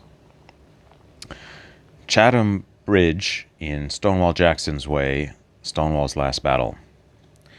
In Stonewall Jackson's Way, Chatham Bridge is considered a Union pontoon bridge, even though it is printed on the map. It is subject to all GCACW standard rules applying to dismantling and destruction, and it may be rebuilt if it is destroyed or dismantled. Chatham Bridge does not count against the Union players' limit of one major river bridge in Stonewall Jackson's Way. In Stonewall's last battle, Chatham Bridge is considered destroyed at the start of the game. Destroying bridges and ferries. In the GCACW standard rules, rules for bridge or ferry destruction and dismantling supersede the pertinent rules sections in all GCACW games, including the SIV, what was that? Stonewall in the Valley advanced game. Okay. The following rules are identical to the On to Richmond model. Okay. So they're saying that just, the rules that came with On to Richmond are the rules that follow. In all games, permanent bridges, pontoon bridges, and ferries may be destroyed, although permanent bridges or ferries are more difficult to destroy than pontoon bridges. Okay. Bridges and ferries may be destroyed in rain turns and while rivers are unfordable. Okay, bridges and ferries may be destroyed in rain turns and while rivers are unfordable. Got it. Destroying pontoon bridges. When a player builds a pontoon bridge, he owns it. Enemy units may not cross that bridge in a march, retreat, or advance after combat, nor may they attack across it. The bridge remains on the map until an enemy unit with a combat value of 5 or more, or in Stonewall in the Valley, 3 or more, ends a march, retreat, or advance after combat in one of the two hexes connected by the bridge. At that time, the bridge marker is immediately removed.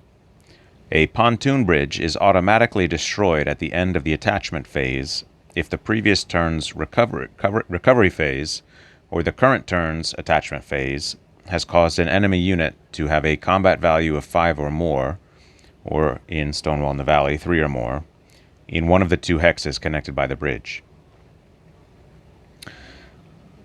Zones of control extend across undestroyed bridges normally, even a pontoon bridge constructed by the enemy player. Okay, that's a bit bizarre, but okay. Dismantling. I guess the idea there is what? That, like a small flanking force or raiding force could go across the bridge, the pontoon bridges, but a large army could not. Something like that. Maybe as a matter of, policy. I'm not sure. Dismantling.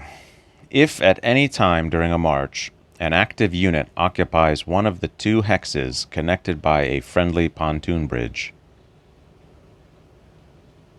the active player may dismantle that bridge. If so, the bridge marker is removed. This does not cost any movement points, and the active unit may continue its march afterwards. Destroying permanent bridges and ferries. If an infantry unit with a combat value of 5 or more, or in Stonewall in the Valley, 3 or more, ends a march in either of the two hexes connected by a permanent bridge, or if an infantry or cavalry unit of any combat value ends a march in either of the two hexes connected by a ferry, the active player may attempt to destroy that bridge or ferry. Okay, interesting. So I guess the idea is like the cavalry would burn it, something like that. A unit may make a maximum of 1 attempt to destroy bridges or ferries per turn. However, a player may make more than 1 attempt to destroy the same bridge or ferry in a turn, as long as the attempts are made by different units. Exceptions. If an enemy unit occupies one of the two hexes connected by a bridge or ferry, the active player may not attempt to destroy it. I see. So if you move your cavalry up to one side of a bridge and the enemy's on the other side of the bridge, you cannot attempt to destroy it. Your cavalry cannot attempt to destroy it. Also, if one of the two hexes connected by a bridge or ferry is an enemy zone of control, including restricted zone of control, and that zone of control is not occupied by a friendly unit, the active player may not attempt to destroy it. Finally, some permanent bridges are indestructible. See below. Dams and fords. Dams and fords may not be destroyed. Permanent bridge or ferry destruction procedure. To attempt to destroy a permanent bridge or ferry, a player rolls a die. This roll may be modified. See below. Okay.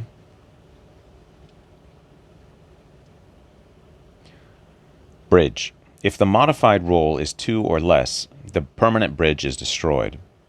If the modified roll is 3 or more, the attempt to destroy the permanent bridge has failed. Ferry. If the modified roll is 1 or less, a ferry is destroyed. If the modified roll is 2 or more, the attempt to destroy the ferry fails. If a permanent bridge or ferry is destroyed, place a destroyed marker directly on the hex side. If a destroy attempt fails, the player may attempt to destroy the bridge or ferry again as many times as he wishes, as long as a given unit makes no more than 1 attempt per turn. Note: Stonewall's Last Battle does not have destroyed markers. Players may use destroyed markers from other games if available, or they may make their own markers. Destruction die roll modifiers. If a player attempts to destroy a permanent bridge or ferry, his die roll is modified if any of the following conditions are in effect. Modifiers are cumulative.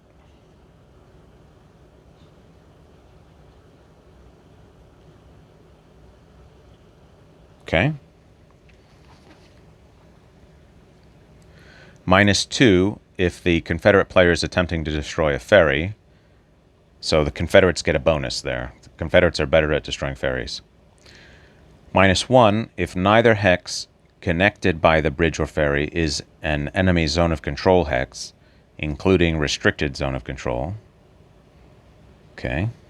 So the idea there is you're not being harassed by enemy skirmishers or scouts while you're trying to destroy the bridge or ferry. -1 if the active unit attempting the destruction spent its entire march in the hex connected by the bridge or ferry, and the unit neither moved nor attacked during its march. Okay. And +2 if the active player is attempting to destroy the C&O Canal Aqueduct. Here Come the Rebels map. Okay. Very specific. Indestructible bridges. The following permanent bridges may not be destroyed. Chain Bridge in Stonewall Jackson's Way and Here Come the Rebels. Aqueduct Bridge in Here Come the Rebels. Patterson Viaduct in Here Come the Rebels. Thomas Viaduct. Frederick Junction Railroad Bridge in Here Come the Rebels and Roads to Gettysburg. Long Bridge and Hunting Creek Bridge. Okay. C&O Canal Aqueduct. This aqueduct in Here Come the Rebels is not a terrain feature that affects unit movement. It cannot be used as a bridge. Its only effect is destroying it gives the Confederates victory points in some scenarios. It is treated as a permanent bridge across hex side, Here Come the Rebels, etc., for rules on how to destroy it. Note the +2 destruction die roll modifier for the aqueduct, so that makes it more difficult to destroy. Destroyed permanent bridge or ferry effects. If a permanent bridge or a ferry over a minor river is destroyed, a ford is considered to cross the hex side formerly occupied by the bridge or ferry. Zones of control do not extend across destroyed bridge or ferry hex sides when the river they are on is unfordable.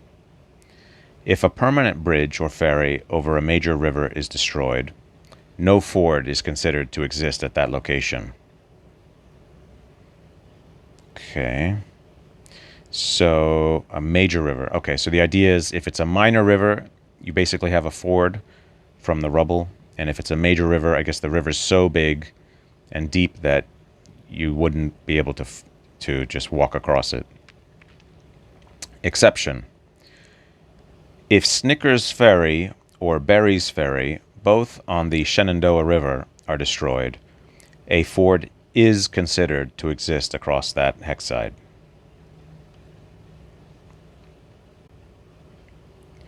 Repairing permanent bridges and ferries. The following GCACW standard rules for permanent bridge and ferry repair, identical to those in On to Richmond, apply to all GCACW games. Note, these rules supersede the pertinent repair rules in Stonewall in the Valley. In Stonewall in the Valley, both Union and Confederate units may attempt to repair bridges and ferries according to the GCACW standard rules procedure. An infantry unit is eligible to repair a permanent bridge or ferry only if it meets all of the following conditions in Step 1 of the recovery phase. It is at fatigue level 0. It has a combat value of 5 or more. Exception. In Stonewall in the Valley, it must have a combat value of 2 or more. It occupies a hex containing at least one destroyed permanent bridge or ferry hexside. It must not have entrenched or built a pontoon bridge in the same recovery phase. In Stonewall in the Valley, the Union player may only attempt to repair a bridge or ferry if at least one of the hexes connected by the bridge is situated in a county that is currently controlled by the Union player. Okay? Repair restrictions. Cavalry or artillery units and leaders may not repair bridges or ferries. A permanent bridge or ferry may not be repaired if one of the hexes connected by the bridge or ferry contains an enemy unit or units with a combined combat value of 5 or more, or in Stonewall in the Valley, 2 or more. It may be repaired if the enemy units in the connecting hex have a combined combat value of less than 5, or in Stonewall in the Valley, a combat value of less than 2. Entrenchments are not taken into account in determining the combat value that prevents a bridge from being built. Each player may make a maximum of 1 repair attempt per recovery phase. Units may not repair in rain turns. Okay.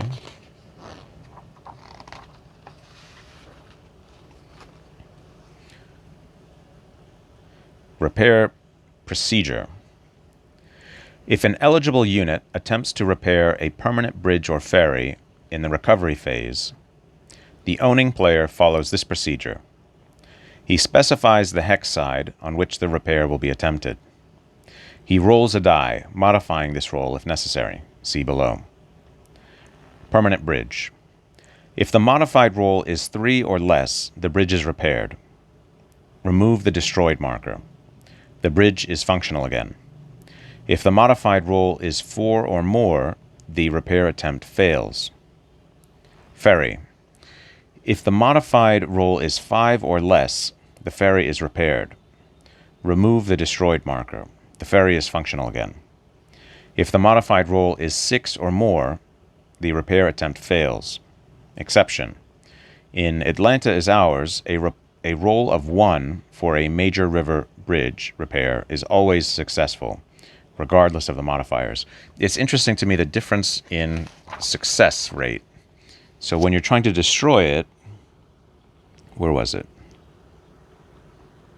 Yeah. You have to roll 2 or less to destroy it, which is not easy. For a ferry, you have to roll 1 or less to destroy it. Very difficult. So they're difficult to destroy and easy to repair, it seems. Not taking into consideration the different modifiers.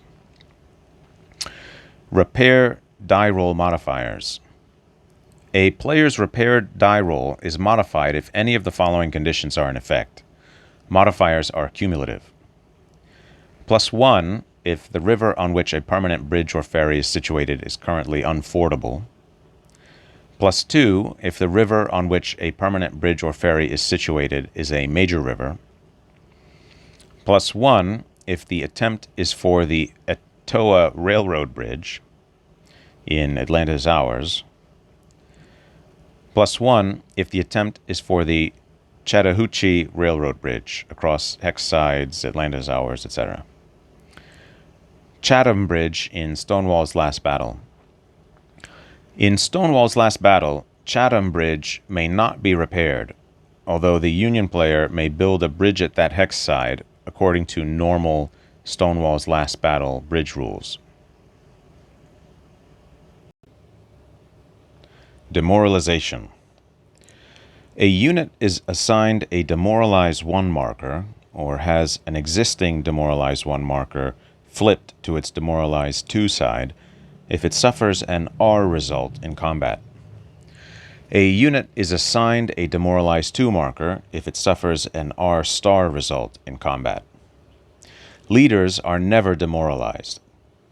Demoralized units may be chosen to perform actions normally, although their attack capabilities are less than normal.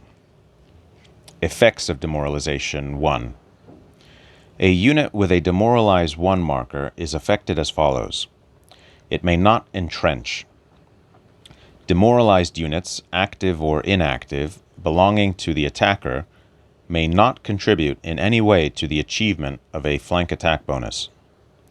Its combat value when attacking is halved. Round fractions down to a whole number. Exception. A Demoralize 1 unit with a combat value of 1 or a 1/2 has a combat value of 1/2 when attacking. The unit's combat value when defending is normal. Its artillery value is 0 in both attack and defense. It may not be selected to participate in a grand assault. Effects of Demoralization 2. A unit with a Demoralize 2 marker is affected as follows. It may not entrench. Demoralized units, active or inactive, belonging to the attacker, may not contribute in any way to the achievement of a flank attack bonus. Its combat value when attacking is 1. Exception. A Demoralized 2 unit with a combat value of 1 or 1/2 has a combat value of 1/2 when attacking. The unit's combat value when defending is normal. Its artillery value is 0 in both attack and defense. It may not be selected to participate in a grand assault. If a hex being attacked contains any units with a Demoralized 2 marker, the defender may have to subtract 1 from his combat die roll. See 7.4. So it's pretty much the same except for the contagious effect, or whatever you would call that last one. Yeah. Removal of demoralization markers. A demoralized marker remains on top of the unit to which it is assigned wherever that unit moves. However, a unit's Demoralize 1 marker may be removed or a Demoralize 2 marker flipped to its Demoralize 1 side during Step 3C of the recovery phase if that unit has a fatigue level of 0 or 1.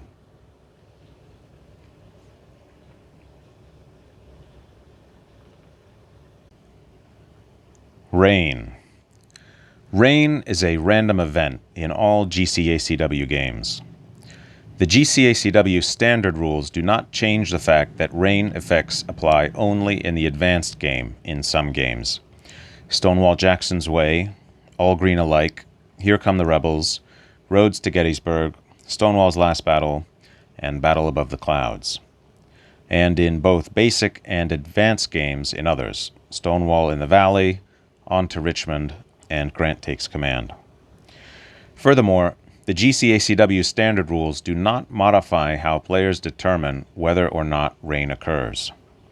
Each GCACW game uses its original random events table according to that game's specific rules without modification. Also, note that in rain turns, units may not perform entrenching actions, nor may they entrench in the recovery phase. Rain. The random events table has 4 possible rain results. Rain, current. Rain rules are in effect throughout the current turn only. Place a rain marker on the turn track in the box corresponding to the current turn. Rain, current +1. Rain rules are in effect throughout the current turn and the following turn. Place rain markers on the turn track in the boxes corresponding to the current and immediately succeeding turns. Rain, current +2. Rain rules are in effect throughout the current turn and the following 2 turns. Place rain markers on the turn track in the boxes corresponding to the current and immediately succeeding 2 turns. Rain, current +3. Rain rules are in effect throughout the current turn and the following 3 turns. Place rain markers on the turn track in the boxes corresponding to the current and immediately succeeding 3 turns. Note: if a multiple turn rain result occurs when there are already 1 or more rain markers on the turn track, additional markers are placed on the turn track only if the new rain result extends the rain time period into turns which did not previously possess a rain marker. For example, if a rain current +2 result occurs on turn 6, rain markers are placed in the turns 6, 7, and 8 boxes on the turn track. If on turn 7 a rain current +1 result occurs, no additional rain markers are placed on the track because the new result does not extend the rain period. However, if on turn 7 a rain current +2 result had occurred, a rain marker should be added to the turn 9 box due to the extension of the rain period.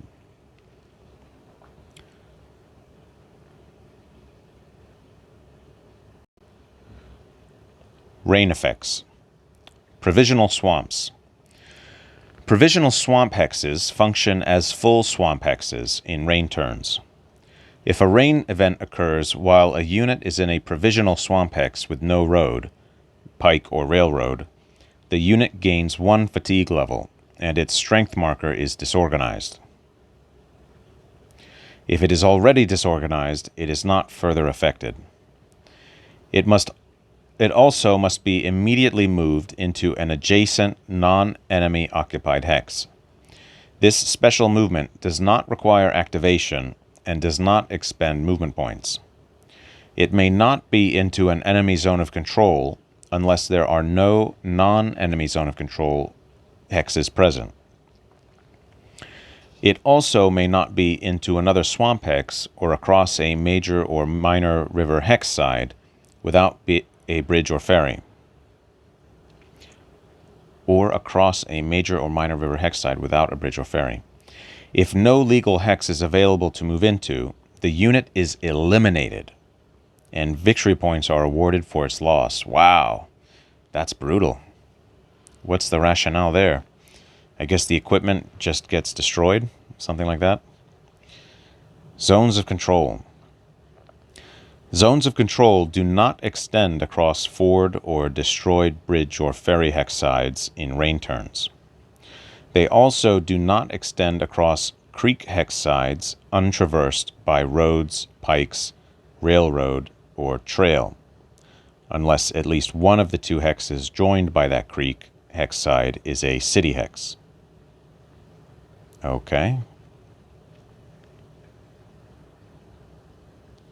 So you have a city hex next to a creek. So if you have a city hex next to a creek, then the zone of control would extend beyond the creek. Got it. Attacks. The attacker subtracts 1 from all combat die rolls in rain turns. Attacks cannot be made across ford or destroyed bridge or ferry hex sides in rain turns. Attacks cannot be made across creek hex sides in rain turns unless the hex side is crossed by a road, pike, trail, or railroad, or at least one of the two hexes joined by the creek hex side is a city hex. In an attack across a permissible creek hex side in a rain turn, the defender gains a +2 combat die roll modifier instead of the normal +1. Movement. If a unit enters a hex across a road or railroad hex side in a rain turn, it expends 2, not 1, movement point. A unit entering a hex across a pike hex side expends 1.5, not 1, movement points in a rain turn. So roads and railroads get like muddy, I guess, but they're still not as bad as going through the natural terrain. If a unit enters a mountain hex through a hex side crossed by a trail in a rain turn, it expends 3 movement points instead of 2. If a unit enters a non-mountain hex through a hex side crossed by a trail in a rain turn, it expends 2 movement points instead of 1. In rain turns, the cost to enter all types of major terrain without benefit of roads, pikes, trails, or railroads is increased. See the terrain chart. So basically everything gets muddy and harder to move around in. Creeks and rivers and creeks. In rain turns, units may cross minor and major rivers only at bridge, dam, and ferry hex sides.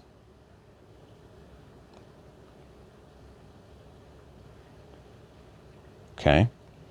Never at fords or destroyed bridges or ferries. Units may cross creeks only across road, pike, railroad, or trail hex sides in rain turns. Exception. Units may always cross a creek hex side if at least one of the two hexes joined by that hex side is a city hex. Bridges. Units may not build or repair bridges or ferries in rain turns, but may destroy them. Entrenching.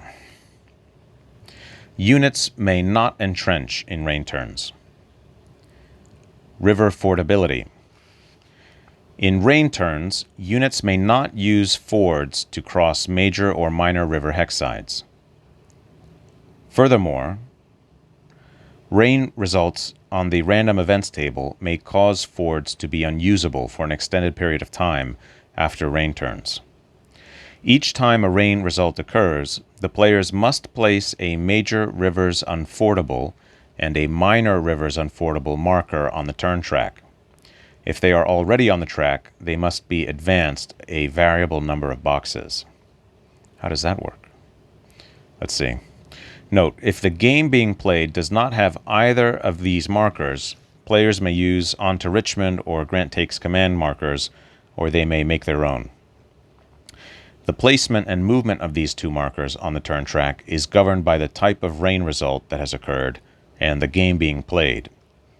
When a rain result occurs in any game, consult the chart below to get a rain number for minor rivers. Minor river rain number table.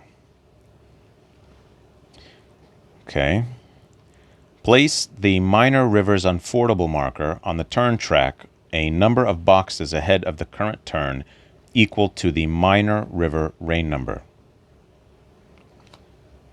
Okay, so that's the okay, got it.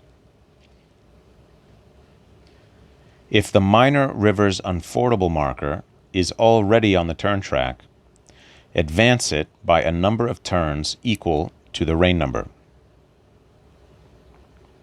Okay. Do not place the minor river's unfordable marker on the turn track if the rain number is 0. Next, consult the chart below to get a rain number for major rivers. Okay. Place the major river's unfordable marker on the turn track a number of boxes ahead of the current turn equal to the major river rain number. If the major river's unfordable marker is already on the turn track, advance it by a number of turns equal to the rain number.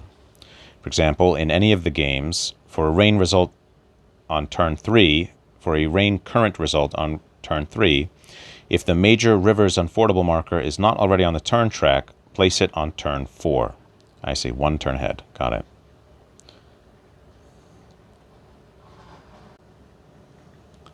Unfordability effects. If the major river's unfordable marker is on the turn track, units may not move, retreat, or advance across major rivers at fords in the current turn and all succeeding turns up to and including the box occupied by the marker. If the minor river's unfordable marker is on the turn track, units may not move, retreat, or advance across minor rivers at fords or destroyed bridges or ferries in the current turn and all succeeding turns up to and including the box occupied by the marker. If a unit cannot cross a hex side due to unfordability effects, then its zone of control does not extend across that hex side. If a unit uses a ferry to move across a minor river that is currently unfordable, that unit must pay the normal ferry movement point penalty, manpower value divided by 3. Remove a marker from the turn track at the end of the turn corresponding to the box it occupies on the track. Right, so at the end of turn 7, you remove the marker from turn 7.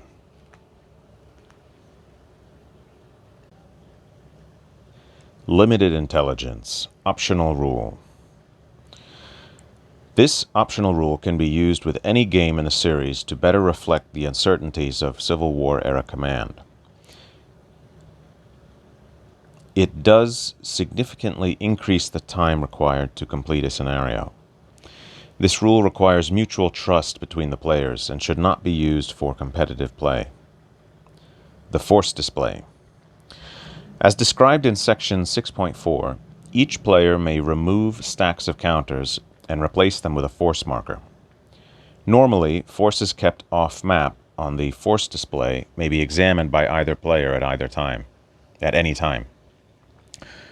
When using these rules, each player's force display is kept secret from the enemy player.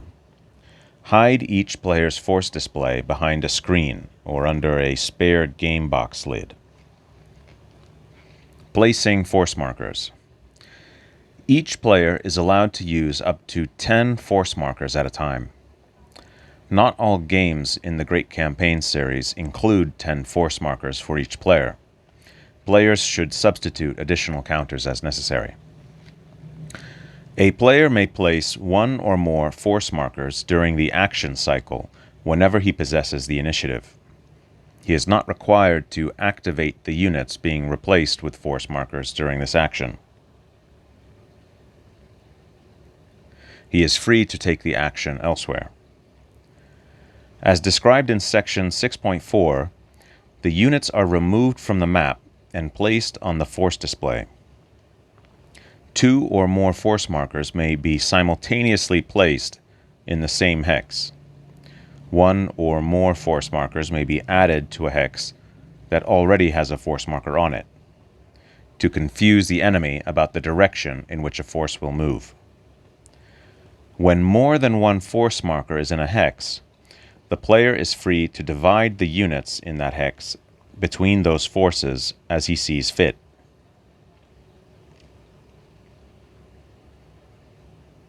I see. A player is permitted to assign no actual units to a force marker.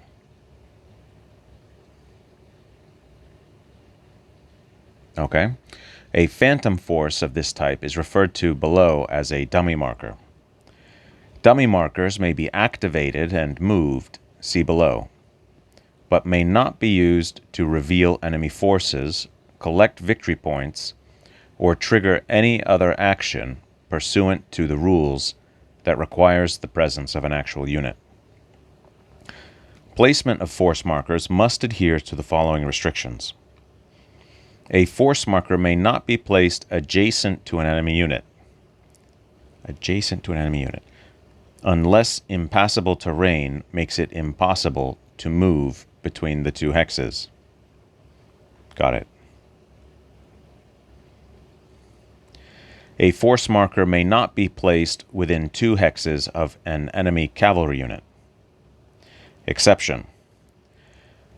A force marker may be placed within 2 hexes of enemy cavalry if all 2 hex paths between the units are blocked by either impassable terrain, woods hex sides not crossed by a road, pike, trail, or railroad, or a friendly unit in the hex between the force marker and the enemy cavalry unit.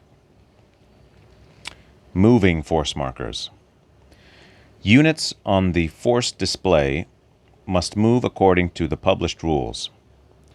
A player moving a hidden force still rolls for that force's movement in view of the enemy player. Thus, the enemy player will have a good idea whether or not a friendly force marker contains infantry or cavalry based on the number of dice rolled for the movement. Dummy markers can be moved as either infantry or cavalry, with or without a leader, at the discretion of the owning player. The player's choice of how to move dummy markers should be based on which type of unit he is trying to trick the enemy player into thinking he is present in that force. Any extended march rolls should be rolled in view of the enemy player. However, the moving player may make fake extended march rolls for hidden forces to confuse the enemy. Movement of dummy markers normally requires the player to win initiative and spend an activation. The only exception occurs when more than one force marker starts an activation in the same hex. In that case, one or more dummy markers may be moved from that hex at the same time as the force markers with actual units without requiring a separate activation. Revealing enemy forces. Players replace friendly force markers with the units they represent or remove them if they are dummies in the following cases. If an enemy unit or force marker is adjacent to the friendly force marker, unless impassable terrain makes it impossible to move between the 2 hexes. Okay? If an enemy cavalry unit is within 2 hexes of the marker. Got it. Exception. A force marker may remain on the map within 2 hexes of enemy cavalry if all 2 hex paths between the units are blocked by either impassable terrain, woods hex sides not crossed by a road, pike, trail, or railroad, or a friendly unit in the hex between the force marker and the enemy cavalry unit. Note: this case requires actual cavalry units to be present on the map within 2 hexes of the force marker. Cavalry units under force markers can never reveal the composition of an enemy force. I see. Besides removing force markers in the cases listed above, force markers can be voluntarily removed at any time by the owning player, usually when he would rather use them elsewhere on the map. Got it. And that's it. That's the end of the rules. The back of the book is just the entrenchment table. What is this? It's the... Oh, okay. Well, that's exactly what I was suggesting earlier, that you could have all of that in a table form with year and type. And we've got the recovery phase. Just what happens in the recovery phase. List of the games. The rain tables to let you know how bad the rain is. And woods hex side, summary of effects. Got it. All right. Here it is. Great Campaigns of the American Civil War. Rules, version 1.4.